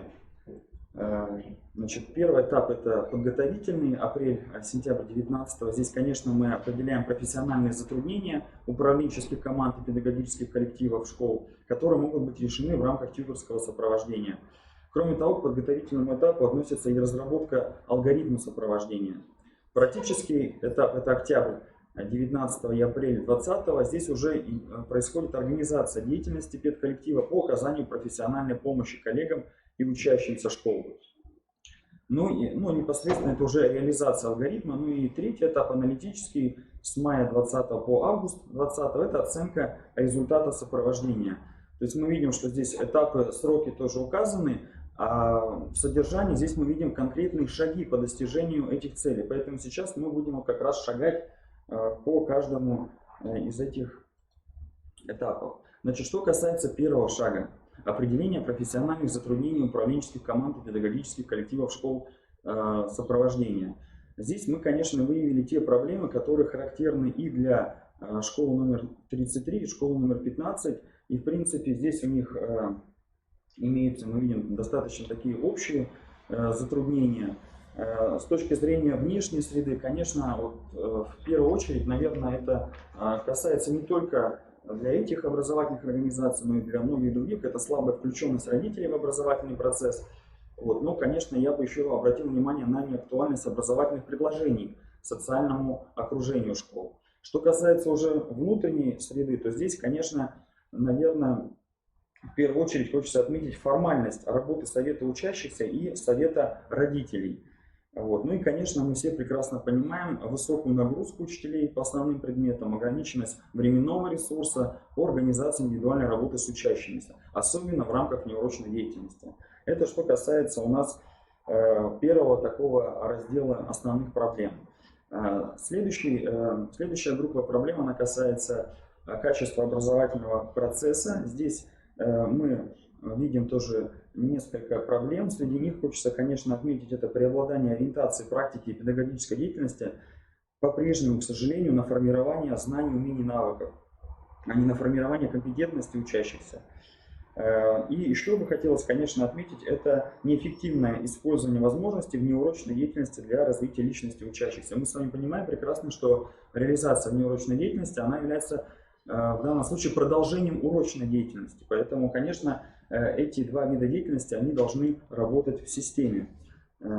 Следующий перечень проблем, он касается также качества образовательного процесса. Теперь в части управления образовательной организацией я бы здесь, конечно, отметил именно неактуальность системы методической работы в школах и слабую ориентацию на решение проблем в области качества образования. К этому выводу мы с коллегами пришли, естественно, вместе. То есть, конечно, какие-то проблемы, как я уже говорил, они лежали на поверхности, какие-то проблемы, они пришли к нам в данном случае уже в результате аналитики, аналитической работы. Поэтому основные проблемы, с которыми мы столкнулись.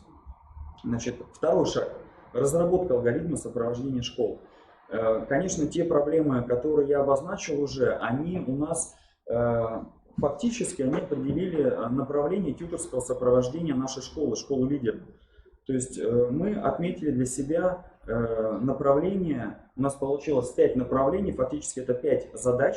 Первое – это разработка и принятие управленческих решений по обеспечению перехода школы в режим эффективного функционирования и развития. Вторая задача – она отвечает, вы видите, второй проблеме, это обеспечение повышения уровня профессиональных компетенций педагогических и управленческих кадров. Сейчас, особенно в условиях обсуждения профстандартов, об этом очень много говорится. Третье – это развитие профессиональной компетентности педагога через совершенствование методической среды. Четвертое – это обеспечение профессионального развития молодых педагогов через систему методического сопровождения. В нашу школу постоянно приходят молодые специалисты ежегодно, причем это как специалисты, которые закончили буквально вот вчера высшее учебное заведение, также педагоги, которые уже успели поработать, но по-прежнему являются молодыми специалистами. Поэтому, конечно, исходя из этого и еще исходя из категории вновь прибывших, мы ежегодно выстраиваем эту работу. Ну и пятое – это повышение уровня предметных, метапредметных и личностных результатов учащихся через развитие учебной мотивации. Конечно, сейчас мы понимаем прекрасно, что основной государственный экзамен, он меняется. В 2020 году у нас уже новые модели, которые будут, скажем так, реализованы на всей территории Российской Федерации в штатном режиме. И мы видим, что здесь уже требования к заданиям, они меняются. То есть здесь не только у нас предметные требования, да, предметные результаты, но и метапредметные. Ну и в рамках вот нашего проекта, конечно, мы еще постарались учесть то, что будет, конечно, формировать у учащихся именно личностные отношения и личностные результаты. Вот. Это что касается у нас проблем и основных направлений. Теперь более подробно уже шаг номер 3 – организация деятельности педколлектива по оказанию профессиональной помощи коллегам и учащимся школ сопровождения. Конечно, коллеги сейчас получили материал раздаточный, да, и в этом материале уже более подробно представлен шаг номер 3, то есть как школа видит именно взаимодействие со школами-участниками. На данной презентации представлены только вот некоторые фрагменты форм работы и тематики. То есть, например, в рамках первого направления здесь, конечно, как я уже говорил, с чего мы начали работать с администрацией и с коллективом, это именно с внутренней системой оценки качества образования. Уже был проведен межсетевой методический семинар функционирования СОК как необходимое условие повышения качества образования. Конечно, с коллегами мы посмотрели основные показатели объекта, показатели и объекты оценки качества образования. Вот. Потому что мы понимаем, что если мы будем анализировать результаты образовательных детей, да, и педагогов, конечно, все в первую очередь опирается, а как это все вообще организовано, какова модель управленческая. Поэтому, конечно, мы именно с этого начали. Потом в рамках первого направления, да, управленческих решений мы провели круглый стол внедрения неформальных механизмов работы Совета родителей и учащихся школ сопровождения. Сразу скажу, что, конечно, в рамках вот этой тематики у нас пока не так все гладко, то есть не так все просто, потому что если советы учащихся, конечно, они у нас, в принципе, достаточно форма совершенствуется работы, то, конечно, советы родителей по-прежнему пока в достаточно таком старой такой форме, да, которая требует все равно совершенствования. Поэтому это для нас по-прежнему остается задачей. Вот. Что касается второго направления, которое тоже представлено в нашем алгоритме, это обеспечение повышения уровня профессиональных компетенций педагогических и управленческих кадров. Значит, у нас в конце августа, 30 августа был проведен методический совет «Компетентный ученик, компетентный учитель». В рамках этого совета, конечно, мы рассмотрели вопросы, во-первых, новой модели аттестации педагогических работников, да, которая у нас основывается на единых федеральных оценочных материалах. Конечно, мы понимаем, что компетентность учителя, она будет оцениваться в скором времени именно по этим аттестационным материалам. Вот. Кроме того, кроме методического совета как формы работы, у нас еще запланирована диагностика сформированности уровня владения педагогами профессиональными компетенциями. В том году в рамках только нашей школы была проведена диагностика по сформированности уровня владения педагогами именно компетенциями, связанными с проектной деятельностью. Сейчас проектная деятельность и учебно-исследовательская активно тоже внедряется с 5 по 9 класс. Наша школа, она пилотная площадка, мы реализуем уже в ГОС на уровне среднего общеобразования. Нынешние 11-классники у нас уже защищать будут в этом году индивидуальный проект, и индивидуальный предмет у них был отдельный предмет в учебном плане, поэтому, конечно, здесь, возможно, у нас есть уже определенный накопленный опыт по проектной деятельности, поэтому в том году мы такую диагностику провели. В этом году мы планируем охватить гораздо большую группу компетенций. Следующая форма работы – это круглый стол. Она, естественно, тоже достаточно эффективна, особенно когда работает команда из 3 школ. Вот сейчас на сайте КРИРО тоже были размещены материалы по обсуждению проекта профессиональных стандартов, и в этом вопросе мы тоже активное участие принимали. Кроме этого, конечно, многие уже говорили о том, что заседание школьных методических объединений, оно по-прежнему тоже как форма достаточно результативно. И через заседание ШМО в рамках вот проекта и взаимодействия между школами у нас уже было проведено в августе заседание ШМО, на котором мы проанализировали структуру содержания диагностических работ, которые обеспечивают оценку компетенции учителей. Напомню, что в 2018 году вот как раз была проведена такая оценка, в том числе педагоги республики участвовали, и педагоги нашей школы участвовали в этих диагностических работах. Поэтому вот мы на первых заседаниях ШМО как раз проанализировали, какова же вообще содержание, структура и требования к педагогам, компетенциям, да, педагогов. Это что касается второго направления. Третье направление – это обеспечение повышения уровня профессиональной компетенции педагогических и управленческих кадров. Здесь пока еще запланированы тематические педсоветы. Тематический педсовет первый, который посвящен формированию смыслового чтения и работе с текстом не только в урочное, но и в неурочное время.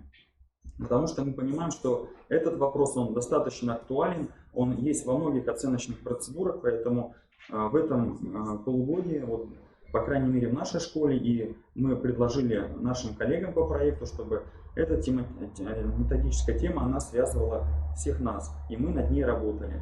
Вторая тема – это развитие познавательной активности и учебной мотивации учащихся. Мы тоже прекрасно понимаем, что сейчас этот вопрос достаточно актуален. Он всегда был актуален, но особенно остро актуален он именно сегодня. Поэтому мы запланировали эту работу уже во втором полугодии этого учебного года. Дальше еще одна форма, которую не так давно мы успели опробировать. Это методическая неделя в форме стажировки. Здесь, как правило, эта форма, она немного связана, скажем так, с наставничеством. То есть это когда вот в рамках этой формы у нас опытный педагог, естественно, он проводит обучающие методические семинары, проводит открытые уроки для тех учителей, которые, конечно, в первую очередь молодые специалисты, но и не только молодые, которые достаточно уже долго работают. Мы в этом году решили тему обозначить таким образом: мотивирующие уроки, формирующие оценивание. Следующая форма – это заседание ШМО снова. Это что касается вот у нас третьего направления. То есть заседанию ШМО, конечно, мы уделяем большое внимание, потому что действительно, если мы в рамках проекта должны повысить образовательные результаты учащихся по предметам, именно по предметам, кто, как не школьные методические объединения, вот, будут стараться, да, создавать условия для того, чтобы повысились образовательные результаты. Но в заключение именно третьего направления, конечно, мы планируем провести итоговую методическую конференцию, на котором уже представители педагогов от предметного цикла, они представят свой опыт, как им удалось в данном случае поработать, и самое главное, какие эффективные приемы и педагогические техники они нашли. Конечно, самый, наверное, один из вот, в условиях ограниченности, да, времени у нас, конечно, является форма работы как консультации педагогов. Причем это могут быть консультации не только очного формата, но и заочные. Поэтому, конечно, мы с коллегами из других школ в постоянном взаимодействии. Это тоже как одна из форм работы, она достаточно результативна. Что касается четвертого направления, именно профессионального развития молодых педагогов через систему методического сопровождения, здесь у нас уже работают три формы. Это наставничество. Каждый год у нас как я сказал, молодые специалисты приходят, и за ними закрепляется наставник, и в течение каждого учебного года они работают с этим наставником по направлениям. И, конечно, мы определяем наставничество в 3 года, то есть если молодой специалист приходит в этом году, то на протяжении 3 лет он растет вместе с педагогом-стажистом. Вот, поэтому это вот первая форма наставничества, которую мы предлагаем. Вторая – это школа молодого учителя. Здесь для молодых педагогов разработана отдельная программа, которая, конечно, включает в себя множество вопросов.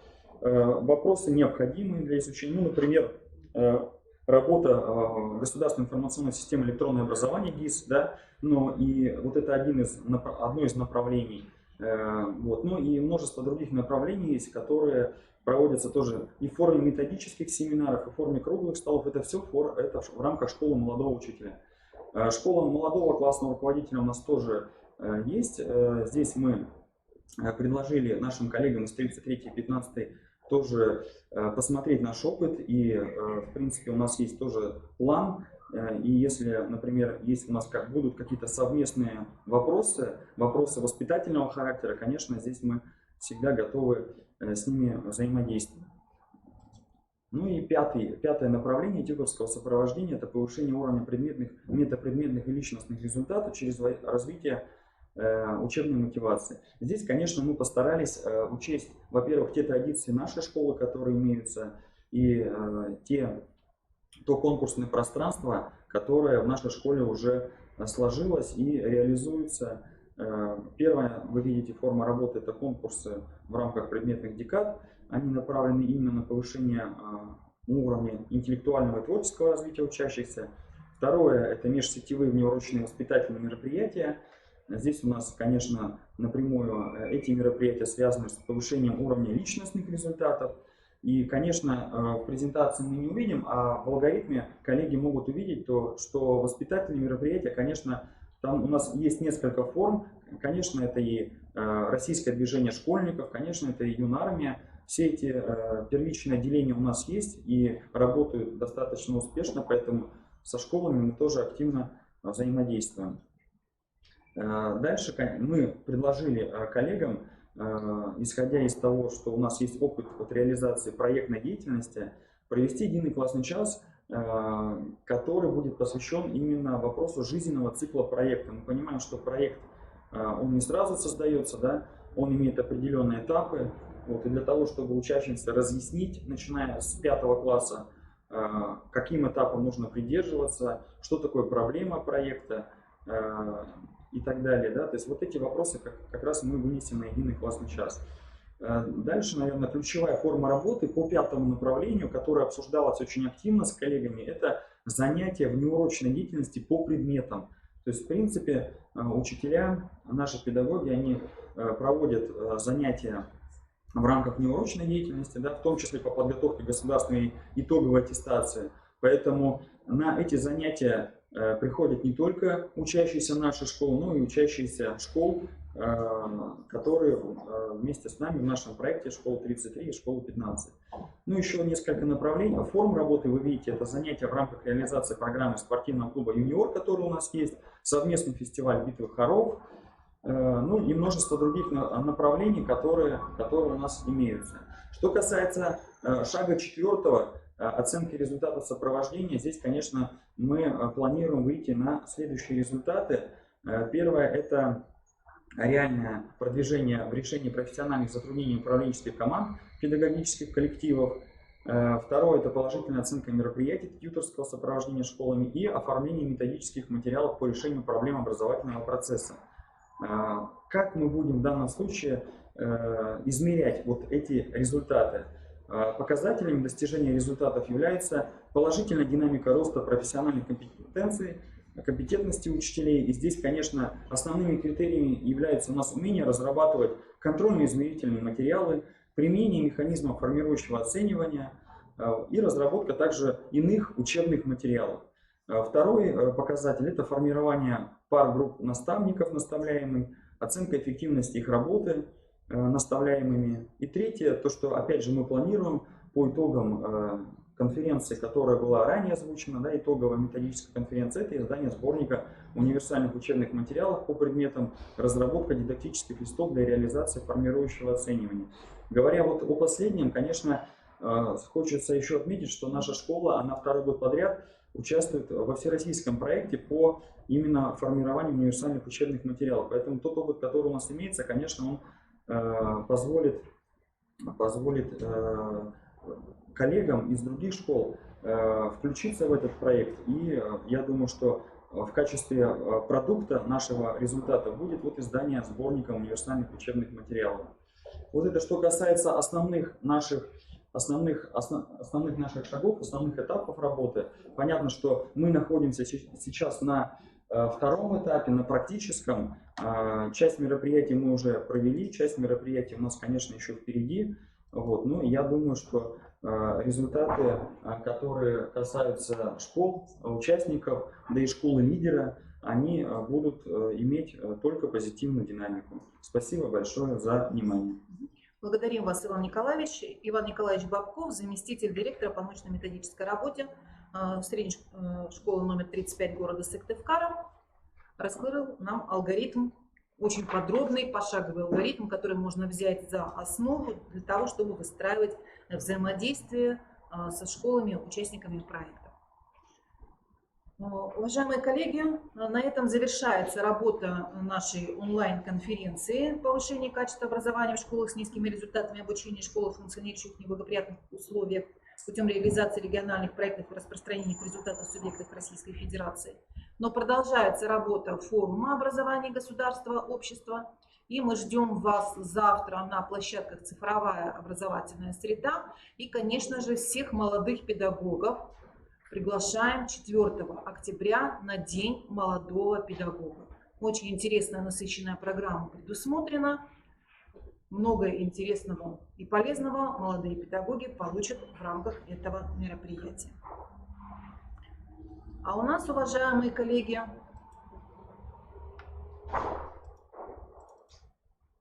еще одно важное событие.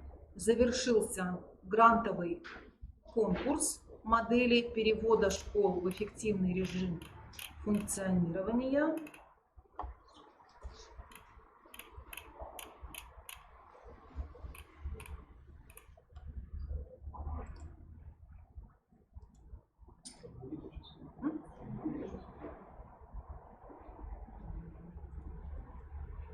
И мы готовы объявить результаты конкурса. Буквально сегодня завершила работу экспертная группа, наш многоуважаемый жюри. Обязательно нужно сказать о том, что 11 школьных команд приняло участие в этом конкурсе. Это школьные команды Воркуты, Имты, Книжпогосского района, Карткировского района, Прилузского района, Сыктывдинского района, Сыктывкара, Ударского района, Усинска, Усть-Илимского района и Усть-Кулымского района. Итак, кто же стал победителем? Третье место и 300 тысяч рублей получает школьная команда города Сыктывкара. Иван Николаевич не случайно, видимо, сегодня здесь присутствует. Да, действительно, опыт работы школьной команды позволяет достичь высоких результатов. На второе место вышла школьная команда Сельского района. И это район Карткировский. Да, наверное, надо, конечно, сказать о том, какие школы входят в школьную команду. Да, школьную команду Сыктывкара Иван Николаевич представил. Это школа номер 35, школа-лидер, школа номер 33 и школа номер 15, школы-участники. Карткировский район. Сегодня у нас тоже был представлен опыт этой работы. Татьяна Михайловна Казакова нам представляла опыт работы школы-лидера. И школы-участники из Карткировского района. Это средняя общеобразовательная школа села Керес, села Богородск, села Мордино и поселка Визяныш. Ну и первое место. Кто же занял первое место, кто получит 500 тысяч рублей на развитие своей школьной команды? Это школьная команда города Воркуты. Представитель школы лидера Радик Хамитович Туренбеков сегодня тоже у нас принимал участие в нашей онлайн-конференции, выступал, представлял опыт работы. И школы, участники этой команды, средняя общеобразовательная школа номер 43, номер 14 и СОЖ номер 39 имени Чернова. Тоже сегодня представитель этой школы принимал участие в нашей онлайн-конференции. Члены жюри отмечают, что у многих школьных команд были очень интересные работы, что все, кто представил материалы на грантовый конкурс, постарались и продумали и программы перевода школы в эффективный режим функционирования, и программы тьюторского сопровождения школы. Очень интересные и содержательные эссе были представлены участниками грантового конкурса. Ну, как мы понимаем, да, победителей бывает только, призовых мест только 3, да, баллы решают все, но тем не менее вот, все участники грантового конкурса получат сертификаты и денежное поощрение в размере 40 тысяч рублей. Все школьные команды, участники конкурса.